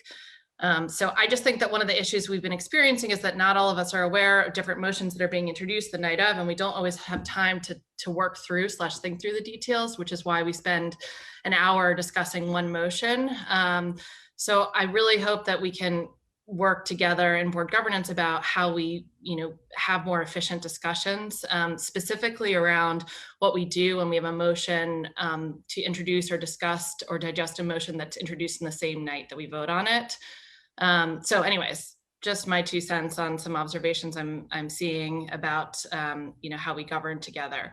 I also just really want to say that I really do believe that everyone has best intent. And I know everyone here wants what's best for our communities. We will disagree, and that's okay. And it's also okay to ask for clarifying questions. I think Ms. Rizzi's idea is great. I'm planning to support it. I would advise, though, just maybe some additional thinking on if the board is to set up the committee. I know from prior experience that can take a lot of work, and just figuring out the process and how you get stuff online and who decides and how you bring it before the board and how you make sure that it's on the agenda. So, if it's Ms. Rizzi's desire to have the board scope that, I think that's fine. But I might suggest an ad hoc committee or some, that she comes to the board with a proposal of the process, just so that we can move forward and make sure that we implement this in quick order. Thank you, Ms. Dorr. Mr. Young, anyone else? Madam Chair, yes, ma'am, but I do want to acknowledge that one of our colleagues has moved to call the question. All right, this is the motion to call the question that we do not continue our discussion. Is there a second? And who made the motion, Mr. Young? They can speak. Ms. Gibson. Ms. Gibson, would you like to make the motion? I motion that we call the question. Is there a second?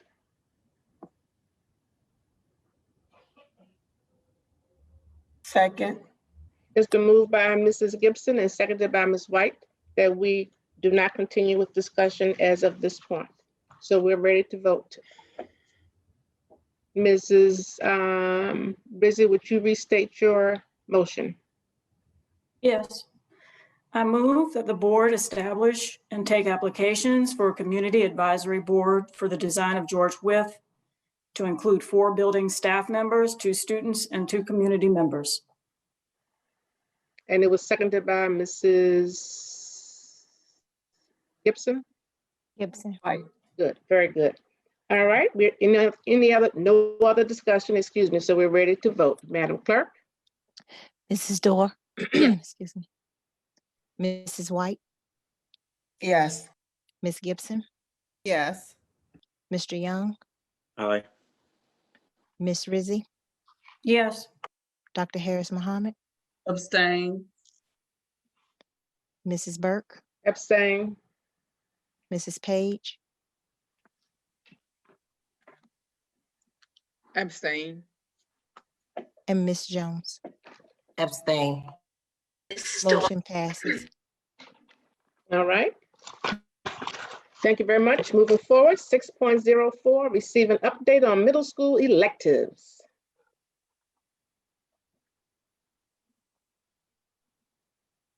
Thank you, Madam Chair. Let me just pull up my screen to share.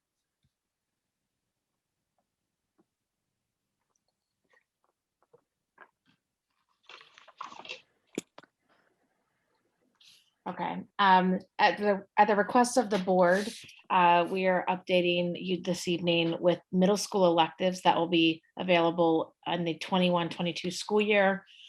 Just to recap the presentation, we've outlined the electives that are offered at all middle schools on the left. There's a series of electives that are offered at each school. And then there are a set of school-based electives that are offered at individual schools. So every school has one set that is consistently available across all schools. And then every school has 2 courses from the school-based additional electives, with the exception of Brown Middle School, which must offer world language every year for its IB program. The sample schedule that we've outlined shows the various ways that students have access to multiple courses over the time of their middle school career.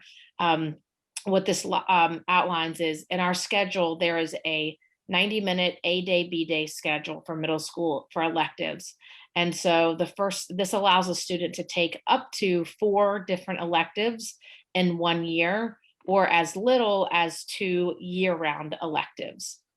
I'm happy to take questions, and I also have Dr. Neighbors, our curriculum and instruction director, with us as well, if you have any questions. Thank you, Dr. Epp. Mr. Young, do we have any questions or comments? Yes, ma'am. Dr. Harris Muhammad. Dr. Harris Muhammad, the floor is yours.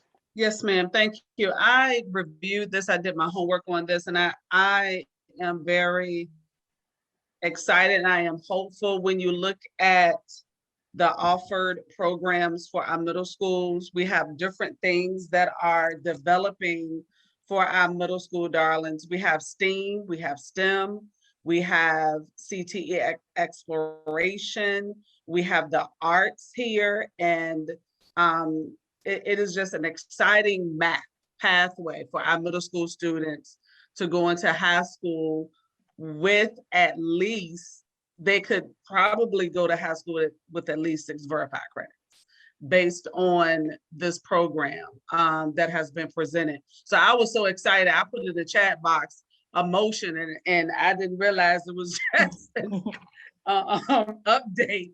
I was, so excited. So I hope my school board colleagues can really look at this and see the possibilities that our middle school students will have, which means that less courses they will have to take in high school, which means they will have a possibility of obtaining an advanced diploma. That's what I see when I see this map. Thank you. Thank you. Thank you, Dr. Harris Muhammad. Yes, it's exciting, isn't it? Thank you so much. Thank you so much. I'm so glad our students can come back to school and have these choices. Mr. Young, is there anyone else? Yes, ma'am. Ms. Dorr, to be followed by Ms. White, then Ms. Page. All right, Ms. Dorr, the floor is yours. Thank you. Thank you for putting this together and for responding to this request. I appreciate it. I was hoping we could talk, or I have 3 questions. I've been hearing a little bit of feedback around the block schedule with 4 90-minute periods, and what are the implications of, first of all, I know that there's a block schedule being proposed for Hill next year, but I'm not sure if that is the same across all middle schools. So I was wondering if you could speak to that, and what is the process for, I believe that's a change. So what is the process for communicating that change to families and teachers? And why is it different at certain middle schools if it is different? And then second question is, I've heard, and last data that I saw had an inequitable offering of different types of electives on a per student ratio. So a recent study that a couple of years ago, a parent advocacy group put together a list of all electives and then the number of electives offerings and teachers per students at the schools, and it was grossly inequitable across the district. So wondering if you could speak to our efforts to, I know that we've had a huge focus on equity, but kind of where we are in that, and if we're still measuring that. And then finally, some questions around, and this has come up every year, but Spanish 2, Art 1, and pathways to geometry. So some of the, if students want to accelerate and take a more advanced level high school credit, how that might impact their ability to take additional electives. So the first question on the block schedule, the double block schedule, over the last 2 years, we have been moving all of our middle schools along this schedule. We had actually hoped to do this last year and had begun communication and ultimately decided to wait given COVID and other things. The reason for moving to this block schedule is a few. First, our students, frankly, just need more time in math and ELA.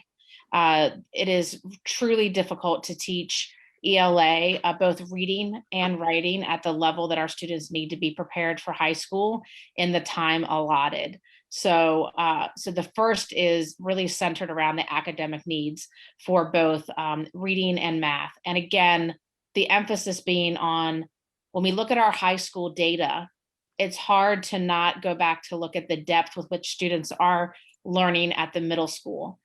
So if a lot of freshmen come in and are struggling with reading and math out of the gate, we have to go back and look at what's happening at the middle school. So the double block allows us to give us more time for reading and math, plus individualized intervention within those blocks of time or leveled support. So students who are on level can receive acceleration and enrichment in literature and math, and students who need support can receive that.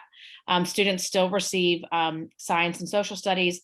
And what hasn't changed is actually the elective structure. So we've always had an AB elective structure.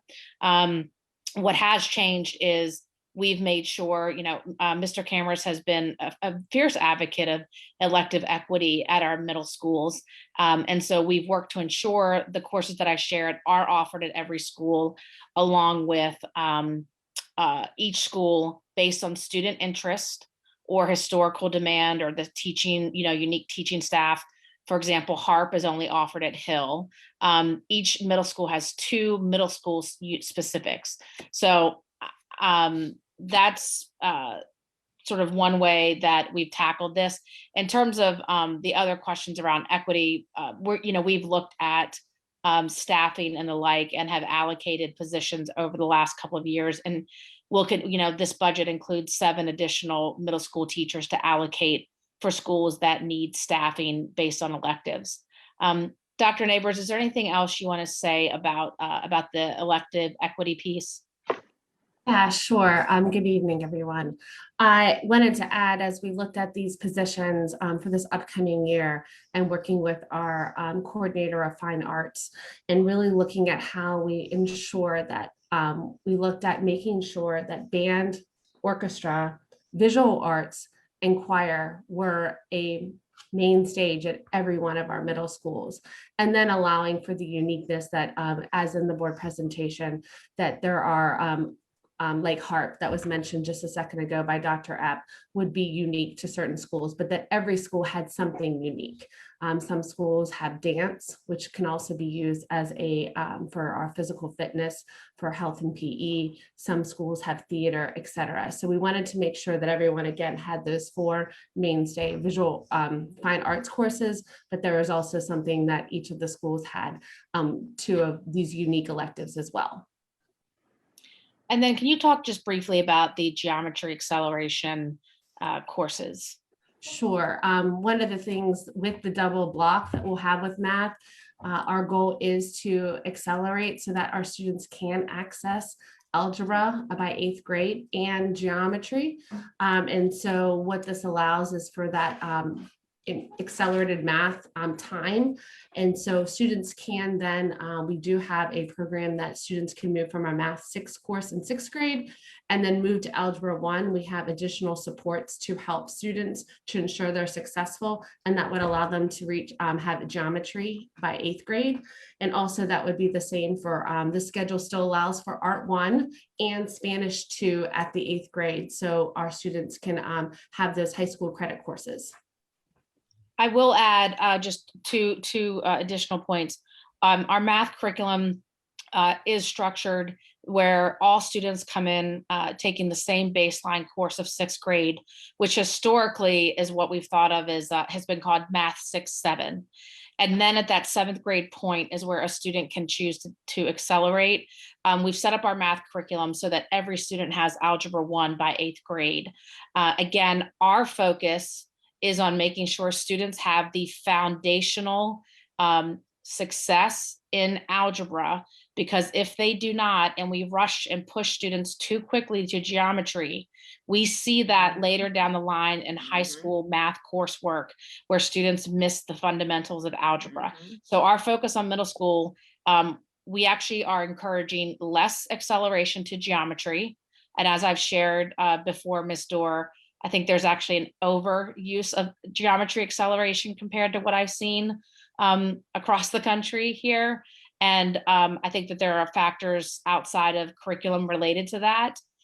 So again, there are opportunities for students who are truly advanced in math to get to geometry, but our core focus is making sure students have mastered the fundamentals of algebra so that they are well served for advanced coursework in high school. All right. Thank you so much, Ms. White. Thank you, Madam Chair. Dr. Epps, I'd like to say thank you. Y'all did a great job. You know, I have a 6th grader. He's an upcoming 7th grader. And I am really liking the courses, especially the new entrepreneur course. I didn't see that on your list. And I think it's family something, the old home economics. I really like that. That was one that those two that I really did like. But my question is, what I had a little problem with was for the parent that is not as assertive as probably as I am to go to the school to fill out my child's schedule.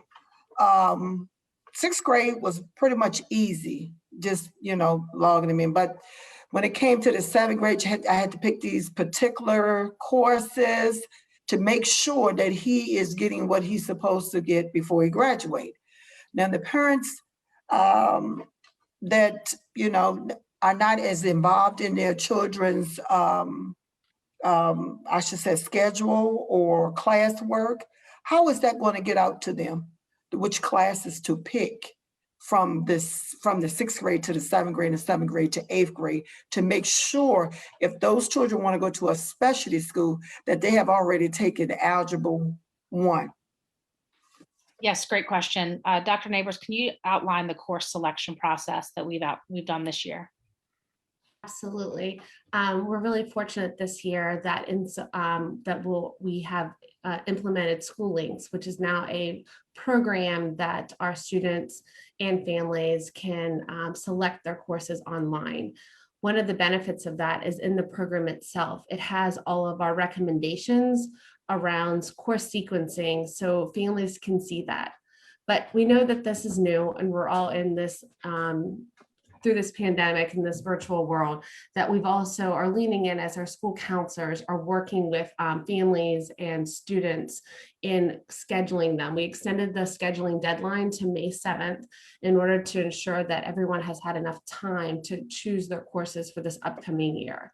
In addition, in our master scheduling guidance document that we share with all the schools and created in collaboration with the schools, there are sequencing documents. So it recommends if you're in this course that this would be the next course, and then here are the elective choices. And so we've outlined that all so that our schools have all of that.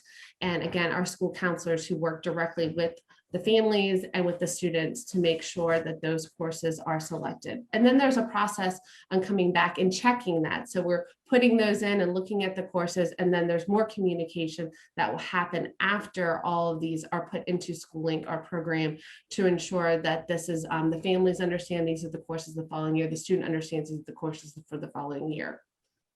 Madam Chair, may I just add one comment? Yes, please do, Mr. Cameron. I'm super excited about the investments we've made in middle school offerings. I think the fact that we're able to offer this set of courses across all of our middle schools is a huge win for equity. I do want to acknowledge and endorse Ms. White's comment.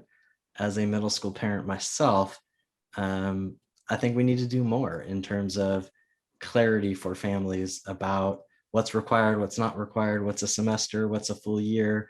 If I want to get an advanced diploma, what should I be in right now? I think that's work we have to do, and it's okay to admit that. And it's something that we want to improve on over the next year. All right, thank you so very much. Ms. White, do you have another question or comment? All right, Ms. Page. It was on mute. Madam Chair, thank you. I just want to thank the administration for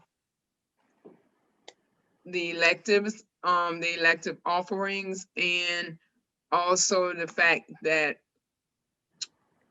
even if it's a specialty school, that schools still can choose additional electives based on that school, based on the student's interest.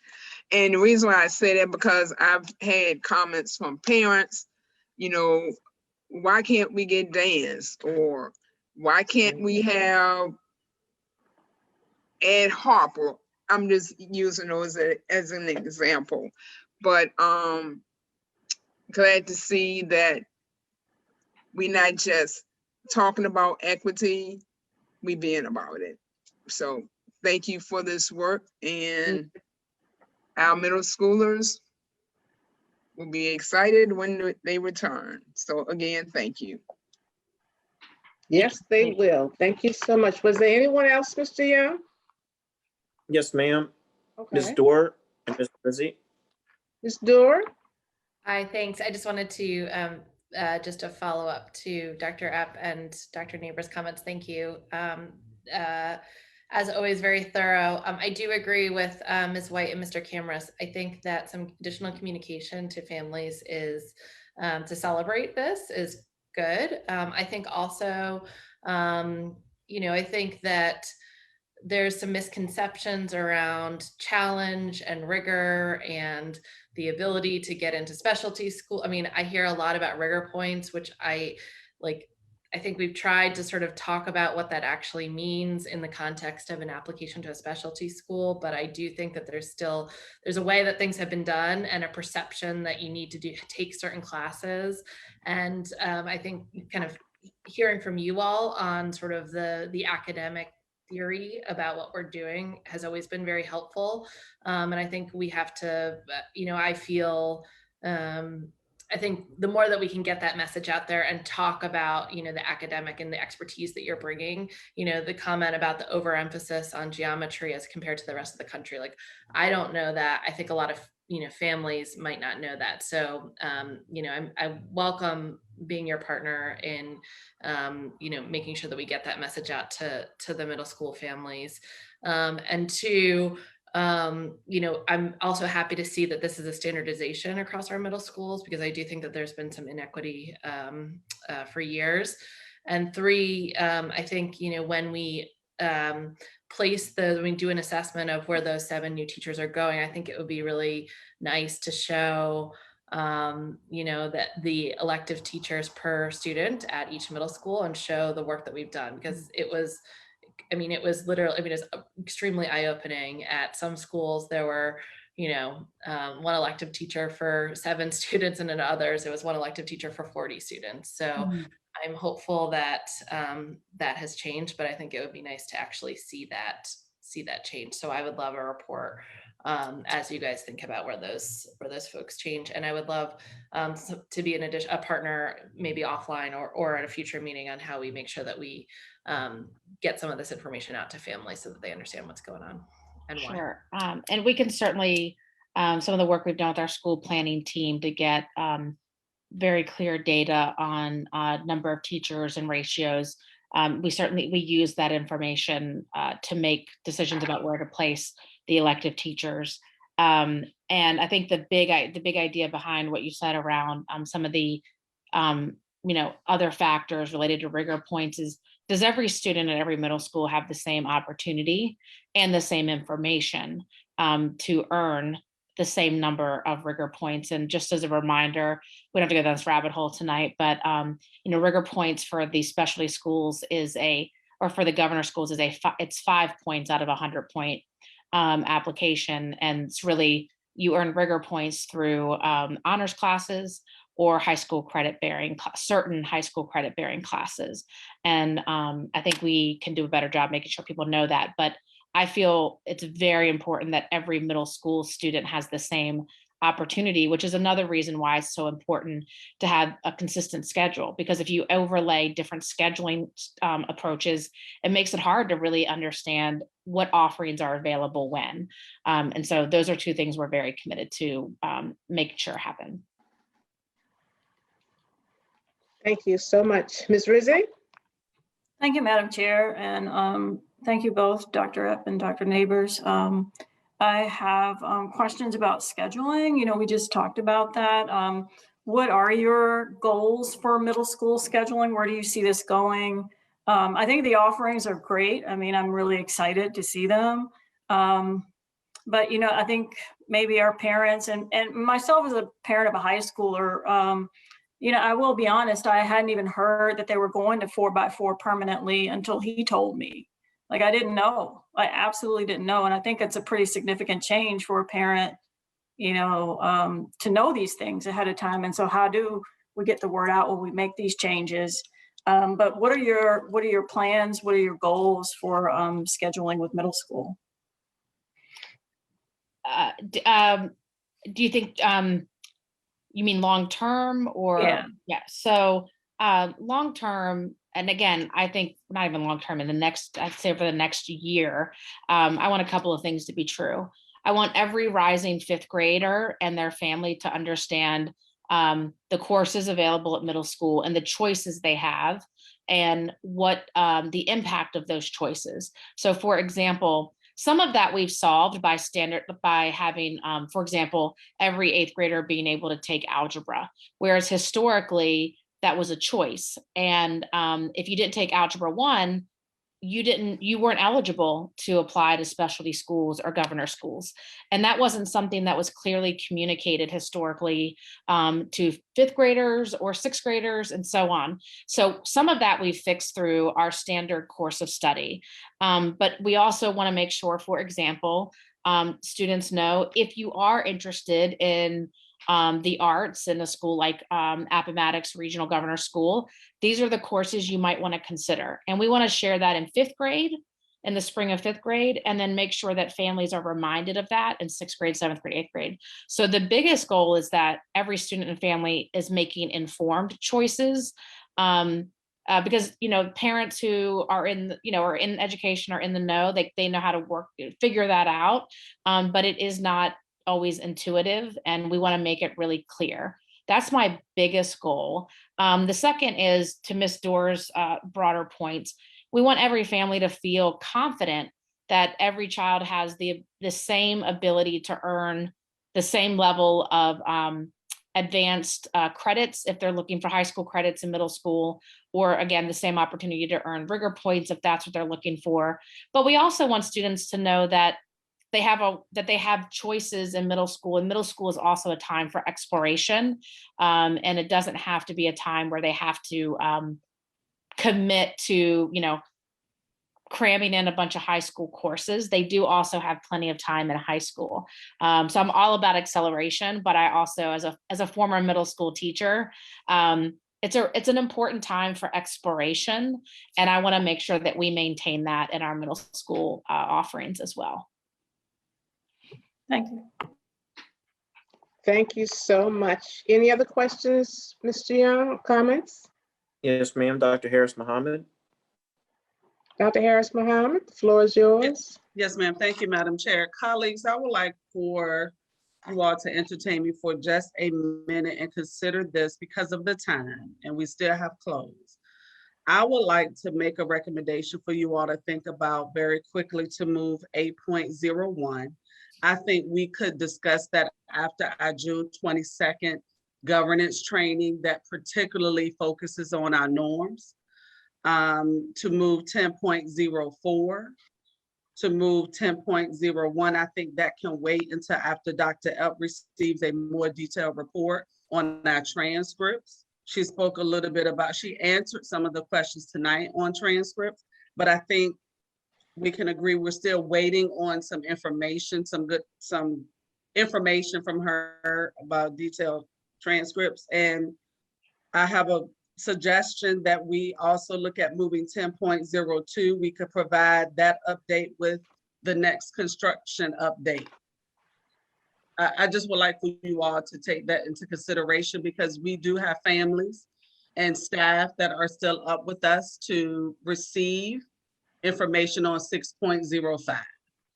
And I just would like to take the public's, excuse me, I didn't mean to add an S on that, but I would like for us to consider the public, being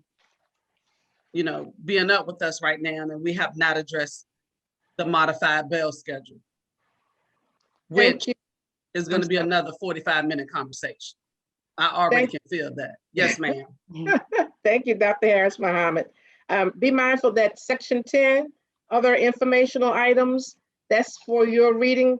And just to be able to keep up, we usually don't discuss that, not unless there are any questions. So Yes, that ma'am. all of Thank that you. section is there. If there's any follow-up, just let us know. But that whole section is not to be discussed not unless there is a question. Regarding 8.01, be mindful of, we have moved this more than once, and the VDOE has stated that we are not in compliance with our governance manual, and it's due on July 1st. And I've had some meetings that I need to share with you all at length in regards to our getting this in place. So we do need to discuss this at this point, because our meeting with VDOE to continue this is not until June 22nd, which only gives us about a week before submitting it and have it in writing. And we don't know the status of who's going to be able to do what as we move forward. And I'll explain that when we get to that part. But we do need to keep 8.01, at least to get something established to get going per the VDOE. So that's an area that, and I'll explain it at length when we get to that part. So 10 point, whatever is the whole section, other informational items, not unless you have some questions, that's for your reading, but 8.01, we must per VDOE. And the letter from, the letter and the samples are all, and I know you've already read them, but we need to make a decision regarding that. Otherwise, I don't want us to be at the 12th hour caught up with graduations and everything else. And we don't have anything in place, and we don't need to be sanctioned at all regarding that on our part. So Yes, thank you, Madam Chair. but thank you so very much. All right, so if we can move forward to the next area, and thank you again, Dr. Epp and Dr. Neighbors. She's gone. Dr. Neighbors is still there. Well done, exciting. I can't wait to come there and see the students in action, and this gives them something to look forward to as well. But thank you all, job well done. We'll move forward to 6.05, recommendation on the modified 21-22 bell schedule.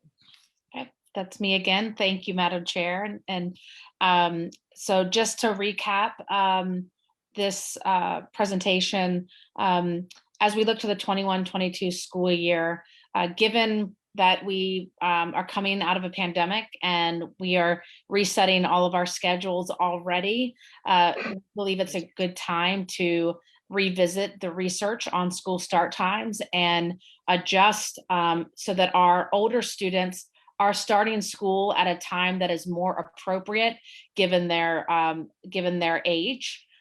These changes are in line that we're recommending with the American Academy of Pediatrics.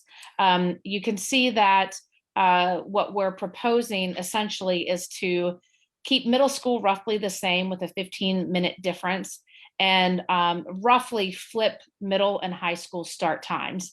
Again, the rationale for this is to follow the research for our high school students to address their frankly, their needs as adolescents, and also to get our elementary students started school earlier in the day so that we can really jumpstart with our literacy work. These start times are very consistent with what the counties currently do. With one exception, Chesterfield splits their elementaries given size. Most of their elementaries start at 7:45, but some do start at 9:25, whereas their high schools start at 8:30 and Henrico starts at 9 o'clock respectively. In terms of additionally for elementary, this will allow us to really ramp up our extended day opportunities and have long, and while our students can still get home at a reasonable hour, but have the benefit of extended day in terms of both enrichment and additional literacy support. I'll take any questions you have. Thank you. Thank you. Mr. Young, any questions or comments? Yes, ma'am. Dr. Harris Mohammed, then Ms. Dorr, Ms. White. All right, Dr. Harris Mohammed, the floor is yours. Yes, ma'am. I have a motion, Madam Chair, that I would like to make at this time. All right. I move that we delay voting on this recommended schedule for the following reasons. It may be in line with research, but it is out of line in this current season. Also, to address the start times in mid-year, such as November to December of 2021, to prepare for the implementation of a new calendar. That my motion is to delay the recommendation of this student start time for right now. Okay. All right. Is there a second? As we're waiting for a second. Who's second? Okay, Ms. White. It's been moved by Dr. Harris Mohammed and seconded by Ms. White to delay this bell modification schedule at this time. Questions? I see Mr. Cameras is in the question. Who else, Mr. Young? Yes, ma'am. Yes, ma'am. The superintendent, along with Ms. Dorr, Ms. White, Ms. Page. Okay. Okay, I got it. Right. Thank you. All right. Thank you. Ms. Dorr, Ms. White, then Mr. Cameras, then Ms. Page. Ms. Dorr? First of all, Dr. App, I believe we said we were going to stop comparing ourselves to the counties. So I'm sorry, I preempted that. I figured I'd get a question. I apologize. Thank you. Second, have we fixed the awkward 15 minutes situation at the middle school level? I know that there was like this awkward 15 minutes where we didn't have enough time for another class. And I think we might've fixed it with the 4x4 schedule, but if you could comment on that. And then second question is, are we voting on this tonight, or is this just a first read, if you will? The schedule addresses the issue about the sort of shortened lag period, so that we utilize all minutes in the day fully. So there's no sort of half class, if you will. And I'll defer to Mr. Cameras. I believe this was just a recommendation to put on the table, not asking for action tonight. But I know Yes. Mr. Cameras wanted to speak. If I may, Madam Chair. Please, yes. Yes, as with all matters of importance like this, we believe it is worthy of a first read and then some opportunity for the community to weigh in, and then a vote at our next meeting. All right. I do have further comments, but I will wait until after Ms. White and Mrs. Page, who preceded me. All right, Mrs. White. Thank you. Thank you, Madam Chair. Dr. Epps, I have quite a few questions on this. I remember the last bell change, and I keep hearing that it's always research. Research tells this research, but if you have to look at it reality. We have, and I remember when they switched it the last time, we have older students who actually take care of their younger siblings. So that time kind of conflicts. And then in the wintertime, it's dark outside. So you want younger kids to, I guess, parents, sometimes I know they had hubs, they used to have hubs, and it was dark out there. Kids had to get up early, and younger kids didn't seem to function all day. And my other question is, do you have enough drivers? Do you have enough bus drivers? Because that was an issue before. Some of the schools have a larger capacity where they take 2 or 3 buses. And you have to realize that you have other schools like Appomattox, Code RVA, Maggie Walker, all of them are on different bus schedules, bus times. And if you don't have that bus drivers capacity, how can you do this all at one time? I just remember this. This was a big thing the last time that the bail schedule had changed. And then I first of all, there would probably need to be a survey for parents. Because that's a big change, especially the younger from the older. But those are the questions that I would pretty much, because I know that you changed the high school, then you changed 6 elementary schedules. So you just can't put everybody at one time unless you got another means of transportation for the other schools. Because everybody is pretty much down on bus drivers now. I mean, people are really afraid to drive the bus during the pandemic. So those are my questions and thoughts. Thank you. You're right that ultimately this needs to work for our community and our families. Just to a couple of, to answer your questions, in terms of the aftercare, I do believe, our plans are to, coming out of COVID, we want to ramp up our extended day offerings. And so I do believe we'll be able to provide robust out of school time opportunities for our elementary students with this schedule, and they still get home at a reasonable time.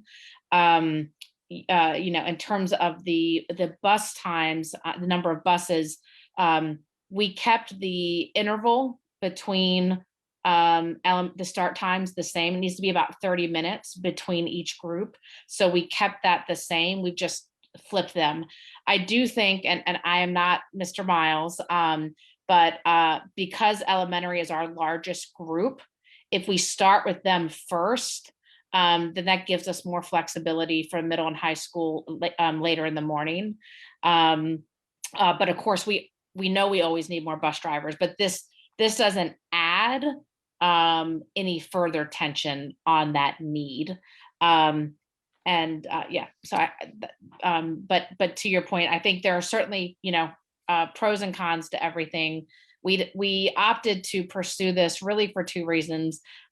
We've heard from students and teachers over the last several years, why do our start times seem to be counterintuitive, given that older students tend to need to sleep in later, and we know younger kids tend to be up earlier, and we can get that prime reading time in. And so given the many changes coming back from COVID, we thought this would be the right time to at least introduce the possibility here. Can I have a follow-up question? Is that okay, Madam Chair? Yes, go right ahead. Dr. Epps, what about I know what you're saying, but the actual population that has, because I have a school that problem did happen, the population where you have to take 3 or 4 buses and you're already over capacity on the buses. So you can't put, I know the problem was they were putting 65 on the bus at one time. You can't put 65 children on one bus and call it safe. And with 3 or 4 buses going to one area, those are 2 buses that you probably could be using somewhere else. And they were all going to elementary school, the same school, mighty fact. So that's what made the bail schedule changes. I just don't see, and then children have to get up real early in those long days. They're used to 9 o'clock right now. You have to get their body and minds adjusted to that early time. Understood, yeah. All right, Mr. Cameras? I believe Mrs. Page is before me. Oh, okay, Ms. Page. Thank you. I apologize. Mrs. Page. I don't see her. Ms. Page? Technical difficulty. Okay, Mr. Cameras, while we try to find Ms. Page. No problem. She's not on the screen. Something must have happened. Let's see if we can get her back. Would you like me to proceed? Would you please? Sure. I just want to address a couple of points.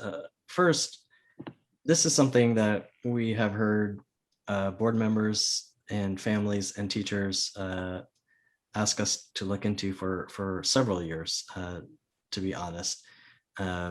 I remember a number of discussions that we had about modifying the schedule to be more reflective of what we know about brain science. It was never quite the right time, but I would argue this is exactly the right time. We're coming off a year where we have to decide what the start times are, because right now it's 9:15 for everybody.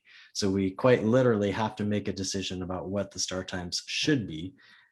Everybody has been dislodged from what they were. And so I can't think of a better time than this fall to reestablish what they should be going forward. That's number one. Number two, I do want us to just pause and reflect that it is the American Academy of Pediatrics, which has stated unequivocally that this is the best thing for kids. Just again, to read from the American Academy of Pediatrics, insufficient sleep in adolescence is an important public health issue that significantly affects the health and safety as well as the academic success of our nation's middle and high school students. Evidence strongly indicates school start times before 8:30 a.m. as a key modifiable contributor to insufficient sleep as well as circadian rhythm disruption in this population. A substantial body of research has now demonstrated that delaying school start times is an effective countermeasure to chronic sleep loss and has a wide range of potential benefits to students with regard to physical and mental health, safety, and academic achievement. I do want to just repeat that last line. With regard to the physical and mental health, safety, and academic achievement. I mean, those are quite literally the very things we've been talking about all along tonight. Of course, this one change is no panacea, but it is clearly what the science indicates is the right move for our children. And it's something that we have heard from many members of our community and from board members in the past about the importance of making this change. And this is a very opportune time to make this change, given that we are coming off a year of disruption. And so I would strongly urge the board to seriously consider this for next year. We can take the next couple of weeks to hear feedback, and maybe there are some modifications to the exact times that we've put forward. But I would strongly urge the board to consider this change. I think this is exactly the right time to make this change. It's exactly what our kids need, particularly our high school kids. And I do hope it receives serious consideration. Thank you. Thank you, Mr. Cameras. Ms. Page, there you are. My apologies. No problem. We're just glad that you're okay. Yes. So my question, and I don't know if I missed it, but this schedule, this does not apply to preschool. That's totally separate, correct? Correct. Okay, and I'm going to make a statement that I can't believe I'm making. but I worked in Henrico County and they changed their schedule in accordance to this and based on the research that Superintendent Cameron has shared with us this evening. Those were some of the same concerns that they had when they moved to this schedule. And but we just have to make sure that there's community engagement and that our parents, that it's well communicated and, you know, to receive their input. Thank you. Thank you, Ms. Page. Mr. Young, is there anyone else that wants to speak to 6.05? Ms. Gibson? All right, Ms. Gibson, floor is yours. I'm sorry, Superintendent Cameron didn't ask about answer the preschool question. My fault. Dr. Epp?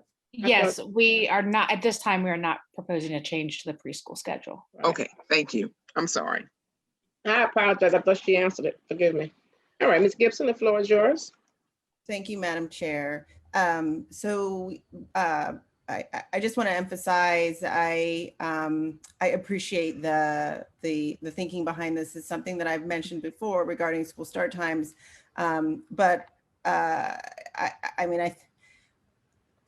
we have been talking about change upon change upon change upon change, and you know, it's now May, and this is these concerns.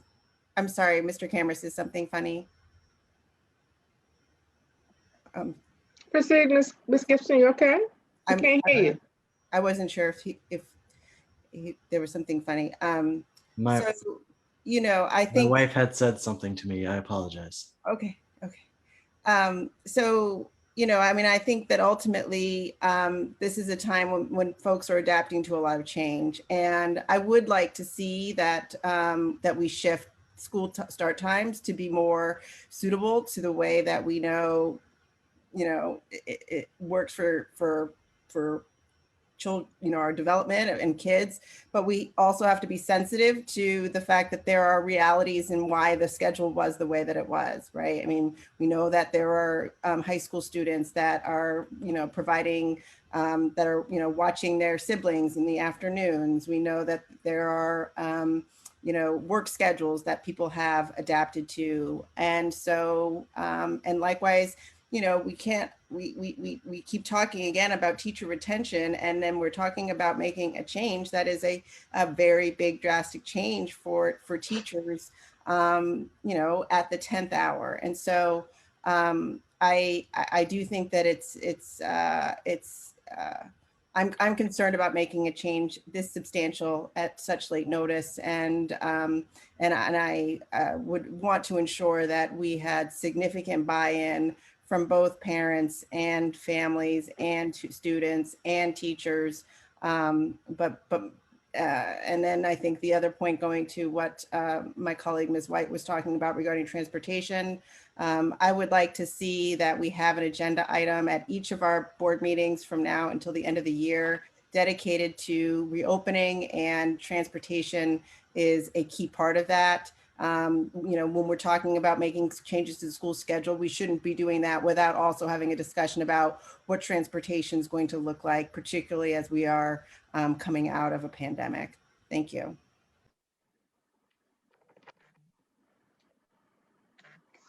Mr. Young, is anyone listed? And then I'm gonna put my name on the list to speak as well.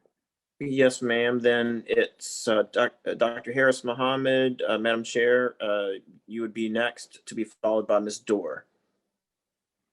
Thank you, Dr. Harris Mohammed. Yes, ma'am. Thank you, Madam Chair. School board colleagues, I'm going to withdraw my motion for this evening, but I have some concerns.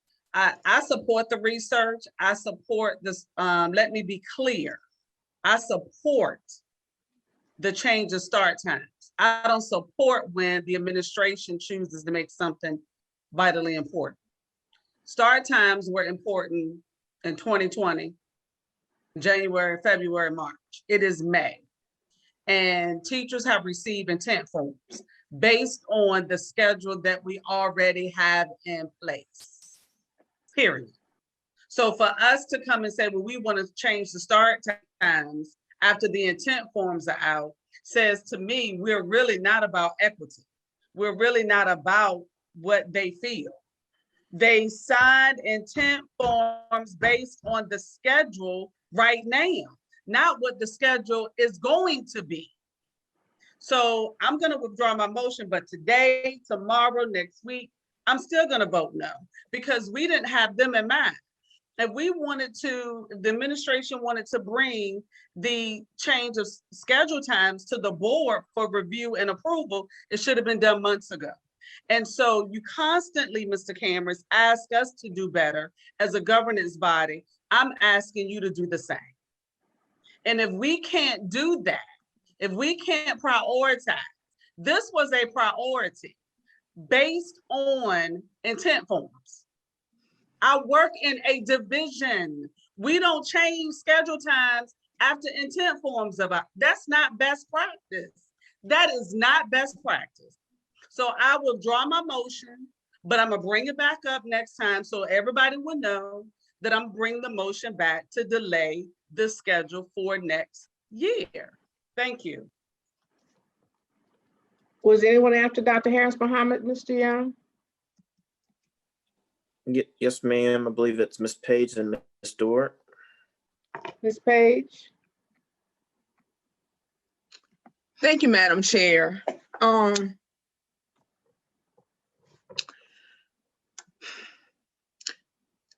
This is what I'm about to say is germane to this subject. We have talked about transparency. We have talked about community engagement. We need community input before we make major decisions. But yet, we made a motion to make a major change in our construction process without no community engagement, no community input. I'm confused. I'm really confused. Thank you. Thank you, Ms. Page. Thank you, Ms. Page. Ms. Dora? Yeah, I mean, I think to be fair, we and many other of my colleagues on the board have asked for this type of schedule change for years. So I can only assume that this is on the agenda because we asked for it to be on the agenda multiple times. Also, let's just be clear, we're not voting on this tonight. So it's okay if we disagree with it, but this is a recommendation based on their academic expertise for our consideration. And we can vote no, we can vote yes, we're just listening tonight. So I just think it's okay if we don't want to do this, but it's also okay for the administration for us to task the administration to bring forward ideas related to their academic expertise. And I agree with my colleague, Ms. Page. I mean, just 2 weeks ago, we made a major decision to fundamentally change the way that we do our facilities operation. And right now we're bringing forward an idea. We're not voting on it. We're giving the public a chance to weigh in on it. And if we choose to go no, that's cool. It's okay. That's what we do as a board. I think that everyone, again, I have to go back to, I think everyone truly has the best intent here. I think they just are trying to make a decision based on clear academic research and brain science. So if we don't want to move forward, if now is too much, that's totally fine. It's totally fine. But I personally am very excited as a high schooler that can never get up in the morning. I think this is fantastic. I think Ms. Page's comments about the reality and the practicality are very valid. I'm excited to talk to my constituents over the next 2 weeks and ultimately make a decision as a governing body. Thank you, Ms. Dora. Mr. Young, is anyone else? Madam Chair, you have the floor, madam. Thank you, Mr. Young. I'm looking at this as well, 6.05. It says receive a recommendation. It doesn't list to approve or not approve. And I would like to see us get to the point where we can agree to disagree and it's not personal. And that we be mindful of our comments to our administration as well, because this is about doing what's best for our children. And I know we all are passionate about that. So if you don't want to vote for it, you don't vote for it. I mean, just as Ms. Page just stated, this is confusing as well, because something we would talk about during our governance as well, that motions are brought first time to the board, we haven't heard, and we want to end the meeting earlier because it's after 11 o'clock, and we should. However, we keep deferring information. So I hope that we can move forward. We're not voting on this tonight, and it will give us opportunity to hear from our parents and our students. I like the late schedule, thinking about many of my students in the 7th district that take their siblings to elementary school, then they end up being late for high school. I know them, I see them, I'm there. So, but then also we have students that have jobs after school as well. So then we have a lot of students that finish in high school before the end of the day. So let's hear from them as well, but I hope we can move forward. But being mindful as we speak of getting input, this is an opportunity for us to hear from our community. So, you know, we things are going both ways. We're making decisions for folk one day, and then the next day we do it everything at one time without ample input. So I look forward to the point where we can have those conversations and be consistent in our effort on behalf of every child that we're serving. Because I know we have great intentions, just to be consistent with that. And being mindful also with the tasks that the administration is tasked to do. If there are any other questions regarding 6.05, let's move to 7.01, this financial statement for the period of March 31st, 2021. Ms. I'm happy to Hadassah, take that's any you. questions. Thank you. I'm happy to take any questions from the board. Mr. Young, do we have any questions? Not as of yet.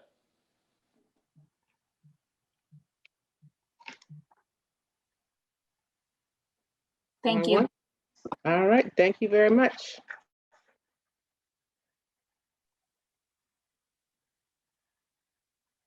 Okay, dokie, we do not take a vote on that. All right. Let's move on to 7.02. Madam Clerk, has Patrick Henry School of Science and Arts, is the gentleman here? He was here, but he's no longer here. I'm certain. I am certain, and we So- did this to him before. Right. We did this to him before, having to wait for so long. So I'm emailing him now, waiting for a response. All right, well, we will move on. Thank you. Ms. And Burke, I'm also happy to take any questions from the board on their statement and communicate with him directly. Well, that will work. Thank you. All right, so if we can move to 7.02, the report from Patrick Henry. Are there any questions? Ms. Hadassah stated she would be happy to answer. Thank you for that. Well, I'm happy to take them back to him just so that Yes. we don't need to defer, but I'll defer if there are questions. Madam Chair. Yes, sir. I'm sorry, and perhaps this is inappropriate time to share this. If it is, please correct me. I don't have any questions, but I did want to share that Patrick Henry tomorrow evening is having 2 community meetings relevant to their principal search. Mr. Young, we're going to have announcements at the end, but thank you so much. Thank you, Mr. Young. We're going to have announcements at the end, but thank you for that as well. Thank you so very much. If the gentleman can come back, fine. If not, please send your questions to Ms. Hadassah so we can move forward on that. Thank you. All right, so let's move forward to number 8. Discuss communication from VDOE regarding board governance manual. Our meeting with the Virginia School Board Association, as you all know, we met once and we only got as far as a half a page, I believe. However, Dr. Lane and his Mrs. Dr. what's her name? Jason Ortiz. Dr. Ortiz. OT. Okay, I always mispronounce. Ortiz. Okay. Ortiz. O-R-T-I-Z. Ortiz. With a Z at the Okay, end, yeah. Dr. O, okay, all right. Well, please be mindful of reading through what's listed there. And tonight, because our next meeting with VDOE is not until June the 22nd. So as I stated earlier, we need to move forward on this. Either we have an ad hoc committee, that's a suggestion. If you have other suggestions, I welcome that as well. But we do need to make a decision based upon what we've had in the past with the governance piece. And the state is concerned as we move forward in our meetings to have guidelines in place and that we follow those guidelines, be it Robert's Rules of Order, be it how many minutes does each person receive, and maybe that will help us in giving their delivery and to make sure everybody, it's a long list, but there's samples there as well, but we don't have to utilize those samples. Just that when Mr. Cameron and I met with VDOE, I asked when they stated that they need to see something as soon as possible. But I just want to make sure that what we submit represents us and that we've all had a chance to look at it, study it, make changes. So one suggestion is to have an ad hoc committee to get started on this and put some dates, guidelines, timeline in place. Other item is to think of another date that we all work on it together. But I think by the June 22nd date with the VDOE and we all are together, that we can edit it. That's my suggestion. That is not etched in stone. I welcome the state is very much concerned about us and our the manner in which we are moving forward as a board. So we just want this opportunity to have that governing principles in place and to follow what is listed. Mr. Young, are there comments and questions in terms of how we should move forward with this assignment? Yes, ma'am. And if I may, Madam Chair, I believe you meant to say VSBA when you referenced VDOE on June the 22nd. Is that? Thank you. You're correct. Virginia School Board Association. Yes. Okay, that's what I was. June 22nd. Correct. And Ms. Yes, Collins ma'am. did send out a reminder today with that date. And I would, it just briefly, since I have the floor, I would concur with your assessment that perhaps an ad hoc committee, we're going to next talk about committees. I do think an ad hoc committee relevant to governance would perhaps be the efficient way to provide some terrific recommendation for the entire group's consideration, given the time frame. But Madam Chair, I do see, so that'd be my 2 cents. I do see that Ms. White also has a question and or comment. Thank you, Ms. White. Yes, Madam Chair, my question was, I know that we have the meeting with the protocols and norms. If we're going to have that meeting with everyone, the ad hoc, can we take those protocols and norms out? It's no use to duplicating it both times. And I heard that you said something about the time slot, because most of this stuff you can actually get out of Robert Rules of Order with the times that each person's supposed to have and all of those different things. So maybe we can just take the sample and just go to the things that we need to do and the ones that we need to change based on the protocols and norms on the 22nd, just fill it in. I think that's a good idea, but let's the will of the board. I think that's a good idea. But you're saying that it's easy. I'm hearing already who's ready to work on this committee, Ms. White. Thank you. I didn't say I was ready to work on it, but I will work on the committee. I'll do anything that I have to do. All right, thank you, Ms. White. Mr. Young, is there anyone else? I believe Dr. Harris Mohammed would like to address the subject. Dr. Harris Mohammed. Thank you. I just put a comment in the chat that governance committee will be a good start to build the ad hoc committee. So I'm in agreement with the ad hoc committee and interested in working on the ad hoc committee. I think it goes in alignment with the policy committee. They go hand in hand. Yes, and right, and going back to what Ms. White stated as well is, you're exactly right. The protocols and all that we were addressing, that would be as a part of our governance piece. A Yes. governance piece. Yes, absolutely. So we've heard, anybody else, Mr. Young? Not as of yet, Madam Chair. So do we have any volunteers? We've heard from Ms. Young, Ms. White, Dr. Harris Muhammad. Do we have any volunteers that are ready to move forward to get this started for us? And they've given us samples, but we can utilize however we desire and bring it back, hopefully something with the next meeting on the 17th. And it doesn't have to be a lot, but just something, so we won't be at the 12th hour. And of course, if it's over 3 people, that meeting will be public. That meeting will be public, which means that we would need to post that beforehand. Any other comments, Mr. Young? See, Madam Chair, I see Ms. White and then Dr. Harris Muhammad and Ms. Jones. I think we're advising that they're volunteering for. No, I had a question. Right. I had a question. Yes, Mr. ma'am. Young. My question is there a committee for this? Like, I know we have a list of committees. Do we have? No, a there is committee? not. There is not a committee for this. And the reason being is when we had it before, had our governance in place, we pretty much did it together when we in Williamsburg, and which we should be following that document, but we're not. But there is not a committee for that. So once the committee is in place, that's something we can move forward as we move from that to the ad hoc piece. So those will be the type of things that this committee will put together for us and make suggestions as to how we move forward. So do you still have the thing from, you said I guess the old one from Williamsburg? Do you still have that one? Oh, I'm sorry, if I said Williamsburg, I'm in Charlottesville. Charlottesville.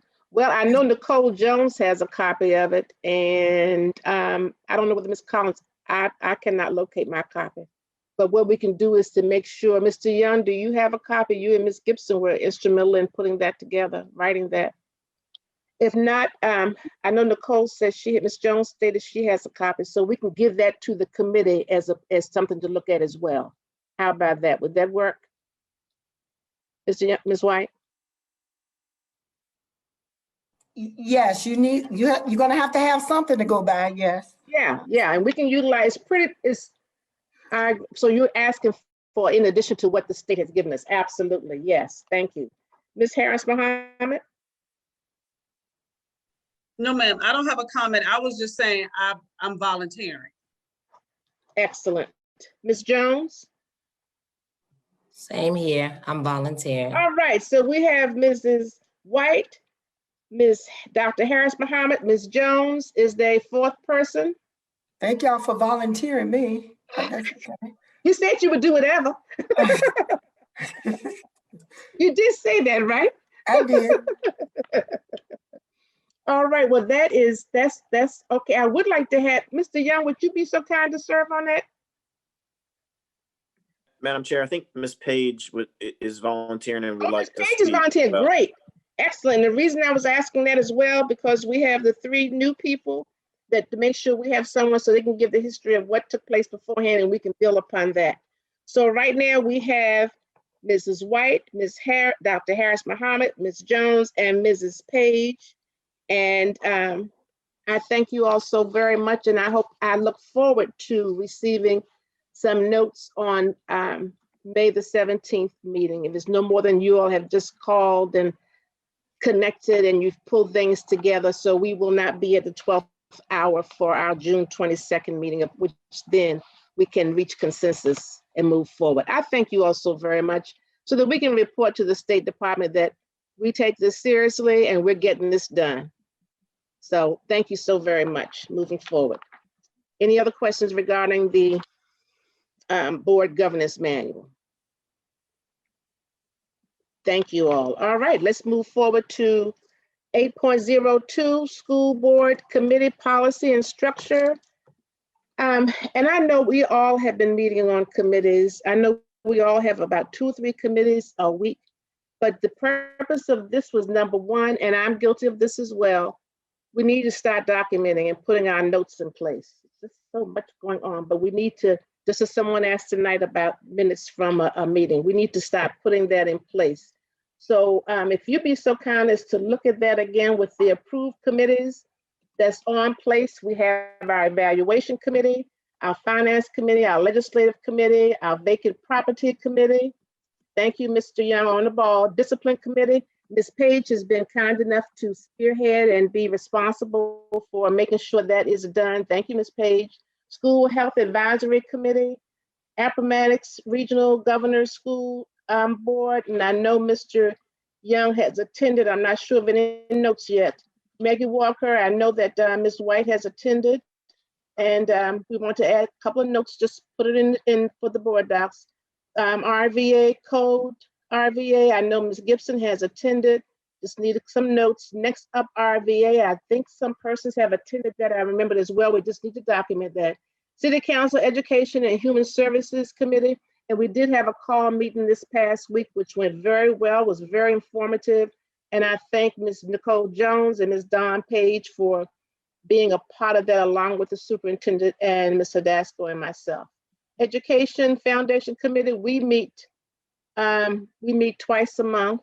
Community of Caring, 2 members, we meet once a month. In fact, I think a meeting is tomorrow. Council of Great City Schools, I know that's Ms. Page and myself, and that's every Friday at noon. The Mayor Administration and Leadership, Mr. Young and I with that team, along with our administration. Educational Compact, as you know, we have a meeting this Wednesday at 5 p.m. Head Start Policy Council, and I do need to write a report because we've been meeting regularly. But if you look at the next form with that, please be so kind, because we have some members missing on a committee.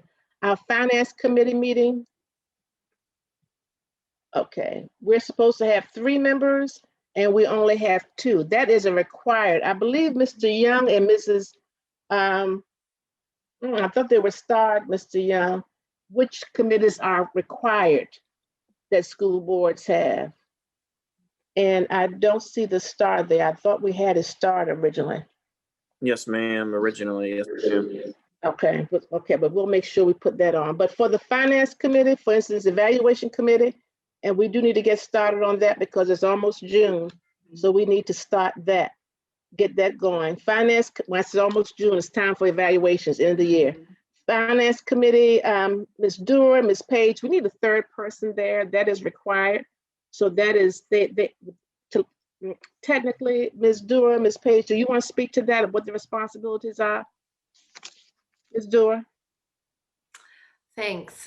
Yes, we would love a 3rd person to join that committee, especially in light of the fact that we have our own employee, our Mr. Parker, who was presented to us, and I think we owe it to him to make sure that we're checking in on him and his progress once a month. So I am imploring any of you that would like to spend some time on the Finance Committee to please join us. We keep them to an hour.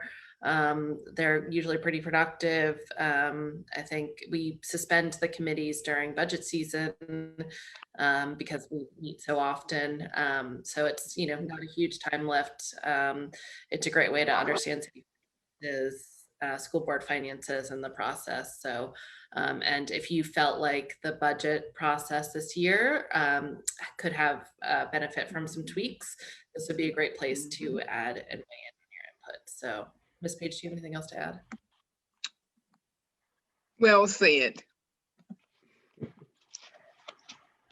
Do we have a volunteer at this time to be added to that committee? Mr. Young, anybody in the chat that's volunteering? We need a 3rd person on this committee in order to move forward. Come on, colleagues. Let's give folks a few more seconds. Okay. This helps us to keep up with our finances and make those decisions in our best interest as we move across the board. We can't be everywhere for everything. I also apologize. You should have had on this as an attachment the form for submitting your notes, because there is a form that was done. I think it was on an earlier board docs. You did submit it. Yeah, it's submitted for this one? No, but it was on an earlier one. I'm looking at it. Oh, you are? I thought I It's in was. executive content. It's there. Oh, okay, okay, thank you. Okay, it's an executive. Thank you, thank you, thank you, thank you, thank you. Okie dokie. And Madam Chair, Okay, I was trying to figure out why is it executive, and thank you, Ms. Collins. She did tell me that, so we will always have that form, right, Ms. Collins? Yes, correct. Okay, thank you. Mhm. Yes, Mr. Young, we have a volunteer? no, not yet. I suspect before the meeting adjourns, we likely will. But I did want to remind the group that, and perhaps this evening is not the time to do this, but there are some of our colleagues have proposed additional committees. I don't think at Right. 11:26 p.m. we need to discuss that perhaps And can I be. think we did have that listed on an earlier, did we have that listed on the last meeting and didn't get to it? So we need to go back and pull that up to this one. Okay, it was on the last board docs. So I do hope with the governance piece, in all sincerity, that we do have some guidelines regarding the hours of our meeting moving forward as a suggestion. And I'm skipping back now, but if there are any suggestions, please let our committee know what's going on so they can plan appropriately. So we need a finance person. This is required. Miss Nicole. Okay, we have a volunteer, Miss Stephanie Rizzi. I was getting Woo, ready yes, to say, not me. Thank you, thank you, thank you. I was saying Nicole Thompson to tell us, isn't this a guideline from the state? I was getting ready to say, I'm gonna have to talk to Dr. F first before I get up. Excellent. So that completes our committee. Ms. Doerr, Ms. Page, and Ms. Rizzi for the Finance Committee. Thank you all so much. That's great, great, great. All right, consent agenda. We don't have anything at that point. Other informational items, please read through. If you have any questions, please do forward that to the administration. If we have any committee reports, which I didn't see any, but we're going to get that started. New business, is there any new business at this time? And when can we present new committees? Exactly, it should have been on tonight. We probably will put that on the next agenda for the 17th, Dr. Muhammad.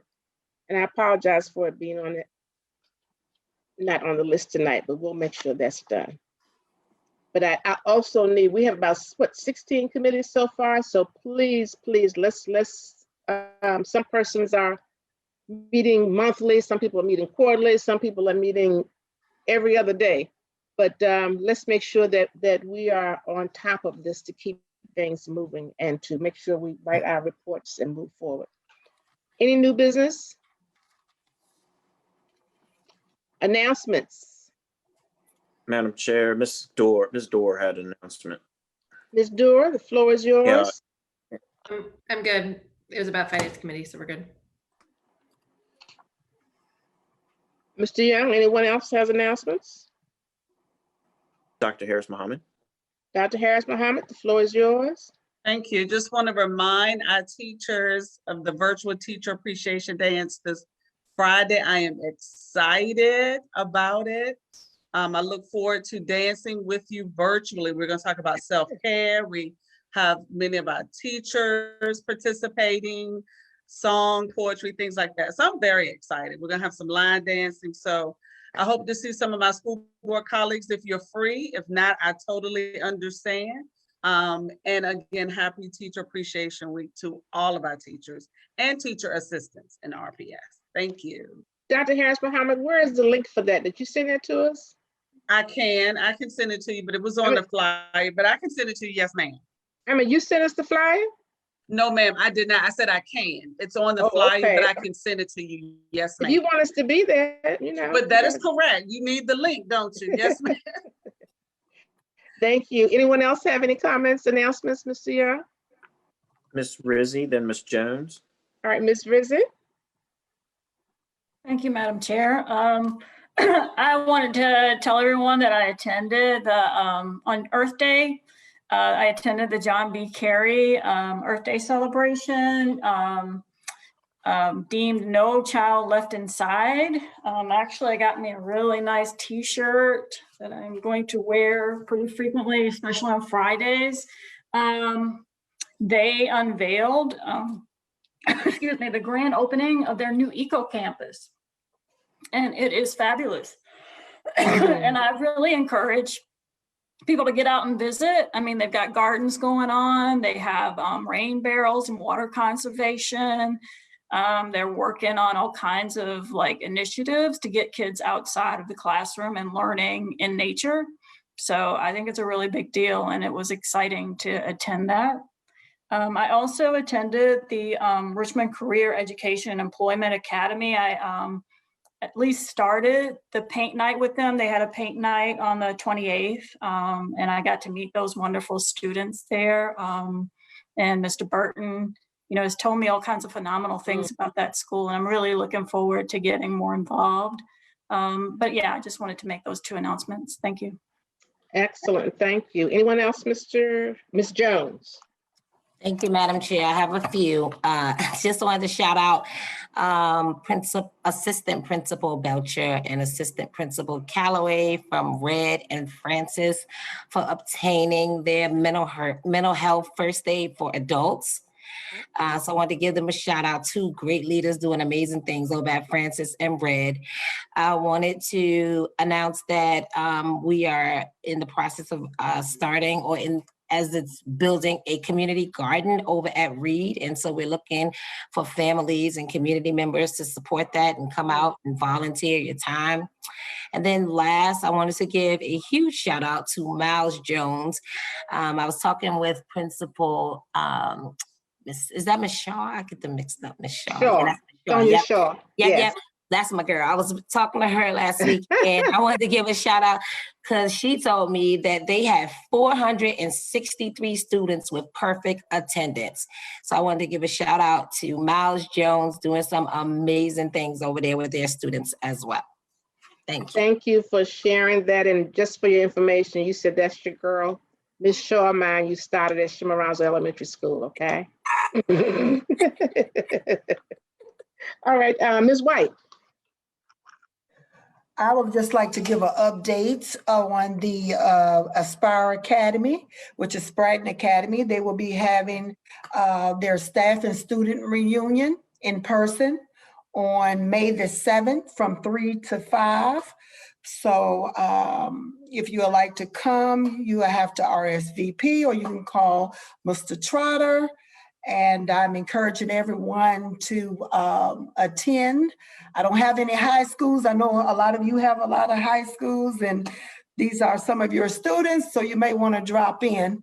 But I also would like to give a thank you to all the second district schools out there. I just wish teachers were in so we could have probably lunch together, but it's coming as soon as we get our virtue. And I think that's all I have tonight. Thank you. What is the date again for the Aspire? What's the date? May the 7th at 3 to 5, and it's in person. Okay. Thank you so much for sharing that. Mr. Young, anyone else?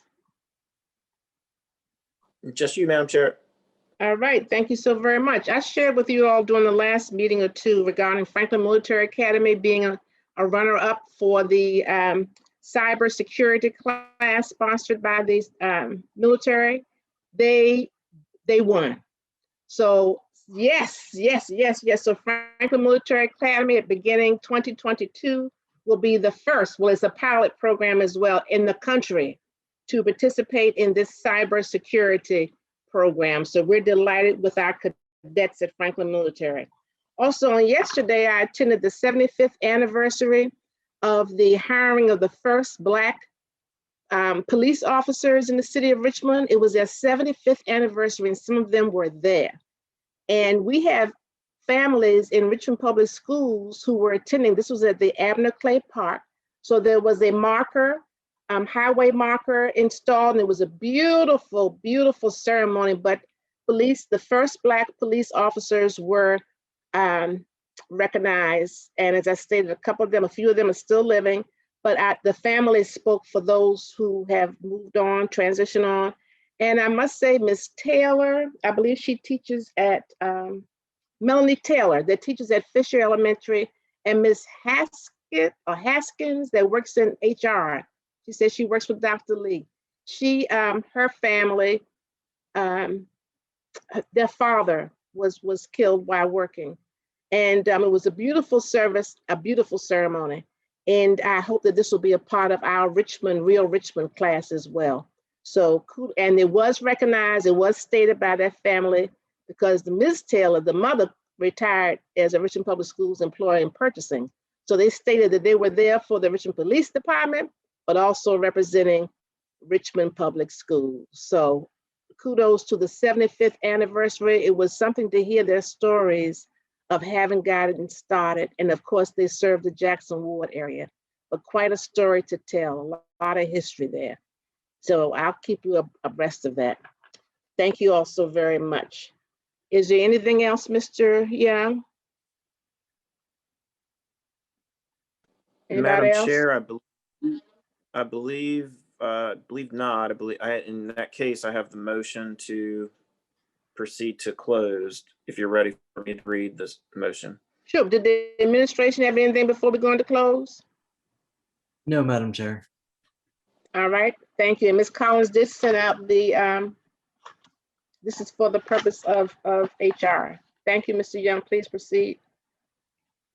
Pursuant to section 2.2-3711, subsection A, subsection 1 of the Code of Virginia 1950 is amended, I move that the school board of the city of Richmond convene in closed session to consider the assignment, appointment, promotion, performance, demotion, salaries, disciplining, or resignation of specific public officers, appointees or employees of the school board and school division, or for discussion, consideration, or interview of prospective candidates to discuss employment matters as detailed in the personnel actions report of this date. Is there a second? Second. Second, Dr. Harris Muhammad seconded Mr. Young's motion. Are you ready to vote? Madam Clerk? Mrs. Dorr, Yes. Mrs. White, Yes. Miss Gibson, Yes.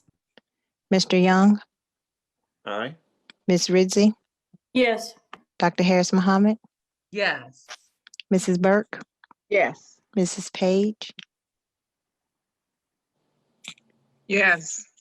and Miss Jones. Yes. You're now in close. One moment, Mr. Cameron. I just want to make sure whoever from the tech team is still on, you maintain the live stream for this meeting and place a notice that we are going into close. I want to make sure this link does not end and then we can't get back into open. Thank you. Ms. Armstead, do you have that? Yes. Excellent. All right. Thank you for Ms. Closed session notice. Thank you. We will return. Thank you. Thank you, Mr. Cameron, for that reminder. Okie dokie.